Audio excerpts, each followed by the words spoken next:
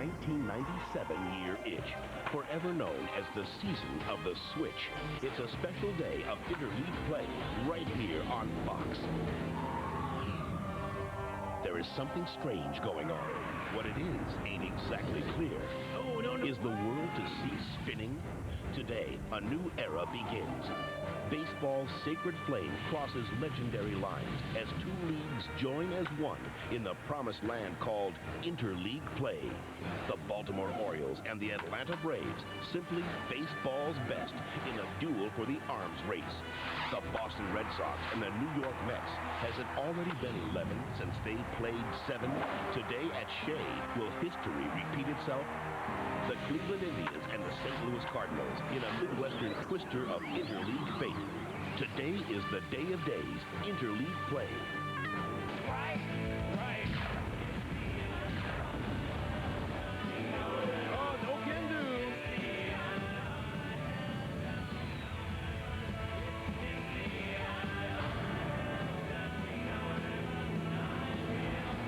Welcome to Stage 7 here at the Fox Television Center in Hollywood. Today is a very special day, as we dare to say, finally, it's interleague play. And again, the very best of baseball on Fox, Saturday Baseball's Game of the Week. And hello again, everybody. I'm Chip Carey, and it is the end of the world as I know it. My partner, Steve Lyons, back from his one-weekend exile. And Steve, it's here. After 129 years of baseball history, the owners have gotten it right. Interleague plays here. Well, this is a great gesture from baseball back to its fans, and from the first reaction, everybody loves it. Great action last night. Let's get you caught up with what happened. The big story, of course, in Seattle. The big unit, Randy Johnson on the hill. He has been awesome of late for Seattle. 6-1 the final score last night. He struck out 12, count them, 12 Rockies. He's punched out 61 in his last 5 games. He's a freak of nature. 6-1 the final. Seattle sweeps Colorado. Johnson 10-1. San Diego took 11 innings to beat Anaheim. 8-7 the final in 14 innings. Kilvio Veras the game-winning hit there, and the Dodgers got a game-winning hit from Mike Piazza. 6-4 the final in Oakland. The big news, of course, though, attendance up, Steve, 42%. Well, we're hoping that out of that 42%, we're seeing some new baseball fans coming out to the ball games. And the fans are the big winners. They asked for it. They got it. They have responded brilliantly to interleague play. That's the great news. The bad news, however, folks, comes from Detroit, where less than a week after winning the Stanley Cup, Red Wings star defenseman Vladimir Konstantinov is in the hospital with major head injuries, and he's fighting for his life. Konstantinov, Red Wings defenseman Slava Fetisov, and the team masseur were riding in a limousine when the driver lost control of the car and hit a tree.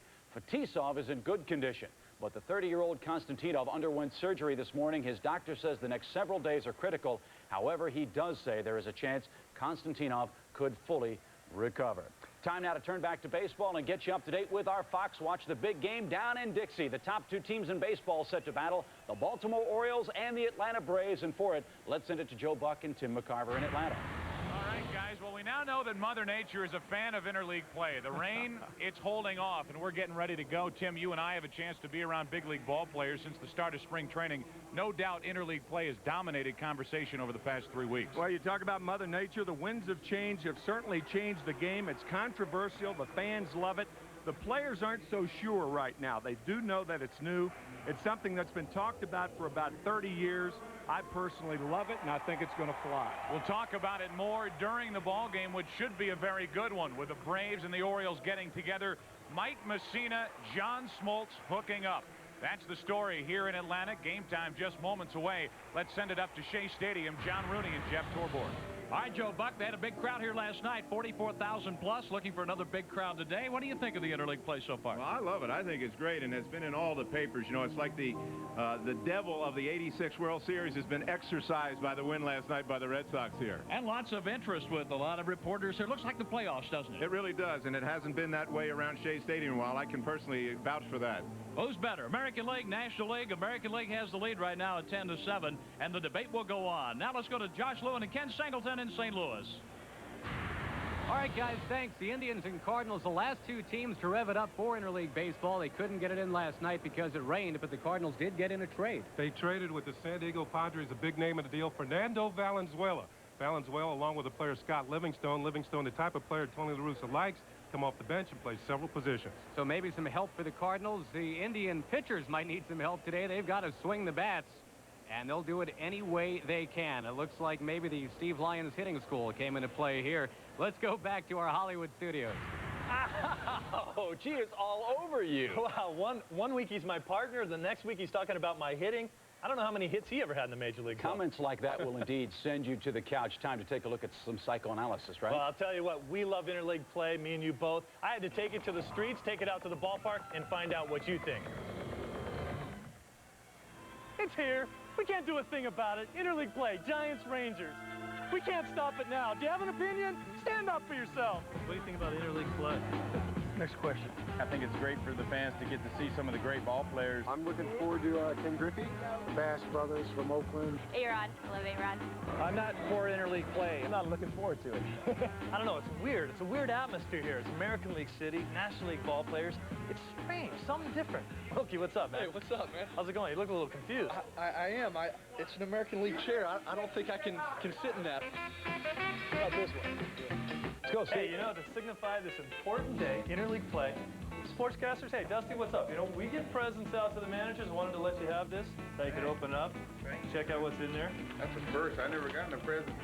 Got to give Johnny Oates, the American League manager, a present. It's just a nice, friendly reminder. Anytime you go into a National League park, I'm sure you're going to need this. Finding a DH, here's your guy. A DH? Yeah. It's basically because the pitchers are weak in the American League. Woo! Gives you no lip. And he's a yes man. It's your double switch. I've got that. That's a double switch, and they're both on. You know what a double switch is? No. This is an American League double switch. Okay, make sure Palmer doesn't run into Greer. Stevens is around the top. There's Sims. They're down. It's complete. Can I borrow your hat? Which league do you like better, American or National League? American League, definitely, without a doubt. Our beer's colder and our teams are better. Hey, notice something about National League clubhouses. They stink worse. All right, you work in the clubhouse. Who tips better, American League players, National League players? How do I know? It's the first day. I won't know till tonight, you idiot. Oh. Now, in the National League, the pitchers hit, and there's a lot more strategy in the National League. But you know why there's more strategy? It's because the pitchers can't hit. If you could hit, there'd be no strategy. And that's why the American League is a better league, because you don't have to have the pitchers hitting. That's why we should both go to the designated hitter. Understand? American League ball, National League ball. See what it says there? They're just like Wilton Guerrero's bat. Both have cushioned cork centers. I can't believe how excited I am. I got two Hall of Famers here. I got Willie Mays. I got Nolan Ryan. Can you guys sign my balls for me? Here's one for you. Here's one for you. Hey, Steve, that's a National League ball. I'm not signing, but what you got, Willie? I look like an American League. I messed it up. I changed them. Now for the ultimate interleague grudge match. League presidents mano a mano in a battle royale. The AL's Dr. Gene Budick, the cagey quipster, versus the wily Leonard Coleman of the NL. All right, this is the first ever interleague play. Gino, Lenny, let it fly. Gene, no more designated hitter. To be continued. You know, almost everybody we talk to love the concept of interleague play, except for a couple American League managers that I'm hearing about. They don't want their American League pitchers to pitch in National League cities because they have to hit. Now, that's ridiculous. Lou Piniella is changing his rotation so Randy Johnson won't have to hit. Sounds like you've finally gotten with the program and in line with the official rules of baseball. It says a game is between two teams of 9 players each. We don't need the DH. We love this game because rules change occasionally, and that's why the DH should be in both leagues. So we wouldn't have to watch National League pitchers go up there and flail away like they do. Why not? You did for 9 years. Hey, when the DH came about 25 years ago, the AL couldn't hit and they couldn't draw flies. You know and I know the only reason we have a DH is because it's the second highest paid position in the game. It's a sacred cash cow for the Players Association. Any DH could feel this position better than any National League pitcher goes up and hit. They hit 141 right now. Terrible. I'm from the state of Missouri. You're going to have to show me, my show friend. you. Today, we'll update you on the Cap Cure Home Run Challenge. Cap Cure, the Association for the Cure of Prostate Cancer, is committed to finding a cure. From June 13th to the 18th, at least $50,000 per home run will go directly to prostate cancer research. Since Friday, 30 home runs have been hit, bringing the amount raised to $1.5 million. How many of those were by a pitcher? None yet. Sunday, June 22nd, the world will be watching as the championship of the World League is on the line with the Rhine Fire taking on the Barcelona Dragons. That's Sunday at 1 Eastern, 10 Pacific on Fox. All right, today it's the Orioles and the Braves in Atlanta. World Series preview, maybe. A battle of baseball's best, no doubt about it. Joe Buck and Tim McCarver bring you all the action. Gentlemen. June Classic as interleague baseball hits Atlanta. The Baltimore Orioles and the Atlanta Braves, baseball's two best, hook up on the Fox Saturday game of the week. It's been raining all morning. Right now, the rain is holding off. Scattered showers the rest of the day, but right now, very pleasant here at Turner Field. And hello, everybody. I'm Joe Buck. Happy to have you with us for the Fox Saturday baseball game of the week. The Baltimore Orioles came to town, and Jimmy Key did it to the Braves again. After winning the clincher in Game 6 of last year's World Series over Atlanta, now with his new team, the Orioles, he and Baltimore beat Atlanta last night by a final of 4-3. And I welcome in my partner, Tim McCarver. And Tim, pitching has been it for Atlanta over the years. Well, now you can add Baltimore to that list. Their pitching is as good as it gets. It's been terrific. You may remember that song, "You Ain't Got That Thing Till You've Got That Swing." Well, as far as the Orioles are concerned, you ain't got that thing till you've got the arms. And have they ever had the arms this year?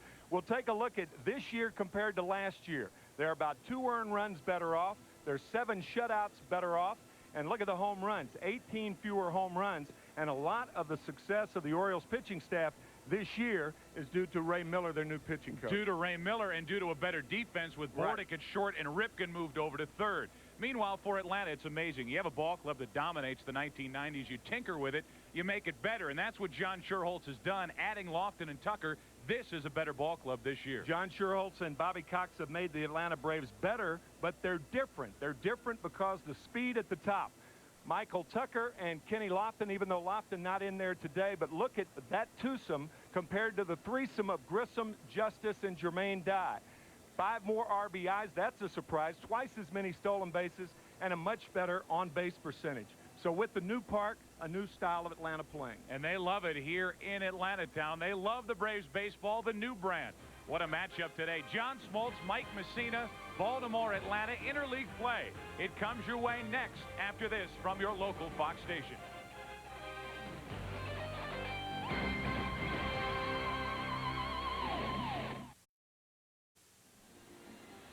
Well, those two guys are in charge of a couple of very hot ball clubs. Bobby Cox on your right, in charge of the first place Atlanta Braves in the NL East, and Davey Johnson on your left, in charge of the first place Baltimore Orioles in the AL East. A look at the Miller Beer starting lineup for the Orioles. Leading it off, Brady Anderson. Then Roberto Alomar batting second. At second, B.J. Surhoff in left. Palmeiro, Ripken, and Tarasco in the middle. Tarasco, the former Brave, and Palmeiro off to a very fine start with Hoyles catching and hitting 7th. Bordick at short hitting 8th. Mussina has the task of trying to hit John Smoltz here this afternoon, pitching and batting 9th. The defense for the Atlanta Braves, it's a very good defense, especially out in the outfield with Ryan Klesko much improved in left field. Andrew Jones will see in center, one of the best young center fielders coming along. And around the infield, it has always been solid. Blauser playing better this year than he did a year ago. Well, Cal Ripken will play in game number 2,378 here this afternoon. Cal Ripken, of course, has had a lot of demands last year about his time, about the streak, the new position, and, of course, his evil twin brother, who we at Fox were able to track down. Well, there's been a lot of times when I thought I've been a prisoner of the streak, and it seems like with the attention that I've received as a result of the streak, it seems like the demands of my time have increased. So sometimes I feel like I'm a prisoner to an agenda book or a scheduling thing. So yeah, I can relate to my evil twin brother.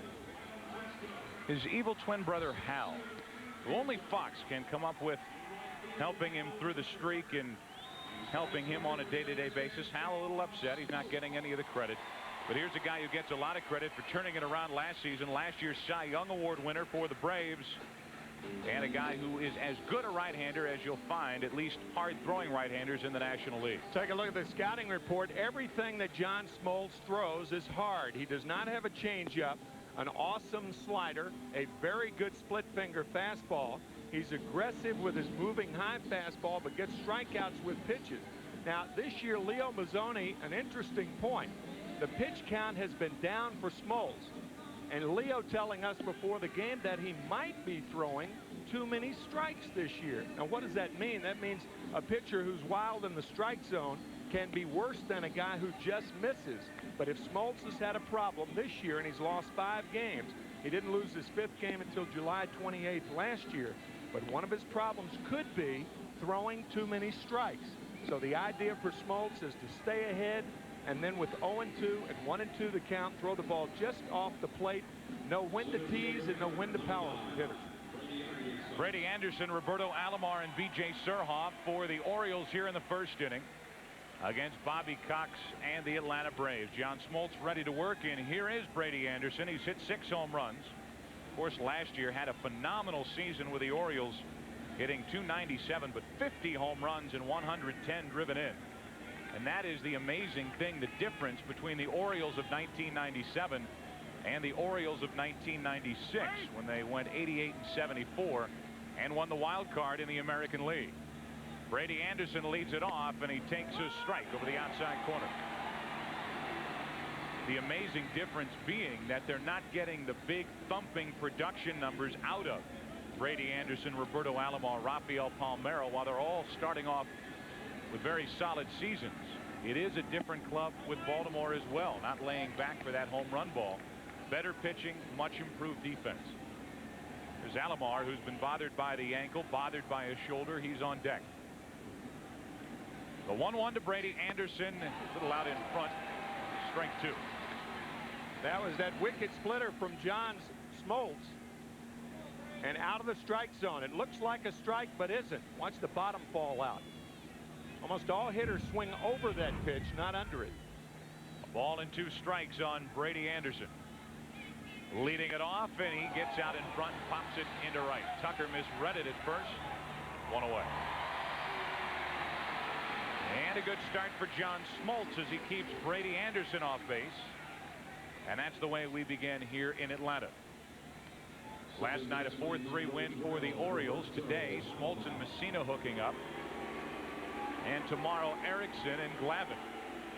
3 very good matchups over the weekend here in Atlanta. Here's Roberto Alomar.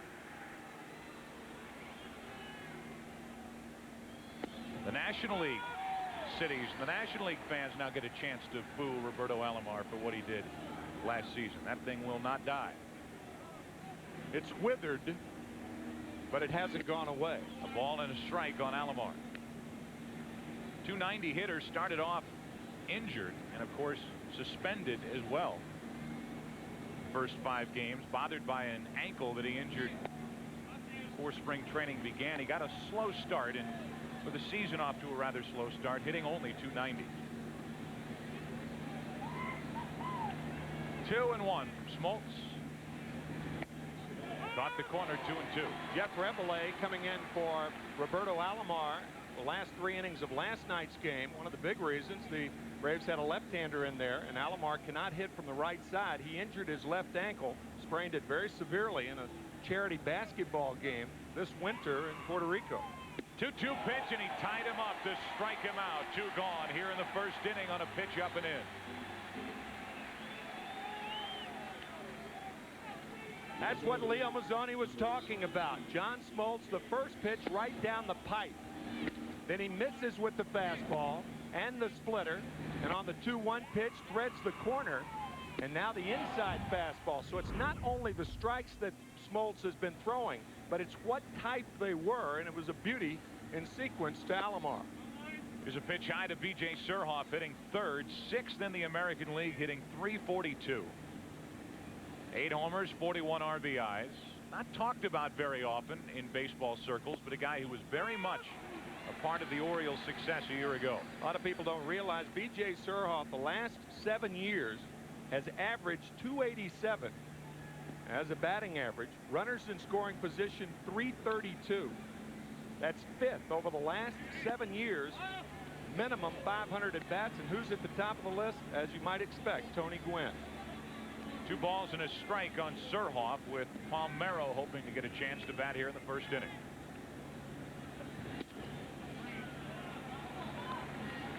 Smoltz falls behind 3-1.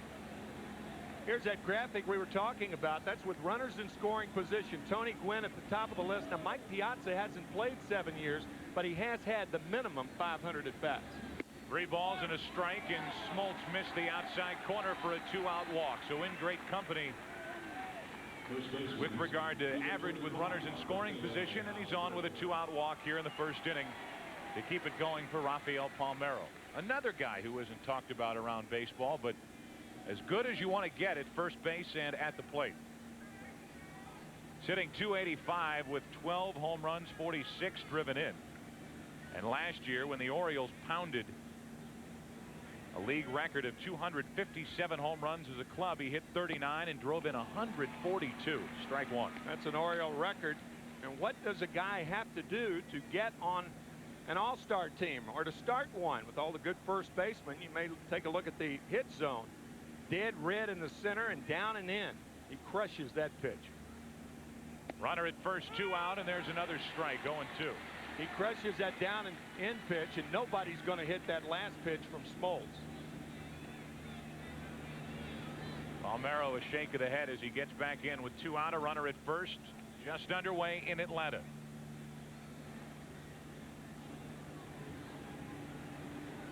Smoltz has Palmeiro set up. Pretty good swing with 2 strikes. That was a mistake, and that's what Leo Mazzoni was talking about. 0-2, 1-2. He's the hitter. You don't have to throw a strike down the heart of the plate and overpower him, but this is clearly a mistake that Smoltz got away with. Leo Mazzoni rocking away over on the Atlanta dugout, hoping to help Smoltz get through a 2-out walk. 0-2 to Palmeiro, gets away. And down to second is Surhoff with 2 gone, and base hit from Palmeiro could put the Orioles out in front. See how it's going to be scored. That is looks like a wild pitch to me. Javier Lopez would have to have been mighty quick to get that ball. John Smoltz led the National League in wild pitches 3 years in a row back in the early 90s, and it is being scored a wild pitch. That's his 4th of the season, and now a runner in scoring position for Palmeiro.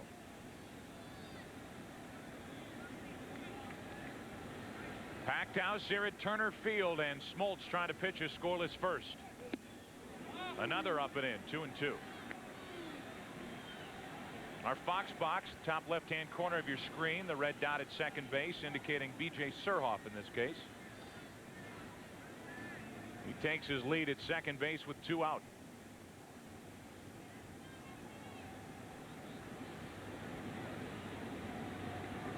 Two and 2 on Palmeiro.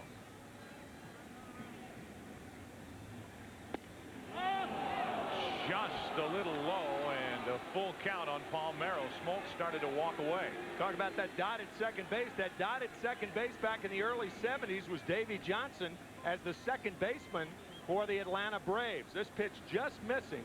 Looked like it was called low. Borderline pitch. So a full count on Palmeiro with Ripken next. And that's toward McGriff and caught to end the top of the first inning. So a 2-out walk, a wild pitch, and the line drive to end the top of the first. Chipper Jones due up in the bottom of the first. No score.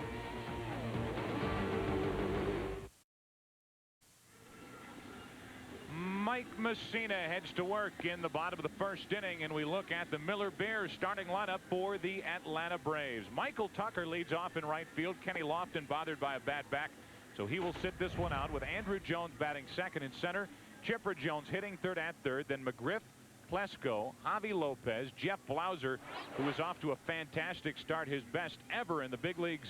Then Mark Lemke batting eighth, and John Smoltz pitching and batting ninth.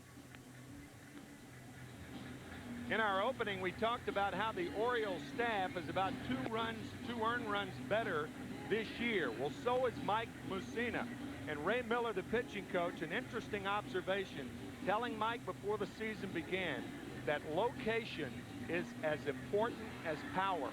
And that's the one thing that Mussina has done this year that he didn't do last year, even though he did win 19 games. He is located. Inside corner, outside corner.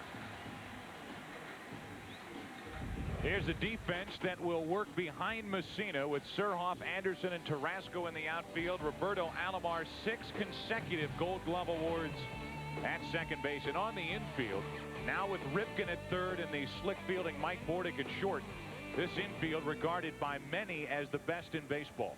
Can't argue with that. Michael Tucker leads it off instead of Kenny Lofton, who's bothered by a bad back. And Tucker hitting .313, shoots one to center, one pitch and a base hit. That didn't take long. Tucker went up there ready, and he took a high pitch and drove it to center. Michael Tucker has faced Mussina before, and he's had some success. A .313 batter as a member of the Kansas City Royals, so no waiting around for Mussina. His best pitch, the knuckle curveball, 2 fastballs going inside and outside, and very intelligent command of a remarkable arsenal. Part of that great top 3 in the rotation for the Baltimore Orioles with Mussina, Key, and Erickson. 1 on, nobody out, and here is Andrew Jones. Talk about a guy who's happy to be in the lineup. Andrew Jones, who last year starred during the Fall Classic, the World Series, hitting the 2 home runs in Game 1. He's had a tough time cracking the lineup here in Atlanta because of the addition of Michael Tucker and Kenny Lofton. Check on Tucker, who has stolen 9 bases. He came to Atlanta. He said, don't care what anybody says. I'm telling you right now, I am faster than Kenny Lofton. However, as you see on that graphic, Mike Mussina, the last stolen base he gave up was September 23rd of last year. None this year. Are you throwing that out there as a challenge to a guy like Michael Tucker? Possibly. Low and away to Andrew Jones for ball 1. Tucker will not back down from your challenge. I don't know if he'll run or not. 9 out of 11. Jones, Andrew, then Chipper, then McGriff. And there's the battle between Michael Tucker and Mike Mussina.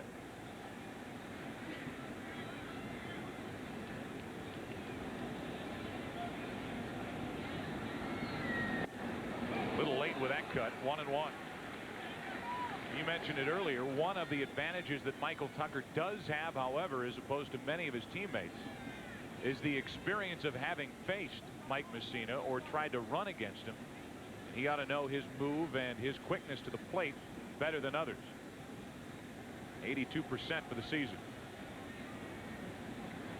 He's on with nobody out as the Braves try to jump out in front.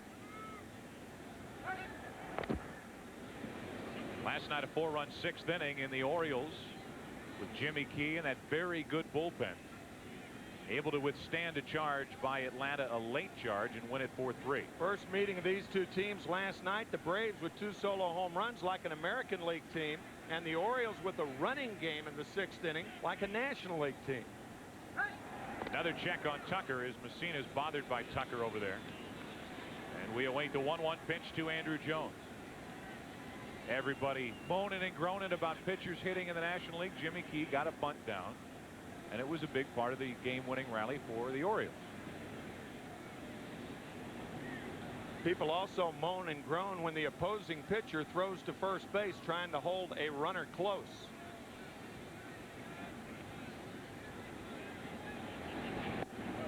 Jones took a breaking ball for a strike, 1-2. Andrew Jones has only 118 at bats so far this season. And he's run into the doghouse, run back out of the doghouse, back in for effort or a perceived lack of effort at times, part of their manager Bobby Cox. Pretty well publicized what Bobby and some of the Atlanta brass think of the effort, at least the constant effort of Andrew Jones. They'd like to see a little more out of him. Because they realize that this guy could be a star for a long time. Bobby Cox saying that in the future he could turn into the best center fielder in baseball and be that for a decade or so. Ball and 2 strikes. Jones a little out in front, and he strikes out for the first out here in the bottom of the first.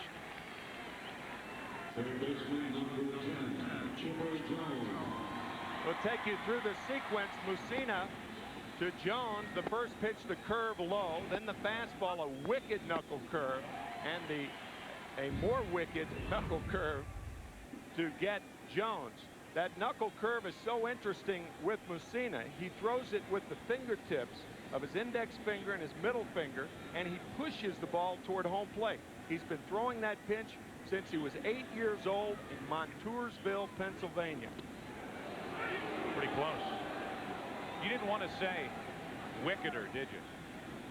That did come to my mind, but I thought more wicked. I thought correctly that more wicked was proper. That was wicked, and the next was wickeder. Wickeder, no, that won't float. 1 on, 1 out. Chipper Jones at the plate. Another pretty close play over at first. You've worked together too long when you start reading the grammatical part of my mind. That is a little frightening. Yes, it is. Kenny Lofton, he's got a pulled muscle of bad back in the middle part of his back, his left side, his throwing side. And just so you think they could find a more comfortable seat for the guy. He's got a bad back. 1 on, 1 out. There he goes. He met the challenge, and there he is, safe at second with 1 out here in the first inning as the streak is broken. Tucker steals his 10th.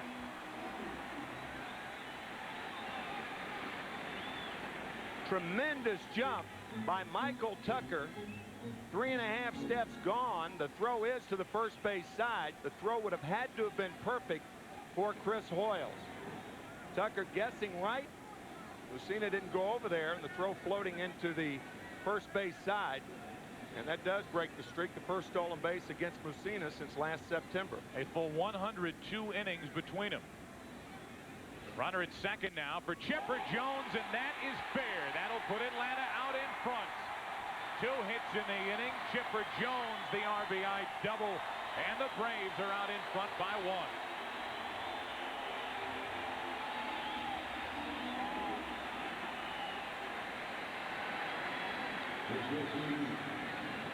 Look at the plate coverage by Chipper Jones. The knuckle curveball is on the outside part of the plate. It may have been off the plate. Looked like it just hit inside the chalk. On the chalk. Matter of fact, it was outside the chalk. Any part of that line, if it's hit, it's a fair ball. And chalk flew up. Fair ball double for Jones' 17th of the year. Immediately after the play, Cal Ripken went over to Harry Wendelstedt and started to talk about it. You could see the chunk of the white line that was taken out as that ball hit just on the outer edge. Just like a cookie cutter. And the RBI double was indeed fair. There it is right there. I don't know if you can see it. Just like a cookie cutter, a little half moon taken out of the outside of the white line. It was a fair ball. The now runner at second, 1 out, and an 0-1 count on Fred McGriff. Ball and a strike. You know, you could make the case, and it might be overstating it, but it's worth talking about that without the addition of Kenny Lofton and without the addition of Michael Tucker, this Braves club, if they had to rely on the power production from guys like Chipper Jones, Fred McGriff, and Ryan Klesko, with the starts they've had to this season, might be struggling to be in first place. You've got Jones, McGriff, and Klesko, none of which are in the top 10 in the league in home runs or runs batted in. That's Fred McGriff right there. The first 10 seasons this season, his slugging percentage down. But the one thing you have to keep in mind with what you said, Joe, is if David Justice were having the same type of season for Atlanta that he's having for Cleveland, that would have made up with all that power, because Justice second in slugging. He's 4th as far as his batting average is concerned. Home runs are up there. Having a remarkable year with Cleveland. McGriff strikes out over the outside corner. 2 gone in the inning. Justice, number 6 in the American League with 17 home runs. And McGriff is the second strikeout victim for Mussina. 2 fastballs away, and then he misses with the knuckle curve, but the fastball threading the needle outside to get McGriff. Tell you, already here in the first inning, both pitchers have made terrific pitches, particularly away. Home plate umpire is Paul Nauert. And there it is again. He's giving that outside corner as he's doing with Mussina. I bet Mike's saying, I could get used to this. But he's locked up. He's locked up with the Orioles. Here's Klesko, runner at second, 2 out. Ryan hitting .245.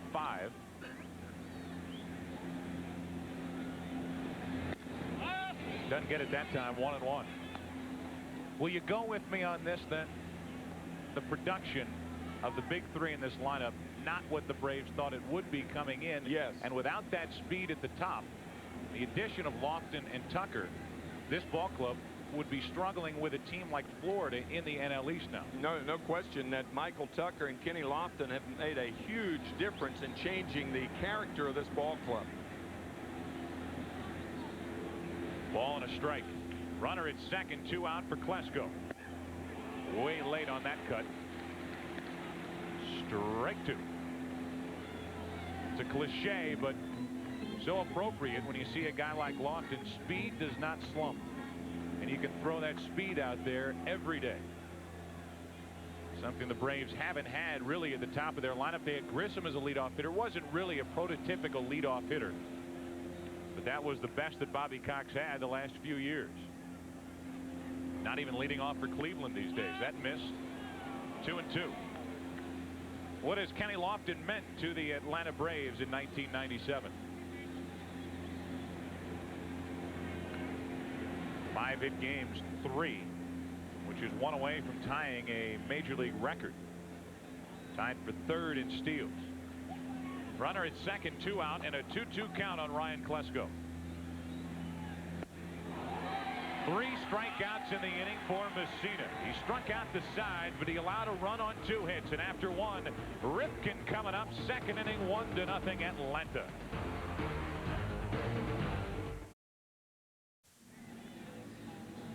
We talked about that Chipper Jones, the ball like a cookie cutter, that little half moon right there, and that's the spot where that double hit any part of the line. And Chipper Jones responsible for the only run scored in this ball game, driving in Michael Tucker with this opposite field double. So for those of you in Baltimore who thought that ball was foul, our cookie cutter replay just took that outside chunk out of the line, and this is what Mussina thought about it. He thought it was foul. That's our Martha Stewart replay right there. Absolutely. Harry Wendelstedt, the veteran umpire, has his own umpiring school. Got it right. Here's Cal Ripken Jr., and as it was last night, a partial standing ovation from the standing room only crowd. Part of it doesn't count. They didn't have seats to begin with. Ripken takes a ball. Cal is playing in game number 2,379 without interruption. And a count of 1-1 from John Smoltz. Cal Ripken, a good low ball hitter. You may notice that that hot zone is in the middle of the plate. It's for most major league hitters. That's where they position themselves. But Ripken deadly on the ball, down and in and down out over the plate. Pops it up on the infield to lead off the second for Lemke. He struggles on pop-ups. He makes that play without incident, 1 away. This copyrighted telecast is presented by authority of the Commissioner of Baseball and may not be reproduced or retransmitted in any form, and the accounts and descriptions of this game may not be disseminated without expressed written consent. Ripken pops up the second, 1 away. And here is Tony Tarasco. Got a nice hand. He came up through the Atlanta organization. Moved on to Montreal. Into Baltimore. Played part of '93 here in Atlanta. All of '94 across the street at Fulton County Stadium. And he hit .273. Takes ball 1 right now, hitting .247 in limited time. Postseason celebrity in a strange way. He was the right fielder when Jeffrey Mayer, the 12-year-old, caught the ball, cost the Orioles a ball game at Yankee Stadium last year. Derek Jeter, the batter, Tony Tarasco, the right fielder, and Jeffrey Mayer playing a little higher that night. Mayer, as in never will be, of Baltimore. Strike 2 on Tarasco. But could replace Giuliani in New York. He was big. He had a good October, old Jeff. Man. There's Jimmy Key, who last year was with the New York Yankees and won the clincher Game 6 over these Atlanta Braves. Tarasco out in front. That's 2 gone and 2 strikeouts for Smoltz.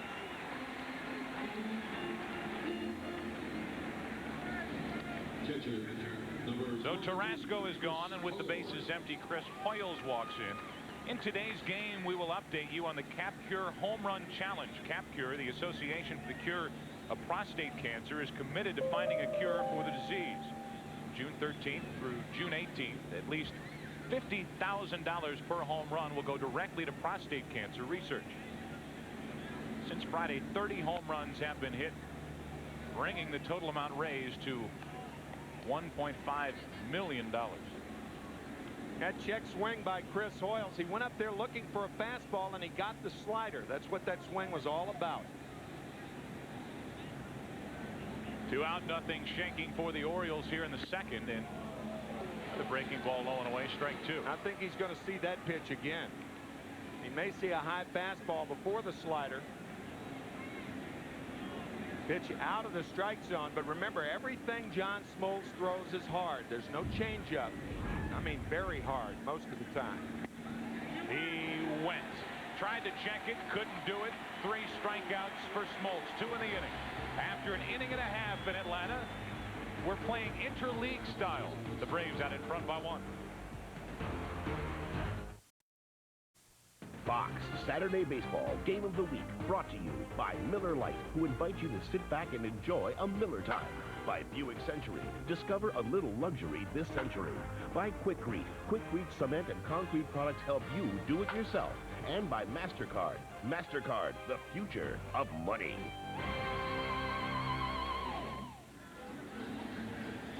Well, it turns out to be a very pleasant day here in Atlanta. All of us woke up in our hotel rooms here in Atlanta, looked out the window, and wept silently, thinking all this buildup. Couldn't wait for this game, and it's going to be rained out. Well, proving that we know as much as your local weatherman, we were dead wrong. Javi Lopez leads it off with Jeff Blauser and Mark Lemke to follow. Lopez hitting .302.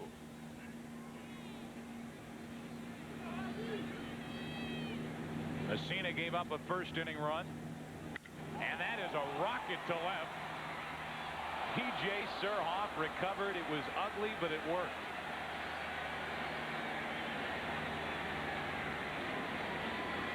You may wonder what the initials BJ stand for. They stand for better jump. And he did on that rope by Lopez. Well, you're looking at a former shortstop, former catcher, former third baseman, former DH, now left fielder. Former farmer. And he struggled to get to that one. It just took off the bat of Javi Lopez, 1 away. And here is Blauser. Jeff Blauser off to the best start in his big league career. And as you look at his outfield hits by direction, Tim, he's spreading it around pretty well. Anybody who uses right field as a right-handed batter as much as Jeff has this year, you know he's hitting well. Line to line, that's the way you build up a batting average. That plus being healthy. First time in a year and a half that Jeff has had his health. And the subject of a lot of boos here at Yankee Stadium, or at Fulton County Stadium across the way. It's being torn down right now. Blauser took a strike, 2-1. Clarence Jones, the hitting coach for the Atlanta Braves. What do you do with a guy who's hitting .342? You leave him alone. Jeff Blauser has done most of that damage batting 8th in this lineup. He's moved up to 7th with Lemke hitting in the 8th spot. Check swing, they said he went around 2-2, and you look at the batting average leaders from around the National League. Wynn now has slipped under 400. Walker still well over. Took the day off against Randy Johnson. Lofton and Blauser both on the list. 2-2 to Blauser. That time he checked it, full count.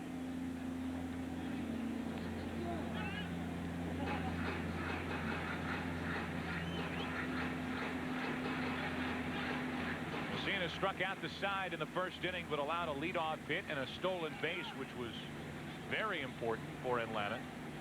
Tucker stole it. Tucker scored it on the double by Chipper Jones. That's a little flare to left center, might fall. Will fall. Base hit for Blauser, adds to his .342 average. 1 on, 1 out in Atlanta right now for a Miller time game break. Back to Chip Carey in Hollywood. Okay, Joe and Tim, thank you very much. As Timmy knows, the Mets having some trouble with the shortstop position. Not so far today. Luis Lopez, his first RBI of the year. Singles to right. Troy O'Leary's throw up the line. Diving in safely, Carlos Baerga, and the amazing Mets lead the Sox 1-0. Back to you all in Atlanta. Thank you, Chip. Ray Ordonez out for the Mets with a broken left hand. Out until after the All-Star break. Manny Alexander with a bad knee, so Luis Lopez in there filling in. 1 on, 1 out. And Lemke took a strike over the outside corner. Mark missed a handful of games. He has a floater in his right eye. And it is to the point now where they really can't do much about it. And he says if it doesn't get any worse, he can play around it. Literally. But a frightening proposition when he's batting left-handed against a guy like Mussina with that floater in the right eye, his front eye. His left-handed batting stance, 1 on, 1 out. And Blauser draws a throw. Mark Lemke trying to move Blauser along, who's stolen only 1 base. Mark Lemke has always had vision problems. As a matter of fact, he can't even see it. This is a quote. He can't even see his toes without his glasses on or without contacts on. This floater adding to his problems. What a horrible handicap that must be. Ball and a strike, and I'm sure for Lemke, for a while it was rather frightening with everything that happened with Kirby Puckett. With the glaucoma, having to shut it down, not being able to bounce back from it. But it's just strictly classified as a floater. And he's going to play through it. 1 on, 1 out. Such a vital part to this Atlanta team. Blauser aboard in the 1-1 to Lemke instead of check on Jeff, who, if he goes, would be part of a hit and run, not a straight steal. Right.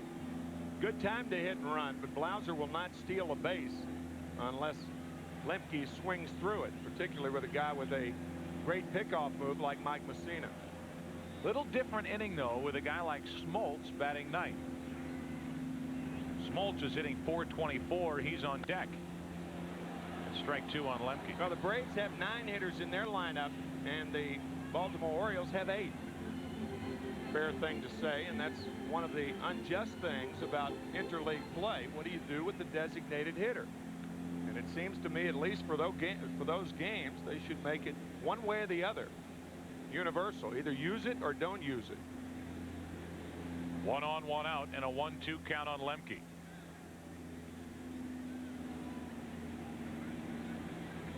Mark has hit 2 home runs.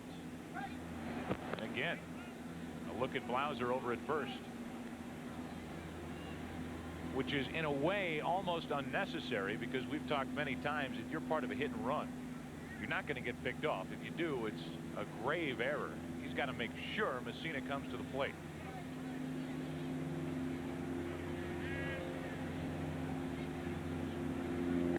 Lemke took it just low.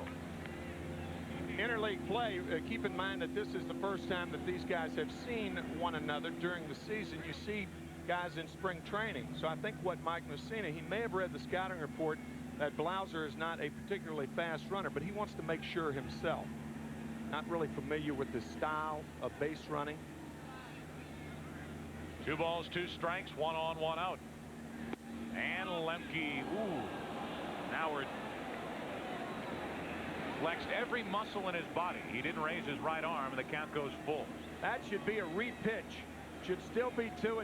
Paul Nart calls this a strike. No, ball. Going to go up with the right hand, but he called it a ball, and now Blauser will be running. 3 balls, 2 strikes on Lemke.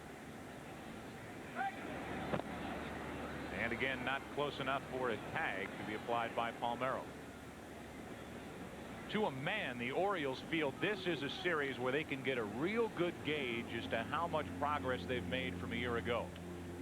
Playing the team that is considered the best in baseball. Last night they won 4-3. They trail here in the second inning, 1-0. Blauser running, and Lemke shoots it down the left field line. Blauser stumbles but heads to third. Lemke will try to leg out a double. He's done it. And it's second and third, one out here in the second.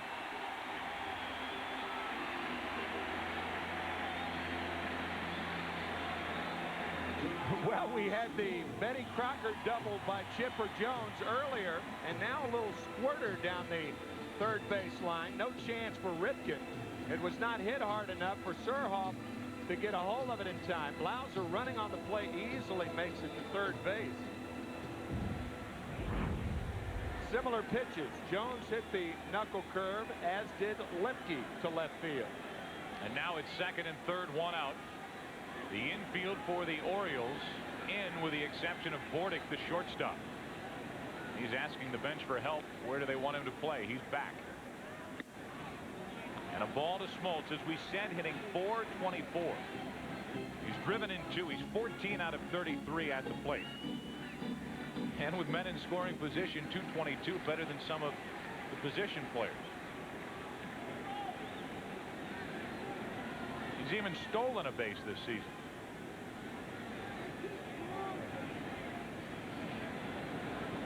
Mussina in a jam with runners at second and third, one out.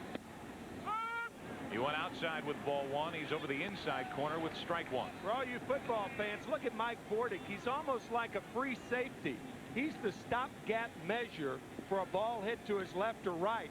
So a single would score 2 runs, and that's what Bordick is back to do, to stop the infield single that wouldn't be a hit if he were playing in.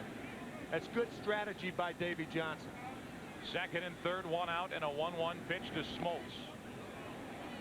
2-1. Runner at third is Blauser. He blooped a hit into left. Lemke went right down the line with a double. And now Smoltz looking down at Bobby Dews, the third base coach. Half a chance for a squeeze. No, absolutely. Absolutely. John, a very good bunter.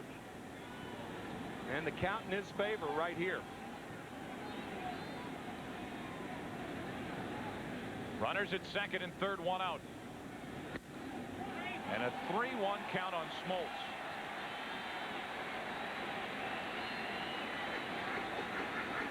We talked about scouting reports earlier. Mussina knows that Smoltz can hit. Pitching him tough, but missing. 3-1.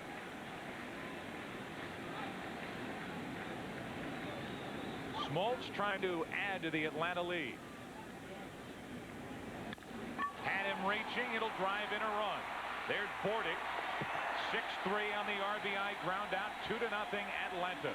That's one of those weird plays where if Bordick had been playing in, then he would have had Blauser at the plate. But Smoltz, fortunately for the Braves, hits it to the only infielder that's back in the Oriole infield. And that's Mike Bordick. He's forced to go to first. Blauser off with contact. Usually if you have a lead, that's what you do. Runners on at second and third, regardless of whether the infield's in or not. Send him in on contact. Lemke, however, held at second. He's there with 2 out for Michael Tucker. Michael has a hit, a stolen base.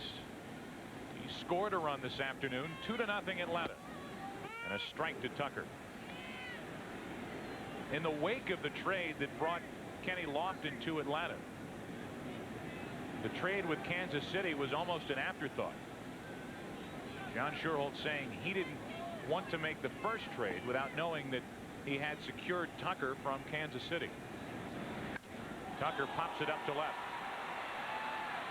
Surhoff tries to find it. Inning over. So the Braves got a run in the first. The Braves get a run in the second. Driven in by Smoltz. After 2 in Atlanta, 2-0 Braves.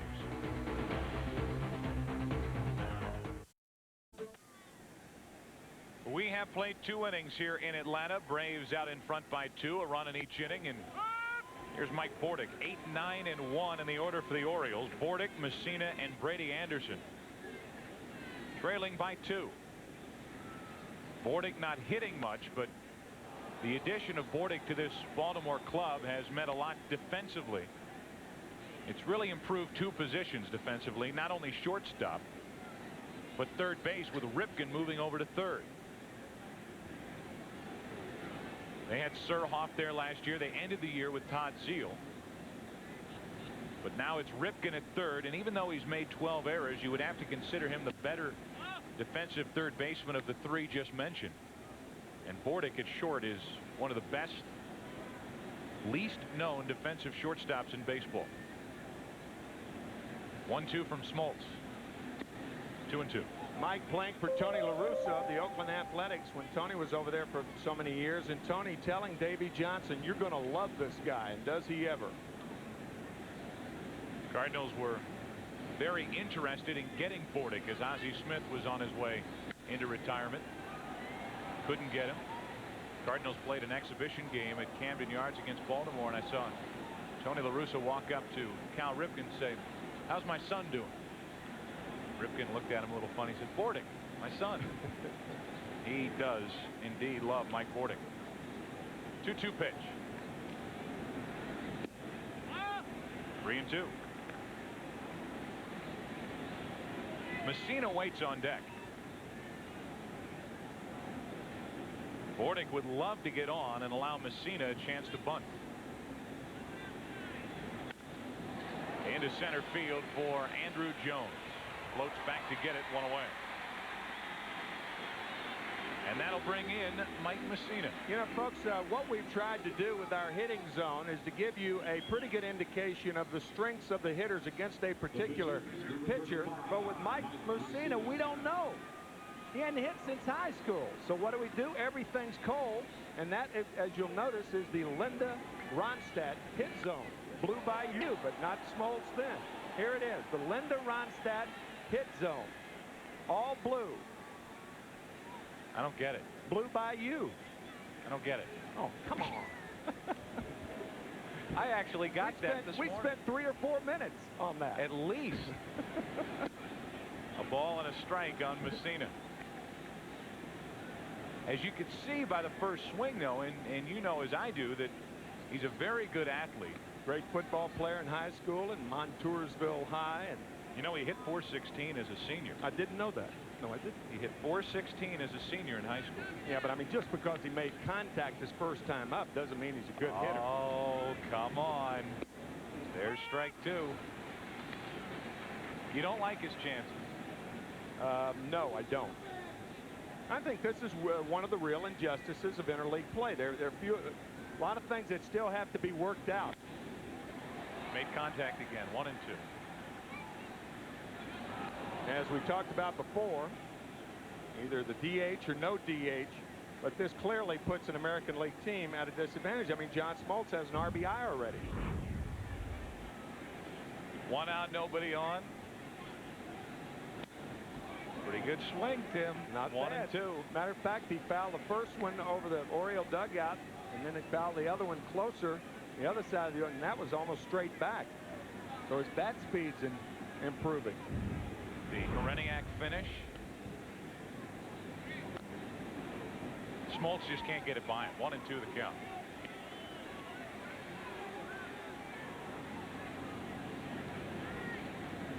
Mike Mussina just trying to make Smoltz work, like Bip Roberts did with Felipe Lira, the Royals and the Tigers earlier this season. One foul ball after another. 17, I believe. 17 foul balls by Leon Bip Roberts. 1 out, nobody on. A 1-2 pitch coming to Mussina. 2-2. The drama grows with each delivery. Smoltz has definitely had to work to get Mussina. It's not been watch 3 and go have a seat. Omar Olivares for Detroit, a very good hitting pitcher. Tripled last night in Montreal. Now 3-2 on Mussina.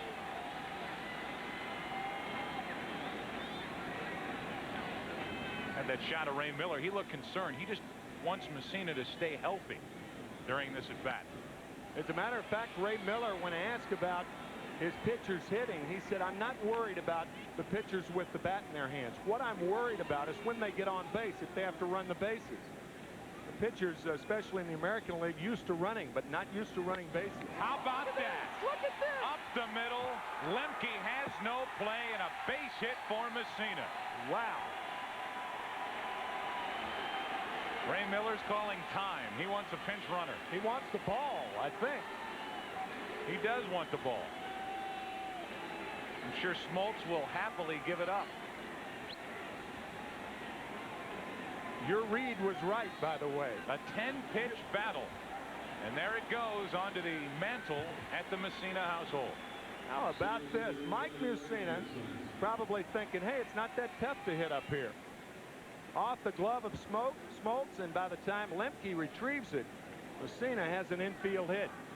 Actually, they're playing behind him at first base. That is the first hit of the afternoon for the Orioles.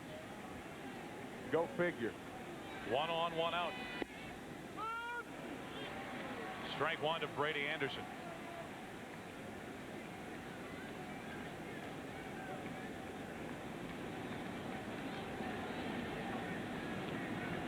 So John Smoltz gives up the 1-out hit to Mike Mussina, and now we'll try to keep him at first base as he runs the bases, something we asked John Smoltz about before the game. I hate sliding, and it's run as fast as you can so you don't have to slide. Because, you know, again, you're not on the base as much as a regular player, and the things aren't expected of you. You know, it's hard to score from first to home, and you know, unless you've been there, the familiarity is you try to be defensive, and you try not to make a mistake, and that sometimes can cost you. And the Oriole pitchers will be very defensive on the bases. They've been instructed to be that by Ray Miller. Run one base at a time and don't try to stretch it out. So I can see one of my pitchers going around the base, stopping and leaving his hamstring laying there on the ground. Yeah, right. 2 balls and a strike on Brady Anderson, the tying run at the plate. That might be 3. Nope. E3 into left field, and Mussina will be careful. Stick at second. That had inning-ending double play written all over it. And the throw from McGriff into left for the error. Fielder's choice, E3. I actually think that Mike Mussina, by running straight up, was in Fred McGriff's way. He had to throw it over Mussina's head, and he threw it over Blauser's head, too. Watch McGriff field the ball behind the baseline, and now his throw is over the head of Mussina and then Blauser, an error on Fred McGriff. And it's 2 on, 1 out as the Orioles try to rally. Here's Alomar, and he takes a strike over the outside corner. Robbie struck out his first time. He's hitting .289. He's driven in 26. Tying runs are on. Joe, if you're Davey Johnson, you have mixed feelings now. You do not want to play at the plate involving Mussina. He's the runner at second, Anderson at first, and a 1-1 count on Alomar. And it started with a hit by Mussina.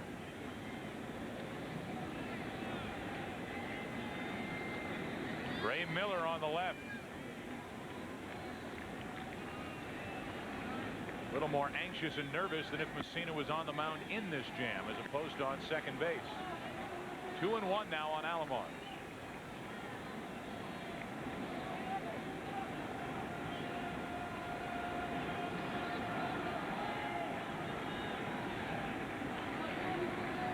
Runners on at first and second, 1 away. And a perfect pitch over the outside corner, 2-2.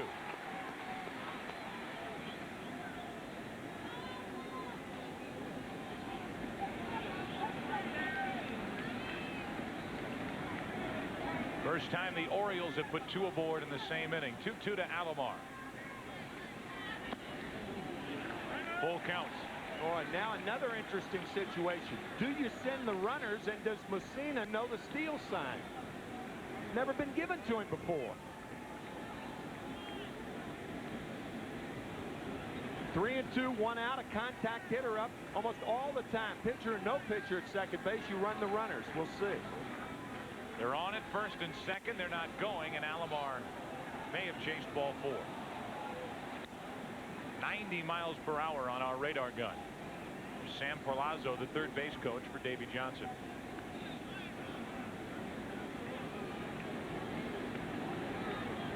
This will be the 28th pitch of the inning coming up from Smoltz. 10 to Mussina. It's been a long frame. 3-2, and we'll do it again. Here's Sam Perlazzo, the third base coach. You almost have to yell out to Mussina It's 3-2, 1 out. Don't go. Forget the signs. Maybe give the signs to the trail runner. That's Brady Anderson.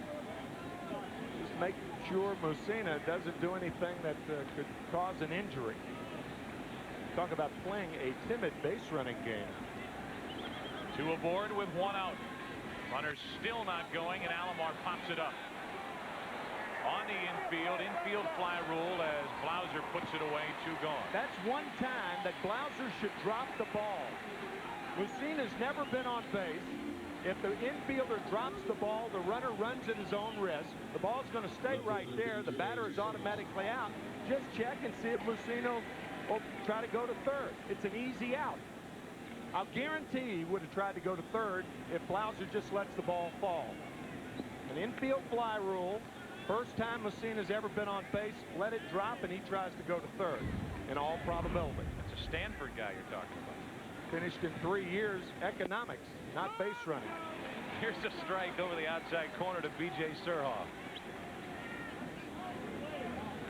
2 on, 2 out, and an 0-1 count on Surhoff, who, as we told you back in the first inning, has been so good with runners in scoring position.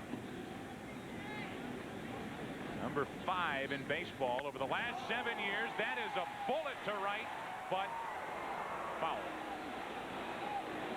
Strike 2. Making a bid for home run number 9. He pulled the trigger a little too quick.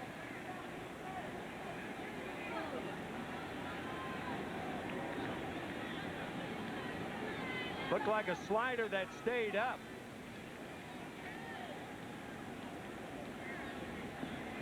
Going to get a good part of the ball with the good part of the bat on a ball off the plate. Usually you hit it foul, unless you have the uncanny ability to keep the hands inside and bring the bat head through. The guy that was the greatest with that particular ability, he's named for the street that runs by Ted Turner Field, and that was Henry Aaron.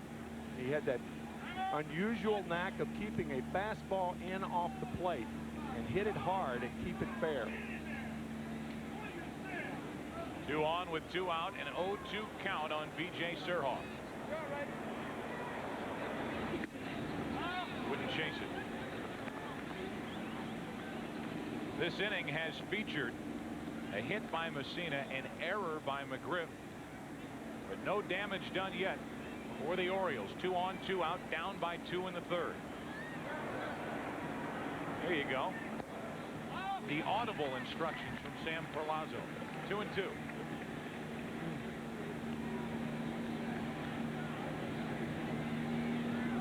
There are 2 out. Run if hit. I would not imagine they would be that simplistic. 2 on, 2 out, 2-2 the count. Got it. Blew it by Surhoff to end the inning. 4 strikeouts. Mussina, his first big league hit. He goes back to work. The Braves lead by 2.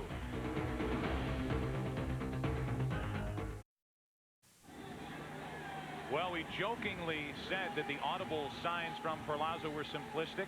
Well, here they are.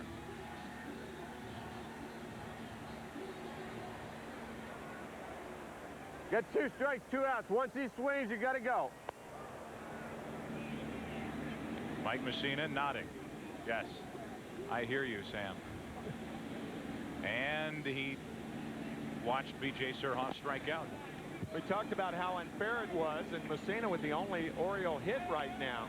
It is unfair, but it does add an interesting twist to a pitcher, an American League pitcher, on the bases. Here is Andrew Jones leading off with Chipper Jones and Fred McGriff to follow. Bottom of the 3rd inning, 2-0 Atlanta. Jones struck out his first time and has a 2-0 count.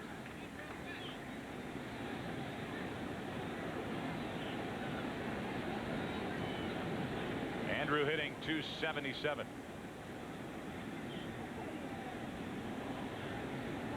Leading it off and taking ball 3. Just up and in. 3-0. Not a bad pitch. So now 3-0 on Andrew. Is he swinging against Mussina? Nope. And he took ball 4. A leadoff walk. First walk by Mussina. Right now for a Miller time game break. Back to Chip in Hollywood. All right, Joe, thank you very much. I'm sure Tim McCarver doesn't miss plays like this. John Olerud, top of the third inning with a base hit to right.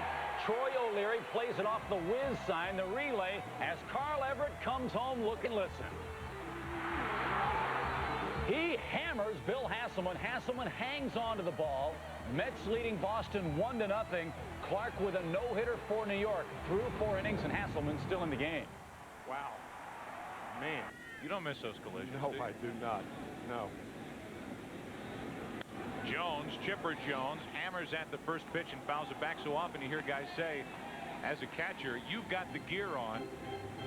You've got the advantage. But you look at collisions like that or collisions throughout history, Fosse and Pete Rose, you can't convince me that the guy waiting for the throw is at the advantage. Well, it's particularly dangerous, Joe, when you're receiving a throw from the right field line because you don't know where the runner is. That's the blindside shot that Everett just gave Hasselman. 0-1 the count on Chipper Jones, and that's a little low. 1-1. Chipper Jones came in hitting .286. He's been struggling. By his own admission, very frustrated. And there's his hot zone. And hot zone similar to Cal Ripken as a right-handed batter. Likes the ball down and in, down over out over the plate. A home run last night to left field. 1 on, nobody out, and a check on Andrew Jones. People have said to this point, Turner Field is not like Fulton County Stadium because of the home run ball. It's not giving up home runs like they flew out across the street. But remember, it has yet to really get hot down here in Atlanta. Last night it was hot, and a couple balls, especially the one Chipper hit, just shot out of here. Well, I don't think you can make a fair assessment after so few games. Andrew Jones is running, and Chris Hoyles guns him down. Caught for the 5th time this season. He's 9 out of 14, and that was a perfect throw from Hoyles. Jones did not have a good jump diving in. Boy, you hate to see a young player like Jones diving into a base. Pitch was low. That was a particularly good throw by Hoyles because of the pitch that he had to handle. That ball in the dirt. Fine throw by Chris Hoyles. Good breaking ball from Mussina. 2-2 on Chipper Jones. The numbers for Chipper Jones in the start to his career is remarkable. Hitting 3rd for a team like Atlanta. Been in 4 of the last 5 World Series. Up the middle.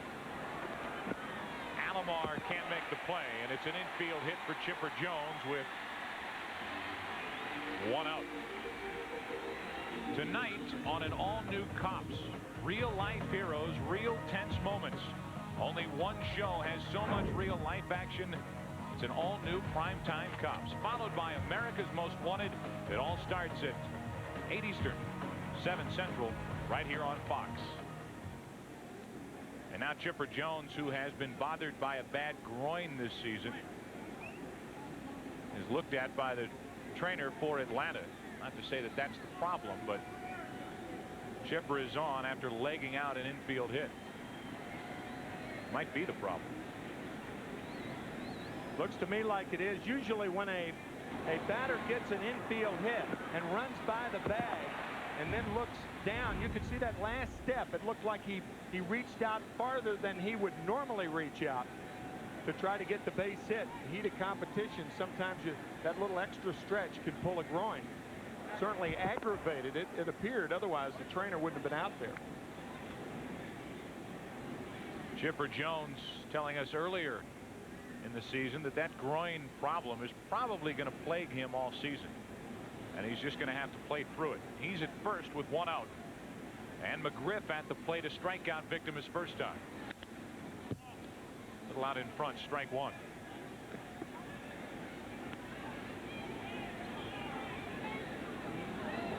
So McGriff 0 for 1, hitting .278. He's hit 9 home runs, driven in 39, which is a rather low total, hitting cleanup with Lofton and Tucker and Chipper Jones hitting out in front of you. But hanging in there and trying to battle through it. 1 on, 1 out.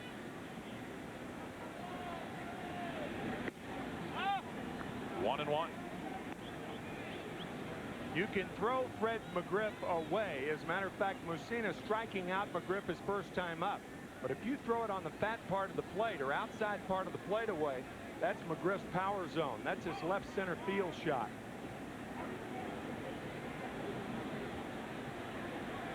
Chipper Jones at first with one out here in the bottom of the third inning.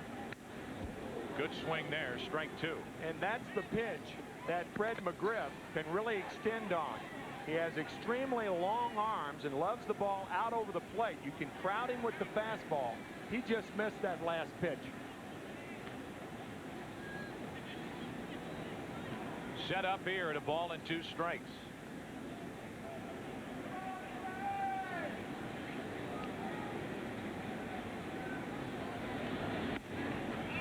Fastball missed upstairs, 2-2. Baltimore Orioles right now in the midst of a 10-day, 11-game road trip. So far 5-4 on the trip, 2-2 against the White Sox, 2-2 with Boston, 1 here last night. Trail this afternoon 2-0. Struck him out for the second time in 2 at-bats, 2 gone in the inning, and 4 strikeouts for Mussina. Mussina having Fred McGriff look for the fastball because he threw it so much. There's the fastball. He misses with a fastball. Yet another fastball. Another one high. And here comes Uncle Charlie. See you later. So McGriff is gone for the second out. A man out stealing also in this inning. And here's Klesko. Goes down to get it. Hits it right at Palmeiro. We are through 3 here at Turner Field in Atlanta. Good pitching as we expected. 2-0 Atlanta.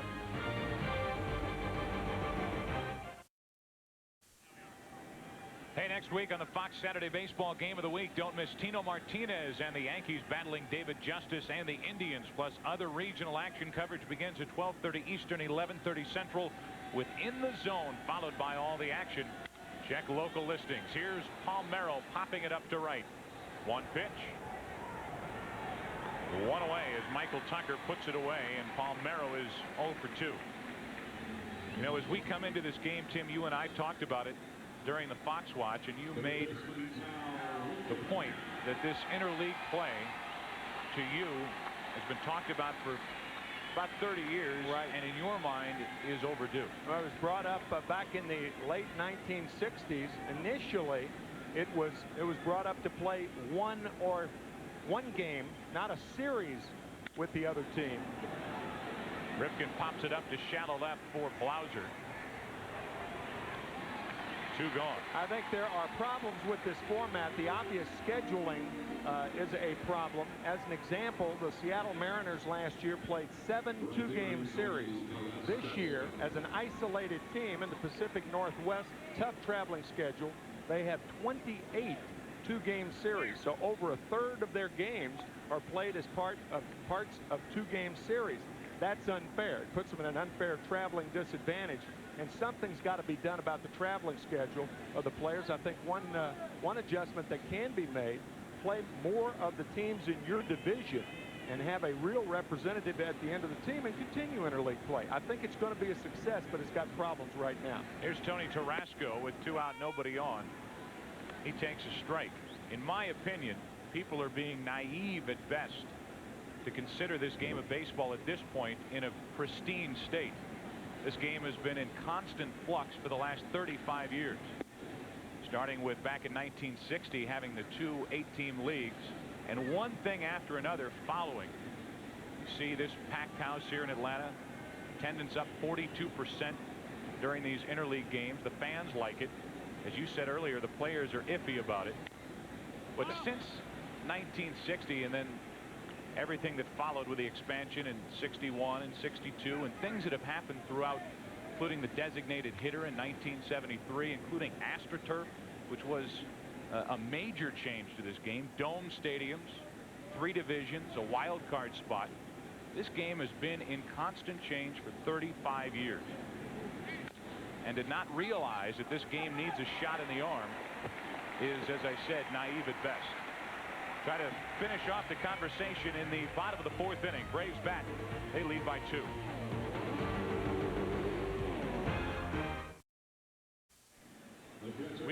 bottom of the fourth inning, and Mike Mussina gets into the bottom of the Atlanta lineup. Lopez, Blauser, and Lemke coming up. If anybody gets on, John Smoltz. 2-0. The Braves are out in front. Javi Lopez, his first time, hit a rocket to left. Caught by B.J. Surhoff on a leaping grab. And he's up there swinging again, strike one.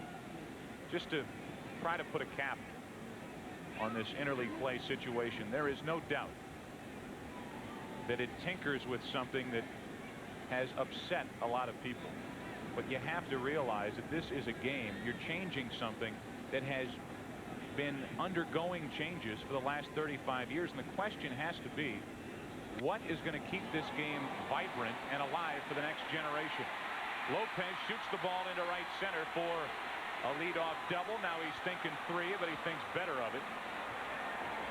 And it is a leadoff double for Javier Lopez. Good thinking. Good relay there by Alomar. Yeah, you don't want to make the first out at third base. You do have the lead. With 1 out, he might try to go to third. But with none or 2, you stay at second. Good hitting by Lopez. That ball low and away. Slices it between Anderson and Tarasco. Fine replay by Alomar. It would have been a close play at third base. Javier Lopez. Whoa, whoa, whoa. As we talk so often, though, thought double, maybe triple right out of the box. And that's why he had at least a chance. But he put on the brakes around second with a double. And here's Blauser. He takes a ball down and in. But don't you think that's the question? What's going to keep this game going, or maybe revive it for the upcoming generations? Baseball has to let fans throughout the United States and Canada see the stars from the other leagues.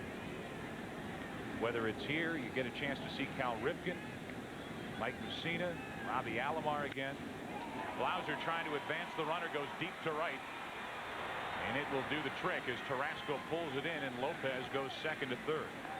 That's a terrific job by Jeff Blauser as Lopez is at third. I think any change, people are almost resistant to most changes, particularly in a traditional setting like baseball has been for a long, long time. But as you point out appropriately, changes have been inherent in the game over the last 30, 35 years, since 1960, first expansion. And speaking of expansion, Mussina may expand the strike zone, but Lemke could be squeezing here. Infield is in for the play at the plate. Runner at third, 1 out. Up the middle, Alomar will make the stop and get Lemke 2 gone. So they played the infield in. Lemke tried to get it up the middle, but Alomar over to get it 2 away. Lopez is not a fast runner. Alomar to his right on a nice play. That's rather routine for Robbie Alomar. He is so smooth out there. And he throws out his counterpart, Mark Lemke. Did you see him panic when he came up with the ball? He was really worried about Lemke going down the line. So Lopez at third, 2 out for the pitcher, John Smoltz, who has driven in 1 of the 2 Atlanta runs so far this afternoon. And he took a ball. One thing that you pointed out earlier, though, people seem to all be in line to have some kind of conformity with regard to the DH. Not only in these games, but maybe down the road in baseball. Postseason. I think it's essential that the powers that be rule on it one way or the other. And if that is the case, you would have to think, and it would upset a lot of people, I would include myself on the list, that we would see the DH uniform throughout baseball, only because the players union is so powerful. I don't think they'd give up those high-paying jobs. There's a strike over the outside corner, 2-1. That's exactly what the designated hitter does. It gives guys a chance to extend their careers, guys who can't play a defensive position but can still hit. Mussina trying to get around the leadoff double by Lopez. He's done a good job. He got Blauser. He got Lemke on the ground ball. He's behind on the count to Smoltz, 2-1. Pretty good swing, 2-2. The next major step, which will raise eyebrows and upset the apple cart, so to speak, will be a realignment with some teams and organizations switching leagues. It has been suggested that realignment is something that the owners are certainly serious about sometime within the next 10 years. Of course, you have expansion sometime in the early 2002 or 3. Runner at third, 2 out, and a 2-2 pitch coming to Smoltz. Chase it, 3-2 with Tucker on deck.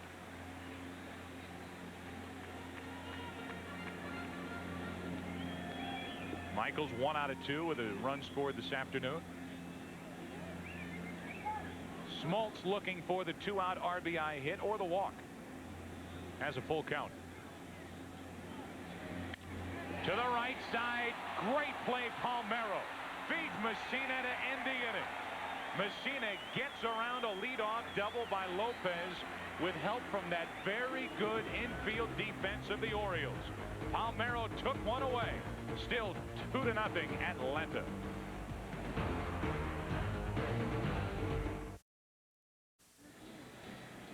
We are ready for the top of the 5th inning here in Atlanta. The Braves out in front of the Orioles by 2. And for Baltimore, it will be Hoyles, Bordick, and Mussina against John Smoltz. Smoltz has allowed just 1 hit. It belongs to Mussina, of all people, with 1 out in the 3rd inning. Hoyles struck out his first time. Here he is leading off in the 5th. And a ball from Smoltz. John has struck out 4, walked 1. It came back in the 1st inning. He got around it. Hoyles way late, 1 ball, 1 strike. Chris Hoyles coming to the Orioles back in 1988, the deal that sent Fred Lynn to the Detroit Tigers. Hoyles going to the Orioles. And Joe, exactly 1 year earlier, on August 31st, 1987, Doyle Alexander was traded to the Detroit Tigers for John Smoltz. Doyle Alexander went 9-0 with the Tigers. Actually, it was July 31st. But Alexander going 9-0. And Smoltz has developed in one of the finer pitchers in baseball. And who made that trade? Bobby Cox. He was the general manager in 1987. That's right. Cox was the GM here from 85 to 90. He is in his 2nd stint as manager of the Braves just recently last year. Signed an extension through 1999. Smoltz blows away Chris Hoyles, and that is strikeout number 5 for the Atlanta right-hander. Take a look at this week's Pepsi All-Star balloting update. In the American League, Ken Griffey Jr. is the leader not only in the American League but in all of baseball, with 1,205,581 votes. And there are the names that we probably will see on July 8th when we're in Cleveland for this year's All-Star game, which takes place right here on Fox. Jacobs Field in Cleveland. To the second baseman, Lemke. 2 down. Who will the National League representatives be? Mike Piazza is the leading vote getter with 841,733 votes. And you talked about this last week with Lofton in center field, that most likely a lot of American League fans punched his name on their ballots in the AL ballparks and what they saw from him over the years. So it's Lofton who has been getting a lot of American League votes, and David Justice, in all probability, has been getting a lot of National League votes. And Mike Mussina could get another hit. He'd have the only 2 hits in the ball game. Strike 2. Right now, leading the Orioles today in hitting is Mike Mussina. Singled in his only big league at bat. 2 out, nobody on, and that was quick. 3 pitches, 6 strikeouts for Smoltz. Halfway through it in Atlanta, the Braves and Smoltz in charge, leading by 2.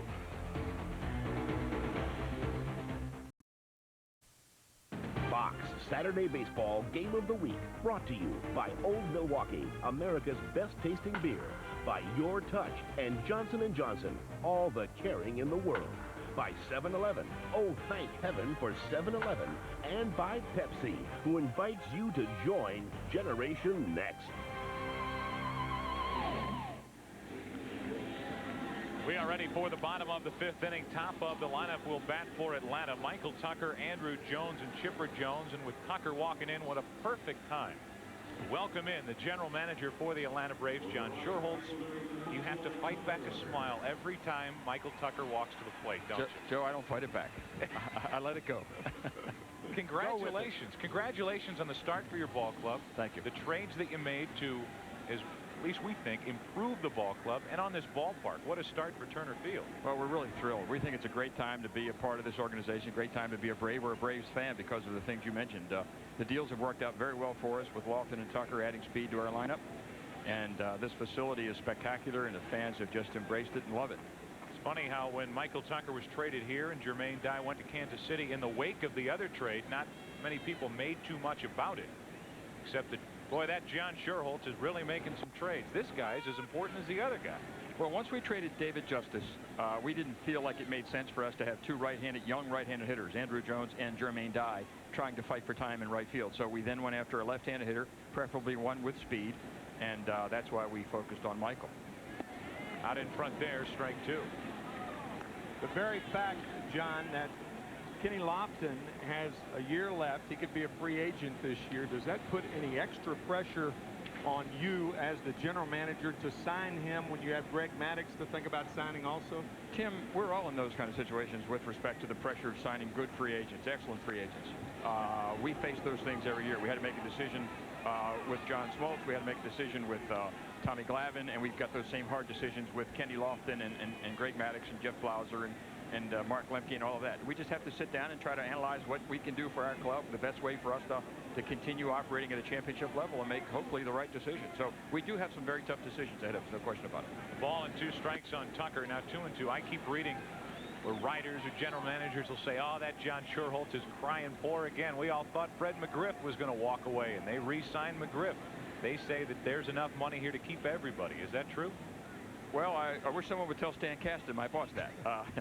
We have operating guidelines that I'm not at liberty to exceed. So we operate this thing as a prudent business ought to be operated, but we've been able to turn the roster over, make some economies along the way, but still have a championship team on this field, and that's going to consistently be our goal. It is such a tough call, particularly. I mean, it's not a tough call for the Cleveland Indians to re-sign David Justice and Marquise Grissom. But it would be, I would think, a particularly tough call when you've got Greg Maddux, the best pitcher in the game, not even arguably, I don't think, and Kenny Lofton, perhaps the most exciting player in the league. You're right, it is a tough call, but they're both very deserving. And at the end of the year or sometime during this year, we'll make those analyses and then make our put our game plan together, if you will, and then approach it that way and hopefully make the right decisions. We've been fortunate over the last 6 years, as you guys well know. We've made the decisions well enough that we've been able to keep a championship team on this field with continuity, and I think we can do that again, either with guys out of our farm system or whatever happens.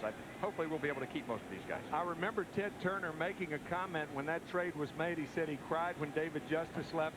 He said, but even if the trade turns out poorly, that you deserve one bad trade. You don't buy that, do you? Not at all. I've got my share of bad trades in my dossier. I promise you that.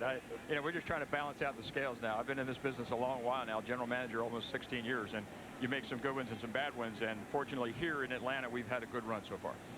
1 out, nobody on. 2 balls and a strike on Andrew Jones, another guy to talk about, as Mussina brings it. A little out in front, 2-2. But first, I want to ask you about this ballpark. I've read where you guys expect, with luxury boxes and Scouts Alley out in the beyond the outfield walls here at Turner Field, that this could be a $100 million park with regard to revenues generated this season. Does that help? That's got to help with guys like Maddux and Lofton and some of the others. Every bit of revenue we generate, we put right back into this team. And we've got the highest paying team in the National League, have had it for 5 straight years.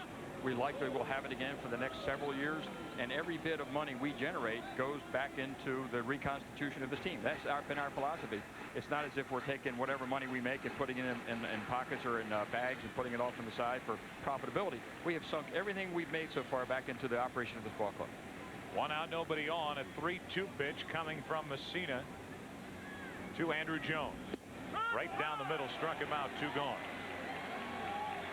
Who would have thought, John, with the way Andrew Jones performed last season during the postseason, that you could make a trade that would work out so well that you would have a tough time getting Andrew Jones in your lineup? Well, as a result of the way Michael Tucker has played since he's been over here, he really has played very well. Obviously, that goes without saying. It's taken some playing time away from Andrew, but Bobby has gotten him in. Bobby Cox has done a magnificent job getting him some exposure, getting him some playing time. This kid's going to be a marvelous player. You know that. You guys have seen it. He's shown the potential that he has, and we think in someday, in a very short period of time, he's going to establish himself as a real legitimate major leaguer and a star, we think. 2 out, nobody on for Chipper Jones. Good swing, a ball and a strike. Chipper's been battling, frustrated a little bit. Well, he's been battling some injuries, too. He's had a groin circumstance all year long. It's either been an aggravation or a pull or whatever, varying degrees of a problem with a groin. And I think it's played on him mentally. He's not been able to beat out the infield hits. He's not been able to make turns. He's not been able to turn on the ball inside like he can, especially left-handed. But he's a tough kid. He's a tough guy, and he'll battle through this, and he's a big part of our offense. 2 out, nobody on. A 1-1 pitch coming from Mussina. That's backing out of play. In the new world of baseball, in the late 1990s, as we approach the millennium, can a team survive and compete year after year without a facility like this, or without a facility like Camden Yards in Baltimore? Joe, it's very, very difficult. We found out that it's difficult to keep a championship team together. It's very costly. If we kept this ball club together next year without any changes in the roster, we'd be up near $100 million in terms of salaries on one club. I mean, so that's how dramatic it is, and that's where the salaries are going.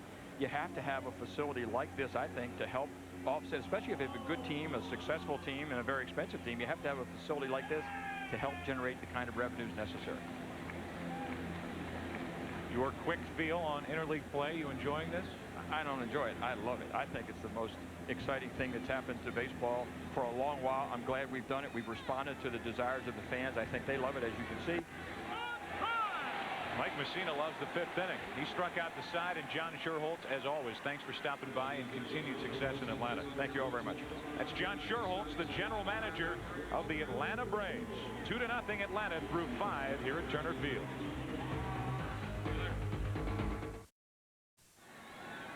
Well, John Smoltz has flown through the first 5 as we get into the 6th inning, and the top of the order starts it for the Orioles. 1 pitch.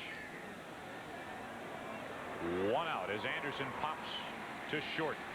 Thrown only 17 pitches in the last 2 1/3 innings, Smoltz has. Next week on the Fox Saturday Baseball Game of the Week, don't miss Tino Martinez and the New York Yankees take on David Justice and the Indians. Tim and I will be there, plus other regional action. Coverage begins at 12:30 Eastern, 11:30 Central within the zone, followed by all the action. Check local listings for the game and time in your area. Speaking of the Cleveland Indians and interleague play, you think the Pittsburgh Pirates are excited about it, having before the season sold out a weekend series with the Indians? Yeah, really. 150,000 people will trickle into Three Rivers. Of course, a lot of those folks will be making the trek from Ohio. A lot of those folks may think the Browns and the Steelers are playing too.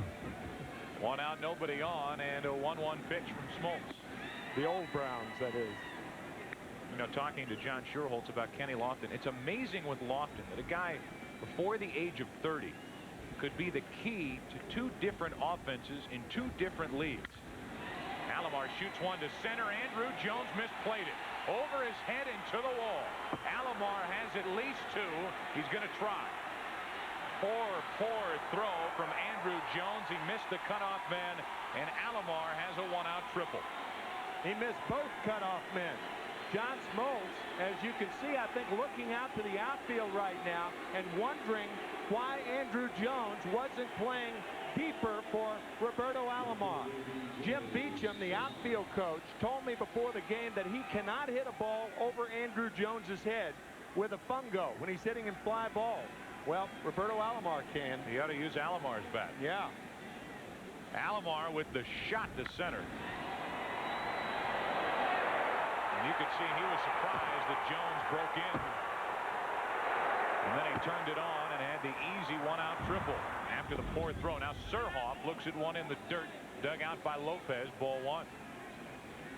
I'll tell you, John Smoltz was livid that Andrew Jones was not playing deeper than he was to allow Alomar to hit the ball over his head. Andrew frozen at the start when that ball was hit, right, and then couldn't recover. Runner at third, Alomar, 1 out, and the Orioles could get on the board. Surhoff, the right guy for Baltimore to have at the plate, 2-0. There it is right there. You can see it now when he goes to back up third. He was very, very upset when he walked back to the mound.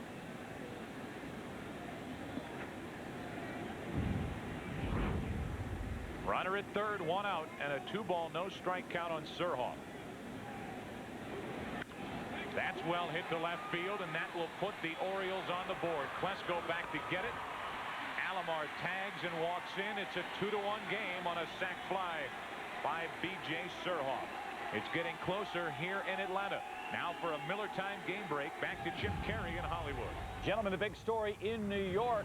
Could Mark Clark pitch the first no-hitter in Mets history? Well, he's gotten some help. Matt Franco in the 6th inning of good play. He's starting at third.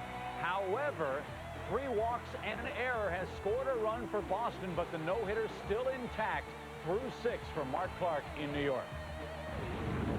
Thank you, Chip. You saw that little slug at the bottom of the scoreboard. The starting pitching for the Mets all year has been terrific. As Palmeiro bats with 2 out, nobody on, and takes a ball. Third in the National League in earned run average are the Mets. How about John Smoltz? He has to be thinking, that's the way my year has been going. 6-5 on the year. And as we mentioned earlier, he didn't lose his 5th game last year until July 28th. And this is a quote from John. He said, "I'm a play, a pitch, an opportunity away from winning lots of games." And that pitch that he threw to Roberto Alomar, that's what he was talking about. Strike 2 on Palmeiro. At the end of today's game, Tim and I will select the Chevrolet player of the game. Upset on your left, embarrassed on your right. And Palmeiro with a 2-2 count.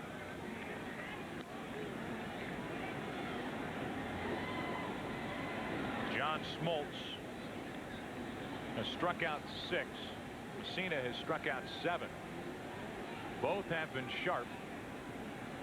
Braves lead by 1 as Palmeiro goes up the middle. And that for the Orioles is their 2nd hit of the inning and their 3rd of the afternoon.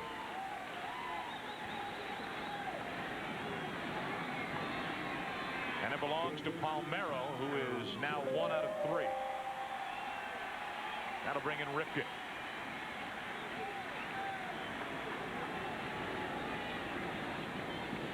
Ripken has popped out twice. Once to second, once to short. Last night had a key hit going the other way against Maddox, and that's who the Orioles beat here last night, Greg Maddox. 4-run 6th inning did it for the Orioles. Ripken out in front, strike 1. Maddox and Key last night, and then tomorrow Tommy Glavine will go against Scott Erickson. And again, the scouting report on Cal Ripken Jr. can be jammed, but you've got to move the ball up. You can't throw him down and in as we showed later or earlier. You know, we talked about it last year with a guy like Ripken, always tinkering with where he is standing and where he's holding the bat. Flat bat, right. And that last point on the scouting report, his bat may have quickened. I think it's quick on the ball down, but not on the ball up. Palmeiro draws a throw. There are a lot of older players who always look for the fastball because they can't adjust as well as they used to. And that's why it appears that a guy like Ripken is quicker, because he starts earlier. Started and stopped there, 1 and 2. You don't have the reactions that you did as a younger player. For instance, you don't look for the fastball and adjust to the curve. You're smarter as far as your thinking apparatus in selecting pitches, but your reaction time is not quite what it was. None of ours is. 1-2 pitch to Ripken. 2-2 now from Smoltz. Smoltz last year during his Cy Young year won 24 games, lost 8, and in one stretch won 14 decisions in a row.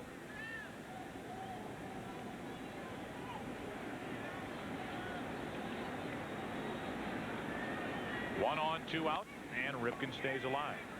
Tommy Glavine won the Cy Young Award pitching for the Braves in 1991. Maddox did it in 92 with Chicago, and then in 93, 4 and 5 for the Braves, and last year Smoltz.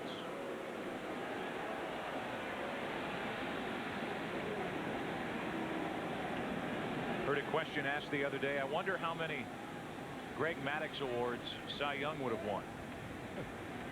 2-2 pitch. Full count.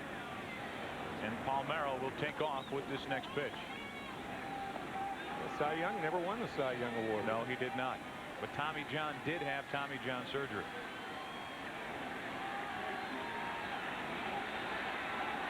Runner will go. Atlanta out in front by 1.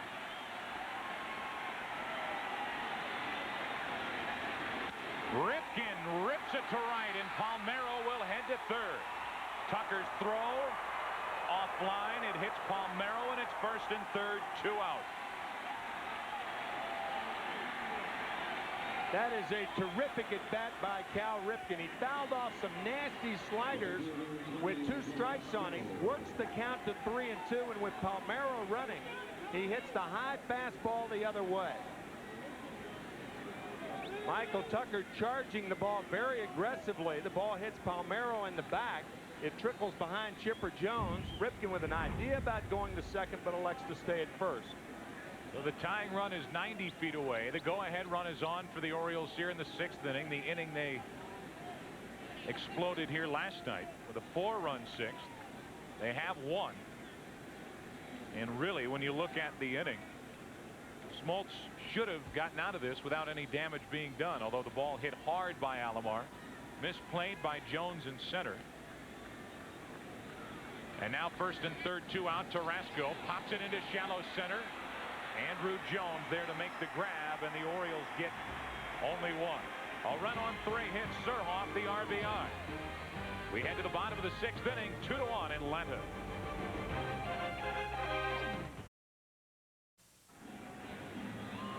Sam Perlazzo, the third base coach, helping Palmeiro go first to third on the hit by Ripken.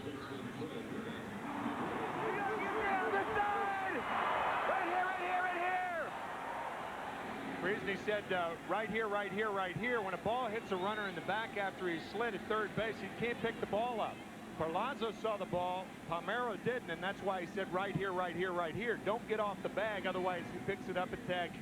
There's McGriff leading off for Atlanta. They've given up a run. It's 2-1 the Braves out in front, bottom of the 6th inning. McGriff, Klesko, and Lopez, the heart of the order for Atlanta.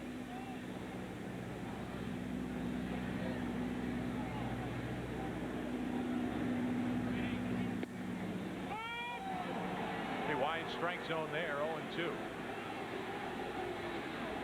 Crowd didn't like it, and McGriff set up.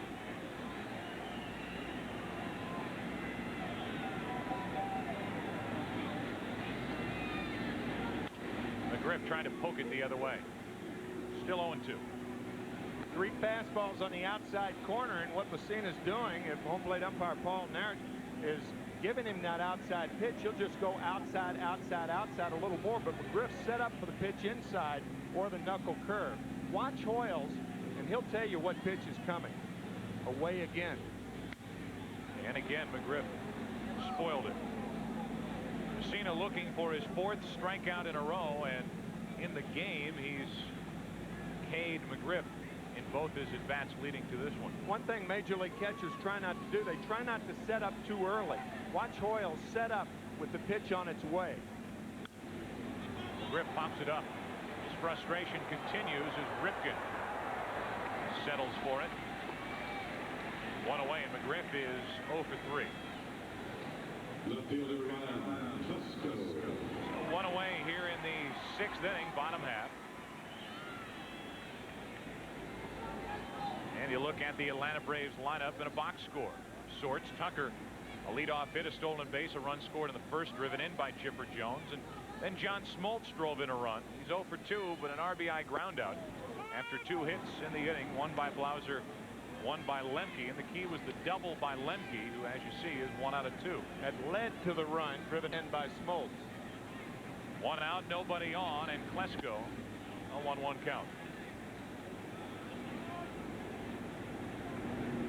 Klesko just at 242. Last year, Ryan hit 282. 34 home runs, 93 driven in. There's that wide strike again, strike 2. 34 home runs last year, led the Braves. And this year it's almost been, he's a penthouse or a warehouse. 6 of his last 14 hits have been home runs. Ball and 2 strikes on Klesko. Why not keep going out there? Sure. 2 and 2. You betcha.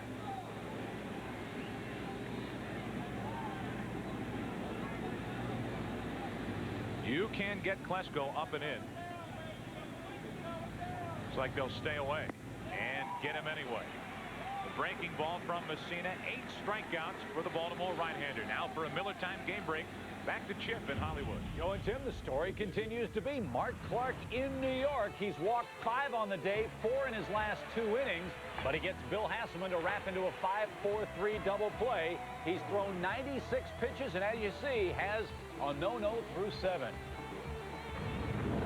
All right, Chip, thank you very much. Hard to believe with all the great pitching the Mets have had over the years. They've never had a no-hitter. Doc Gooden pitching a no-hitter last year, but for the Yankees at Yankee Stadium against Seattle. That is another bullet off the bat of Lopez, who's hit 3 rockets. He's lined out, he's doubled, and now he's behind on the count 0-1. Tom Seaver came very close back in the early 70s, retiring 26 in a 2-out single. Now, Qualls was his last name. Jerry Qualls, I believe, right? Jimmy Qualls. Jimmy Qualls. It would have been a perfect game. 26 in a row by Seaver. 1-1 here on Javi Lopez. And the numbers for Mussina very good. The bad news is he's matched up today with John Smoltz, who's been even better.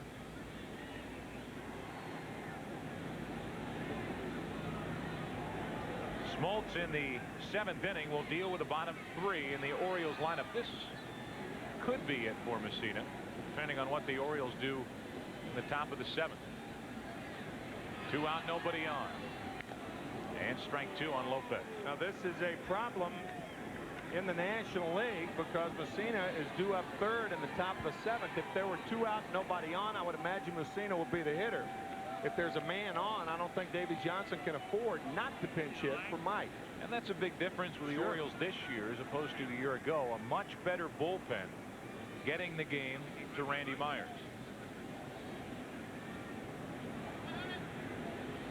One and 2 the count on Javier Lopez, hitting .304. City 11 home runs, driven in 35 this season. That is number 12.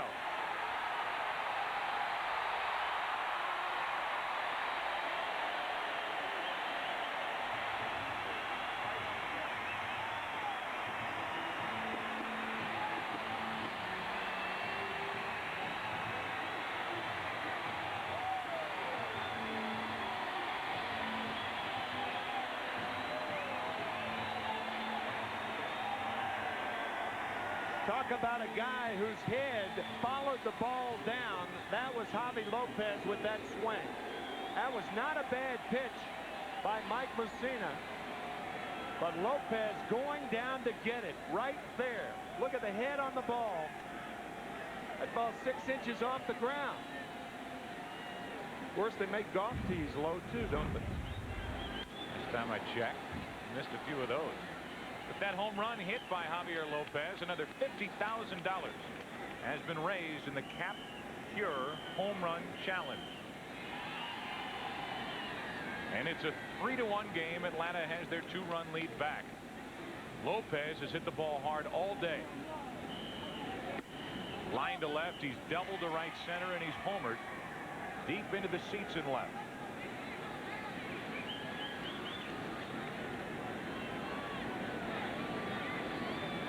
Lauser is added to his average here this afternoon.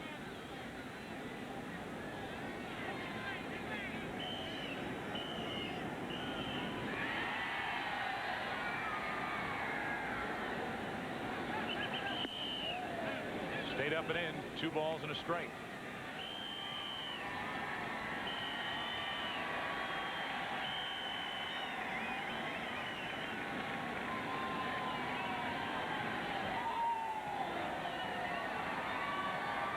2 out, nobody on. 2-1 the count. And it stayed up and in again. 3-1 with Lemke on deck. And I wonder if that home run by Javi Lopez in the run here in the inning will spell the end for Mussina, because he's due up third in the 7th. 2 out, nobody aboard, and Blauser back to Mussina. The Braves get a home run by Javi Lopez, number 12 on the year, and they have their 2-run lead back. Back to Atlanta for the 7th inning after this from your local Fox station.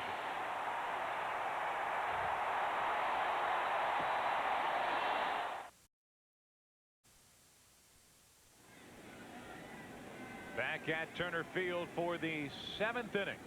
Baltimore bats, they trail again by 2 after the home run by Javi Lopez in the bottom of the 6th inning. Each team scored a run, and Smoltz starts Hoyles with strike 1. Chris has struck out twice, 0 for 2, and hitting .284.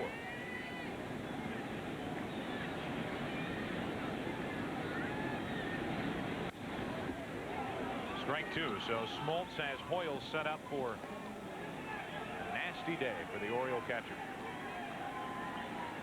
Struck out in the 2nd, struck out in the 5th. Leads off in the 7th with Bordick to follow, and then either Mussina or a pinch hitter. Didn't like the pitch call. You could see Lopez moving outside, and John Smoltz thought better of it and stopped his windup. Fastball away.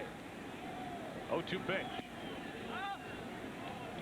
Something that Lopez really struggled with when he first came to the big leagues. To the point where when the Braves had Charlie O'Brien, or now that they have Eddie Perez when Maddox is on the mound, Lopez is not behind the plate. Hoyles into right. It's trouble if it's fair, but slices foul. It stays 1-2.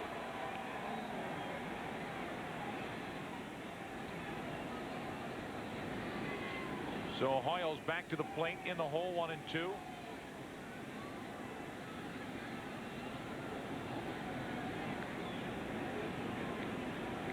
Don't forget, on Saturdays, do not miss In the Zone, the baseball show for the Fox generation. Watch the Cyber Zone segment for your chance to live out your baseball fantasy with your favorite player. Catch In the Zone Saturdays, 1/2 hour before game time, right here on Fox. 2-2 now on Hoyles.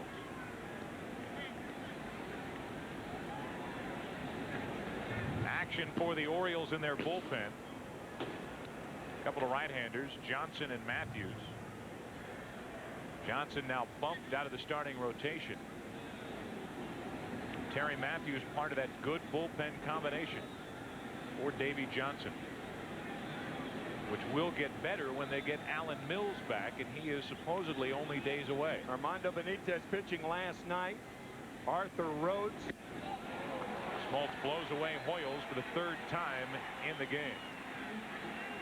Right now, for a Miller time game break, back to Chip Carey in our Hollywood studio. Well, the big day for Mark Clark, as far as the pitching concerned, ends with the first batter in the 8th. Reggie Jefferson slaps a solid single to left to break up the no-hitter. Nomar Garciaparra has since doubled. The Sox threatening now 2nd and 3rd in a 4-1 game. All right, Chip, thank you. Here's Bordick, and that's strike 1. That's always the next step. After you lose a no-hitter, then concentrate and get outs and try to keep a lead, which is what Mark Clark is trying to do in New York. Bordick into right field, a base hit. A 1-out hit for Bordick, who came in hitting .209. He was down to .207, and that's a big hit for the Orioles here in the 7th. Mike Mussina was on the on-deck circle. It leads one to believe that Davey Johnson could have allowed him to hit with 2 out and nobody on. You don't know, but once Bordick got the hit, it's pretty clear that Davey would use a pinch hitter. So Mussina is gone after going 6 innings, allowing 3 runs on 7 hits. Struck out 8. Walked 1, allowed a home run. And David DeLucci is off the bench for the Orioles. So DeLucci The left-hander off the bench for Davy Johnson. 1 on, 1 out here in the 7th inning with the Orioles down by 2.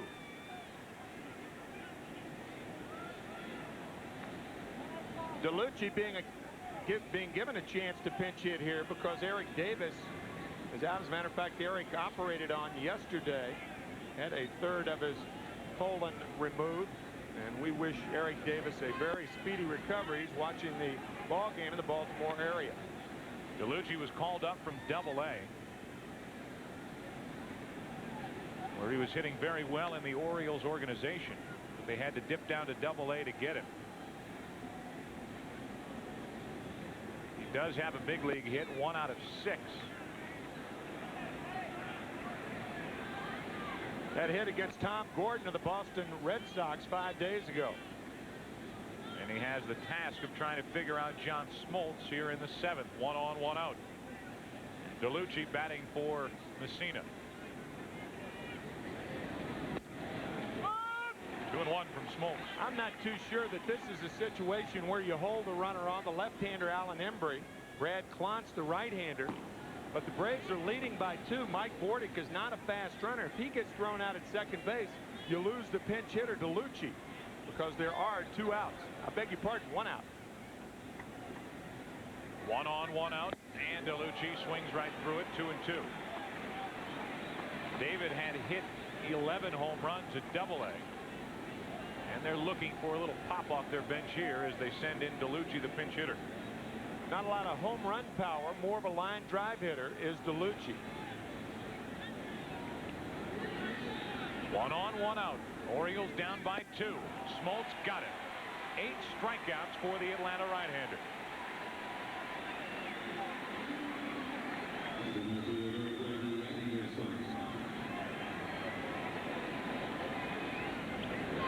Fastball missing low. Another one low. There's a strike from Smoltz. And then the foul tip. And the splitter gets DeLucci. How many pitches over the heart of the plate? 0. Even on the 2-0-2-1 count. 1 on, 2 out now for Brady Anderson. You know what he's capable of? That down the line and right. Is it enough? In the corner. It is gone. And we are tied at 3.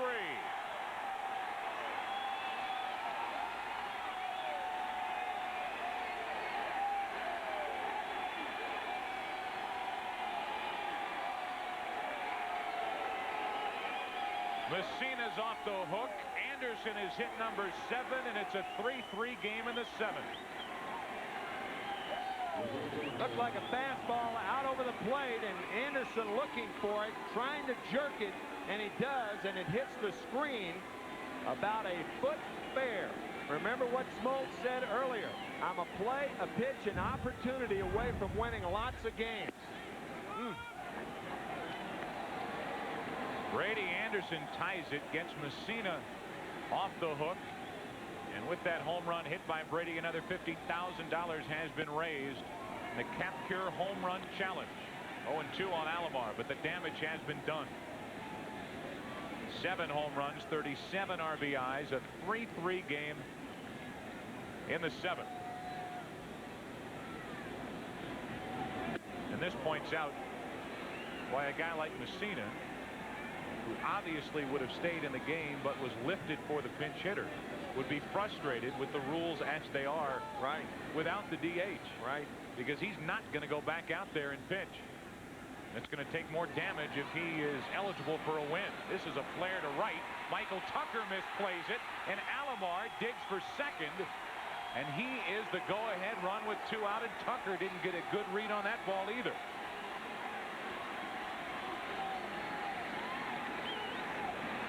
Well, Andrew Jones was playing Alomar a little toward left center, and Tucker was straight away and right. Tucker making a dive for the ball. It hits his bare hand, and with 2 outs, Alomar is content to stay at second base. Tucker trying to make up ground after a very late break. And now B.J. Surhoff could put the Orioles out in front the first time this afternoon. And remember our graphic earlier about B.J. Surhoff with runners in scoring position. He is 5th in the majors over the last 7 years. Ball and a strike from Smoltz, who, by the way, is due up second in the bottom of this inning. This is most likely it for him, and there are the numbers. 332 for the last 7 seasons with runners in scoring position for B.J. The names on the list: Wynn, Molitor, Piazza, Barry Bonds, and B.J. Surhoff. That ball gets away, and Alomar gets to third with 2 out. How many major leaguers would go to third on a pass ball that goes about 5 feet from Javi Lopez? It's a wild pitch. The ball trickling away about 5 feet right behind him. And Alomar, with those quick reactions, goes to third easily. Without a play. Man. Second wild pitch unleashed by Smoltz. Now the go-ahead run 90 feet away. 2-1 to Surhoff. Good swing. 2-2.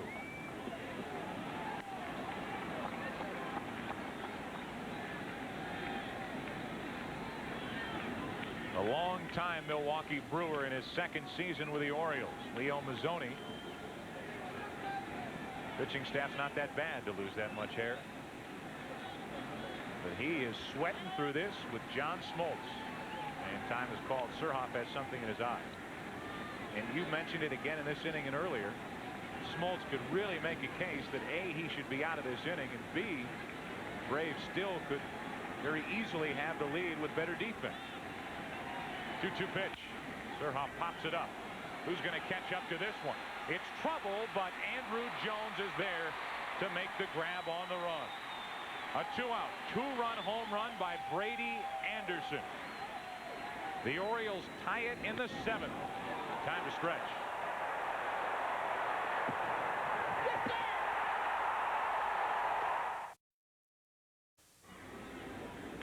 We are in the middle of the 7th inning. Everybody's had a good stretch, an interleague stretch.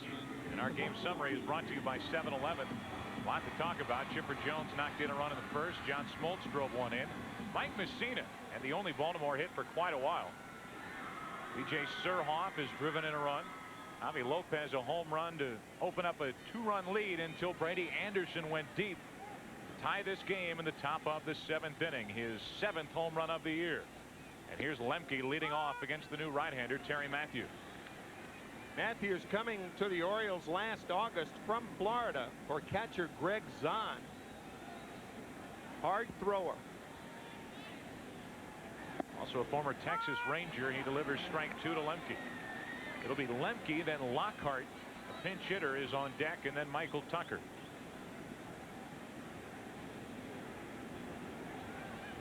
It's Keith Lockhart.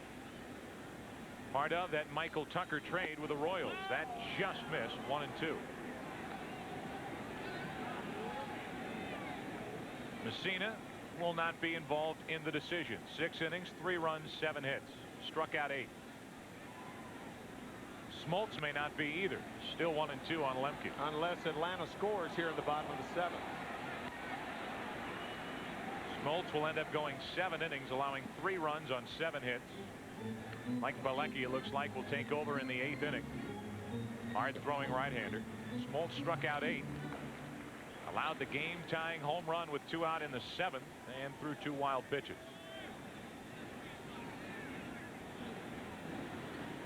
A 1-2 to Lemke.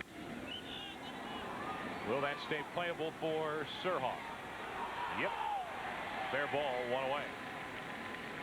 Lemke 1 out of 3, and that will bring in the pinch hitter Lockhart. You can catch more exciting baseball action with Major League Mondays on FX. This week, bragging rights for the Big Apple will be on the line when the Mets take on the Yankees. Don't miss all the action. That will be a good one. In New York, beginning at 7:30 Eastern, 4:30 Pacific, here on FX, or on FX. This being FX with an O in the middle. 1 out, nobody on, and here's Lockhart. Very good pinch hitter for Kansas City a year ago. Spent a lot of his career in the minor leagues with the Reds organization. Bounced around, finally got a chance in Kansas City as they downsized their payroll. He was a major part of the trade with Kansas City. John Schuerholz wanting Lockhart to come off his bench this season. He's done well. Jeff Blauser, and what trainers do, that's Jeff Porter, the trainer of the Braves. Put a little ammonia on that towel and wakes you up a little bit in this hot, muggy weather. You just got to shave right before that. Kick back in the chair. Here's the 2-0 to Lockhart. Good moving pitch over the inside corner, 2-1. Yeah, it was Lockhart who beat the Expos earlier back on May 21st with a pinch hit 2-run homer. Won a game for Greg Maddux. That home run in the 9th inning. That's in the air, easy for Surhoff, and here in the 7th inning, 2 up, 2 down. Good work so far by Matthews. He keeps the first 2 off base ahead of the dangerous Michael Tucker. So Smoltz is indeed officially finished, and now you get a look at the Orioles bullpen with Jesse Orozco, the veteran left-hander.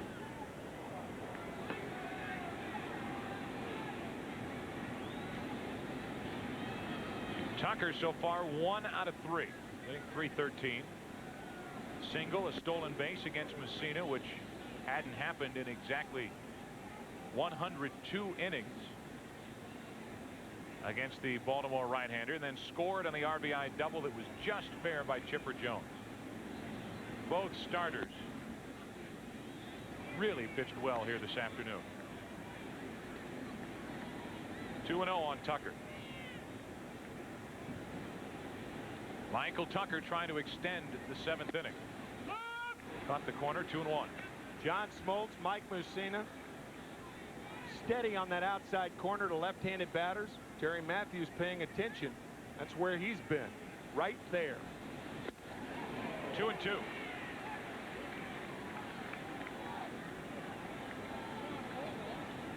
Blew that one past Tucker as Matthews looks for his first strikeout. In the 8th inning, the Orioles send in Palmeiro, Ripken, and Tarasco against Bilecki.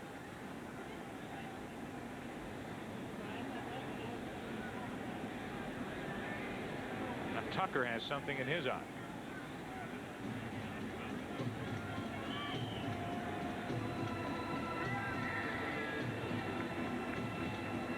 It's like a contact lens problem, perhaps. Jeff Porter again very busy.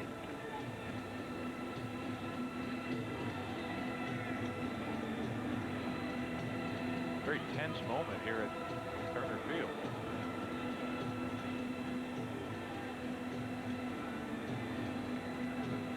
That is no fun when you lose one of those, especially in this kind of a situation. I don't know whether I would want the chop going on while the trainer's looking in my eye. I'm telling you, you have to be still and very careful. Yeah. And this is Tomahawk Day here at Turner Field. Tucker's going, yeah, contact lens feels fine, but I see all this red stuff flying around. Red spots.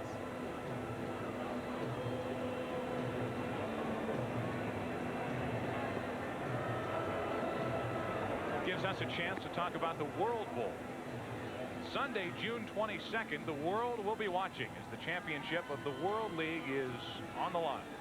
See tomorrow's NFL stars in World Bowl 97. Coverage begins at 1 Eastern, 10 a.m. Pacific, right here on Fox. The rain fire against the Barcelona Dragons. That's Sunday.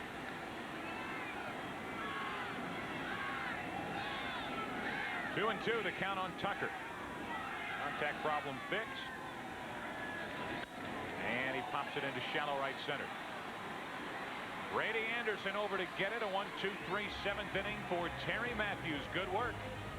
Through 7. Palmeiro will lead it off in the 8th. Orioles and Braves tied at 3.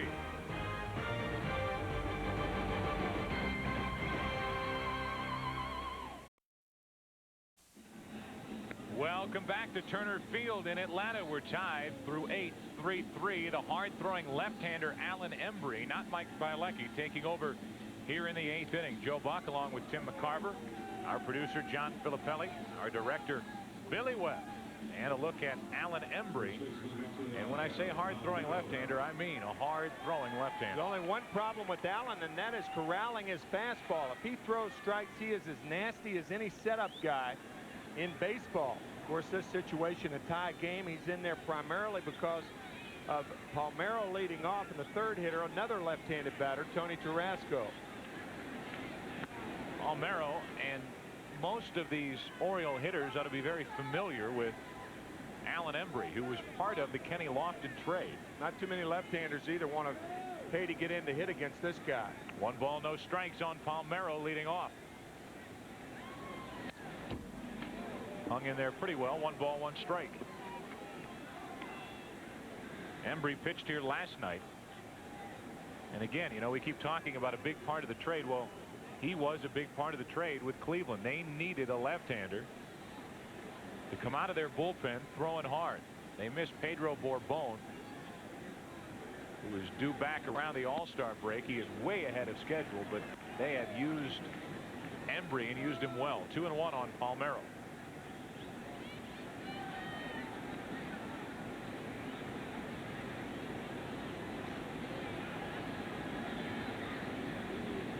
Eighth inning, a 3-3 game.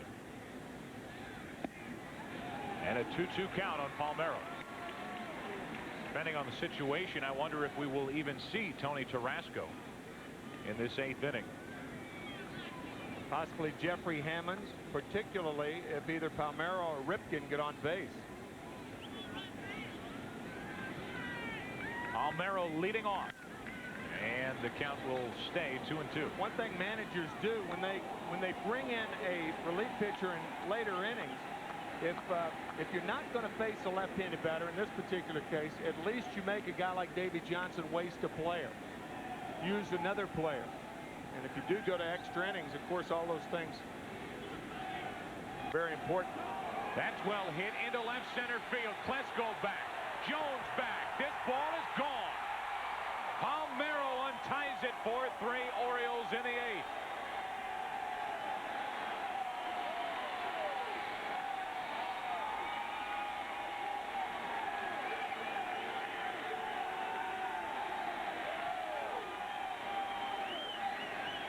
Well, there you go. You bring in Embry to make sure you get the left-hander Palmeiro, and he hits his 13th home run to untie it. Out over the plate with a fastball.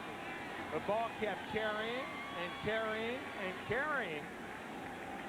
Couple of rows back. And the Orioles take the lead for the first time today.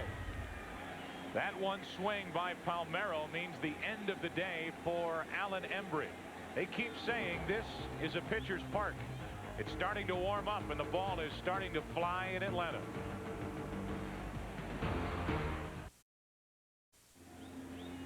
Here is the first pitch of the afternoon, delivered by Mike Bilecki, second pitcher of the inning for Atlanta. The Orioles leading 4-3. Bilecki, that record of 2-3, an ERA of under 3.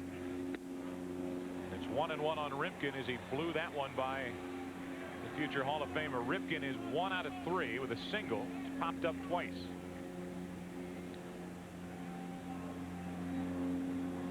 Hitting .286 with 10 over the boards. And by the way, in case fans are wondering, depends on what uniform you are wearing as to where the records that are made in any interleague game will go. Meaning if Palmeiro hits 4 more home runs, that would be an American League record. Here's a base hit to center.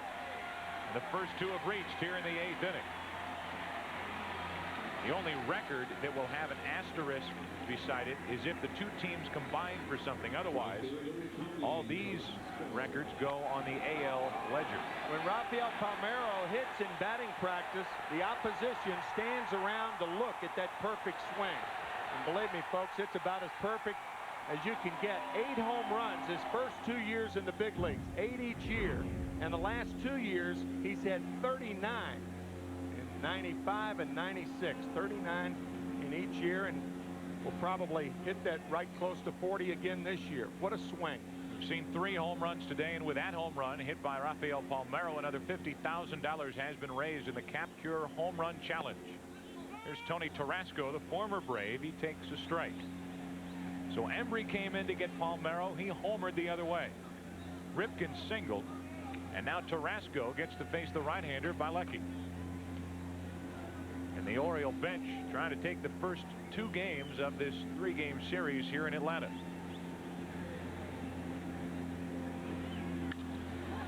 That's well hit down the line, but slicing toward the seats foul. And the count goes to 0-2.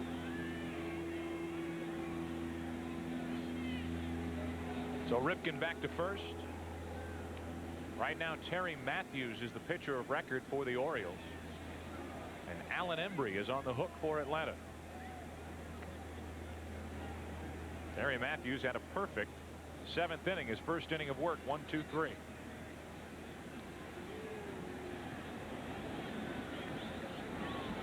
Tony Tarasco waits for the 0-2 from Bilecki. Blew it by him. Throw to first. Almost got Ripken straying a little too far. 1 away. So Bilecki comes in to give a hit. Now strikes out Tarasco. Here's the play at first. 1995 World Series won by the Atlanta Braves that played first base in Game 6. That was a game David Justice hit the home run. A big play in that game was the pickoff by Javi Lopez in the 8th inning. That game, by the way, 1-0. Justice winning with the home run. Tommy Glavine all the way for Atlanta. 1 on, 1 out for Hoyles. Too much for Chris. That was Manny Ramirez picked off. Right, right. See, I was watching you back then. Lopez loves to do that with the left-handed batter up because the left-handed batter can shield the throw from the runner at first base. But he is quick. That missed a ball and a strike from Bilecki. It was a great story. A guy who's been around seemingly forever. He was actually wooed back to camp a couple of springs ago by Atlanta. He rode in on his Harley and took over a spot in their bullpen, and a big spot he has for Bobby Cox. I asked Mike last night, I said 3 more years. He said more like 1 more year.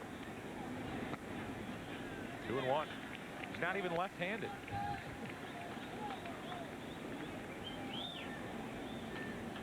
Well, we said it last year during the postseason. The Braves are in such good hands. A guy like Bobby Cox, Leo Mazzoni over on the bench to take care of the on-field exercises, and John Shorholtz, who was in our booth in the 5th inning, pulling the strings in the front office. Stan Kasten, the club president, they have it working well here in Atlanta. Meanwhile, the only problem the Orioles had last year, and Davey Johnson, with their pitching staff, they went out and got a new pitching coach, Ray Miller, proven track record. He had been with Baltimore before, actually managed in 1986, managed the Minnesota Twins. Pat Gillick, the general manager, Kevin Malone, the assistant general manager. So both teams were in great shape on the field and off. Meanwhile, Bilecki falls behind 3-1. Ray Miller was with the Orioles from 78 to 85 when he left to become the manager of the Twins. And for a long time was Jim Leland's pitching coach in Pittsburgh. Back with the Orioles. 1 on, 1 out. 3-1 to Hoyles. Full count. Bilecki still has good enough stuff to rear back and say, you want it?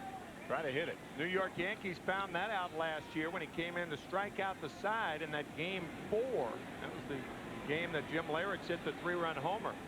Here, I would expect Ripken to run right here. 3-2, 1 out. Hoyles strikes out. Second out of the inning. Ripken stayed put. And it's going to be up to Bordick.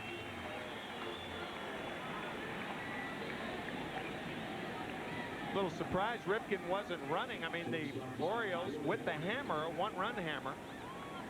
But Davey Johnson seeing Hoyle strike out 3 times, saw him go down again. And how did they get that 1-run hammer? Brady Anderson hit the game-tying 2-run home run in the 7th inning to tie it at 3. Alomar a couple of hits. Both have been misplayed in the outfield. 1 on, 2 out for Bordick, and he takes a strike. Bordick does have a hit today, and his average sitting at 211.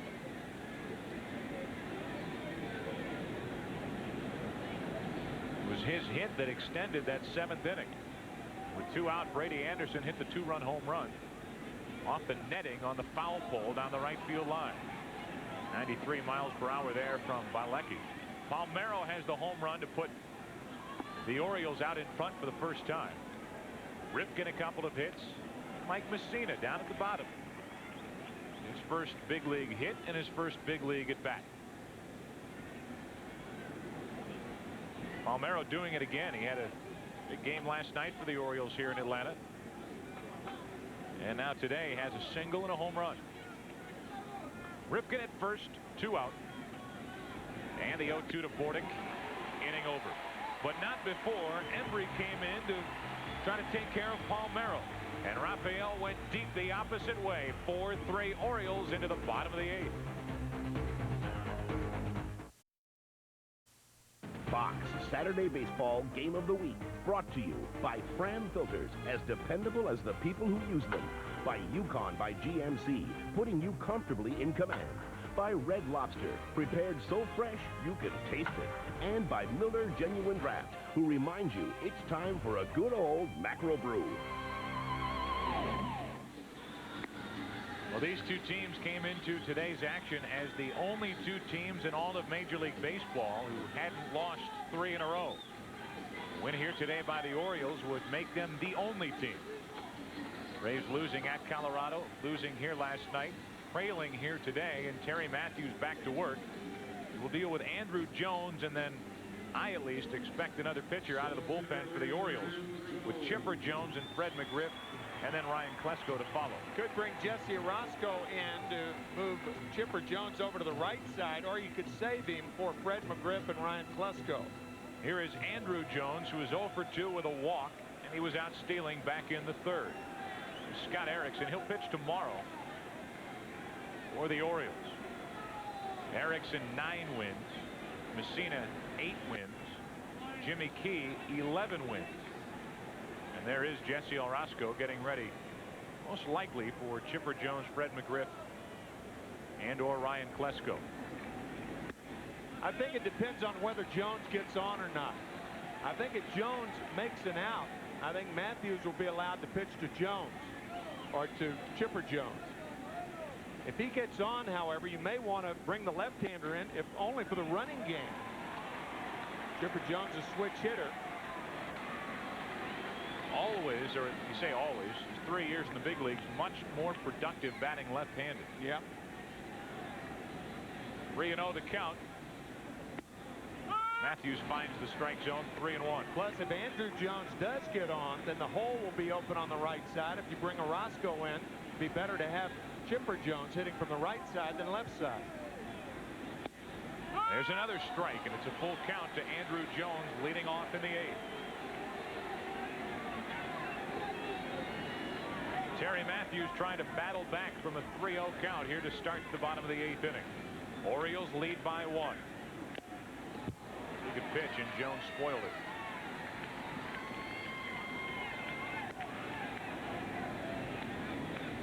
Touched on it earlier with the Orioles. They now have the capability of going from this very good starting rotation through the middle or late innings and getting the ball in the hand of Randy Myers, who's #1 in the major leagues with 21 saves.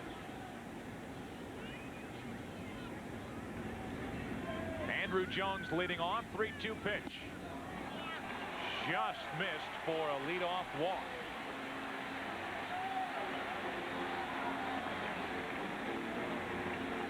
And here comes Chipper Jones to face most likely Jesse Orozco. 3-2 pitch to Andrew Jones, just missing downstairs. Could have been outside. But we're going to see a new pitcher for all of the reasons that we just talked about. Terry Matthews, an inning plus. The handoff to Davey Johnson. He'll hand off to Jesse Orozco. We're in the 8th. Orioles by 1.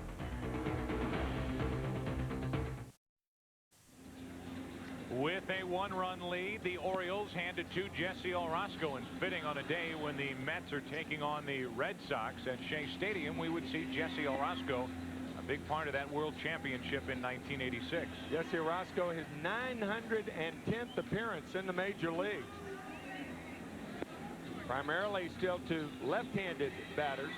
Yeah, that's right. Jesse Orosco recorded the final out against the Houston Astros in the '86 National League Championship Series, and then the final out against the Red Sox in Game 7 of the World Series. Yet another World Series that New England fans will not forget. So Orosco comes in with a tying run on, nobody out in the 8th inning, and here's Chipper Jones. Chipper has doubled home a run. He did that in the 1st. He singled in the 3rd and struck out in the 5th. But all of that against the Orioles starter Mike Mussina.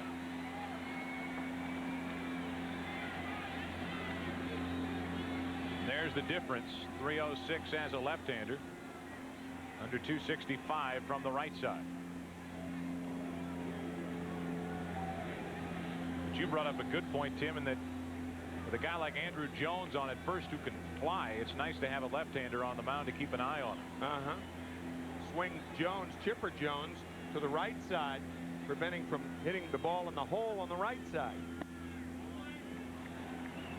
Low and away for ball 1 from Orosco. No thought of bunting by Bobby Cox here. If you're going to do anything, you may put the hit and run on. The reason you don't bunt in this situation, you have 2 left-handers coming up, McGriff and Plesko. Bobby Cox not even thinking of tying the game here. He wants to win it here in the 8th. He'd like to get the lead and turn it over to Mark Wohlers. 1 on, nobody out. And Orosco pays attention to Andrew Jones, who's been caught today stealing. 9 times he's been successful this season. 5 times now he's been caught.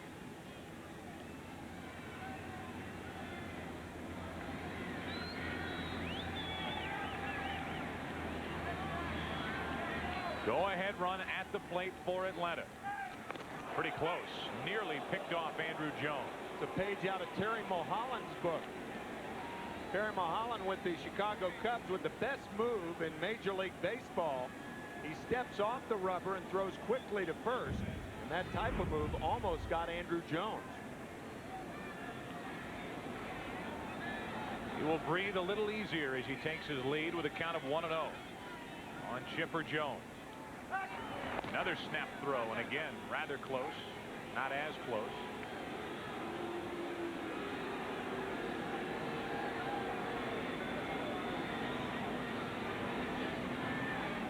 But Andrew Jones knows a little more about Jesse Orosco now than he did 2 minutes ago.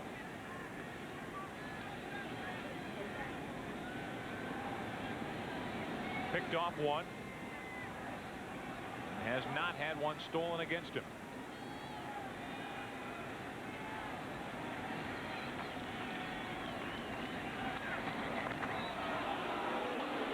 Crowd calling for a balk.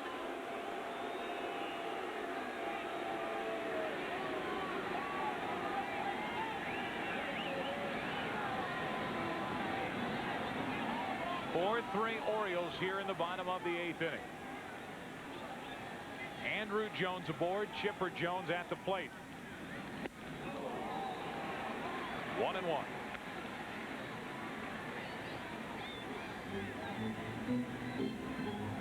Chipper Jones looking down at Bobby Dews, the third base coach. After Jimmy Williams departed and went to the Red Sox, they called on old friend Bobby Dews again. There's Benitez. Armando getting ready. Out in the Oriole bullpen. 1 on, nobody out, and a 1-1 count on Chipper Jones. That's foul for strike 2. Sometimes with a runner with speed on at first base and you've got a hitter up there, it throws off the hitter's timing by a pitcher throwing over to first as much as it does a runner's timing. That time Orosco had the high leg kick. Jones went back to first, and that ball, Chipper Jones, I don't think picked the ball up and fouled it off down the right field line. It can be a real distraction to a hitter with speed on at first base because the pitcher, you don't know when he's coming home or not. Going to first. Jones getting a better read now. Courtesy toss right there.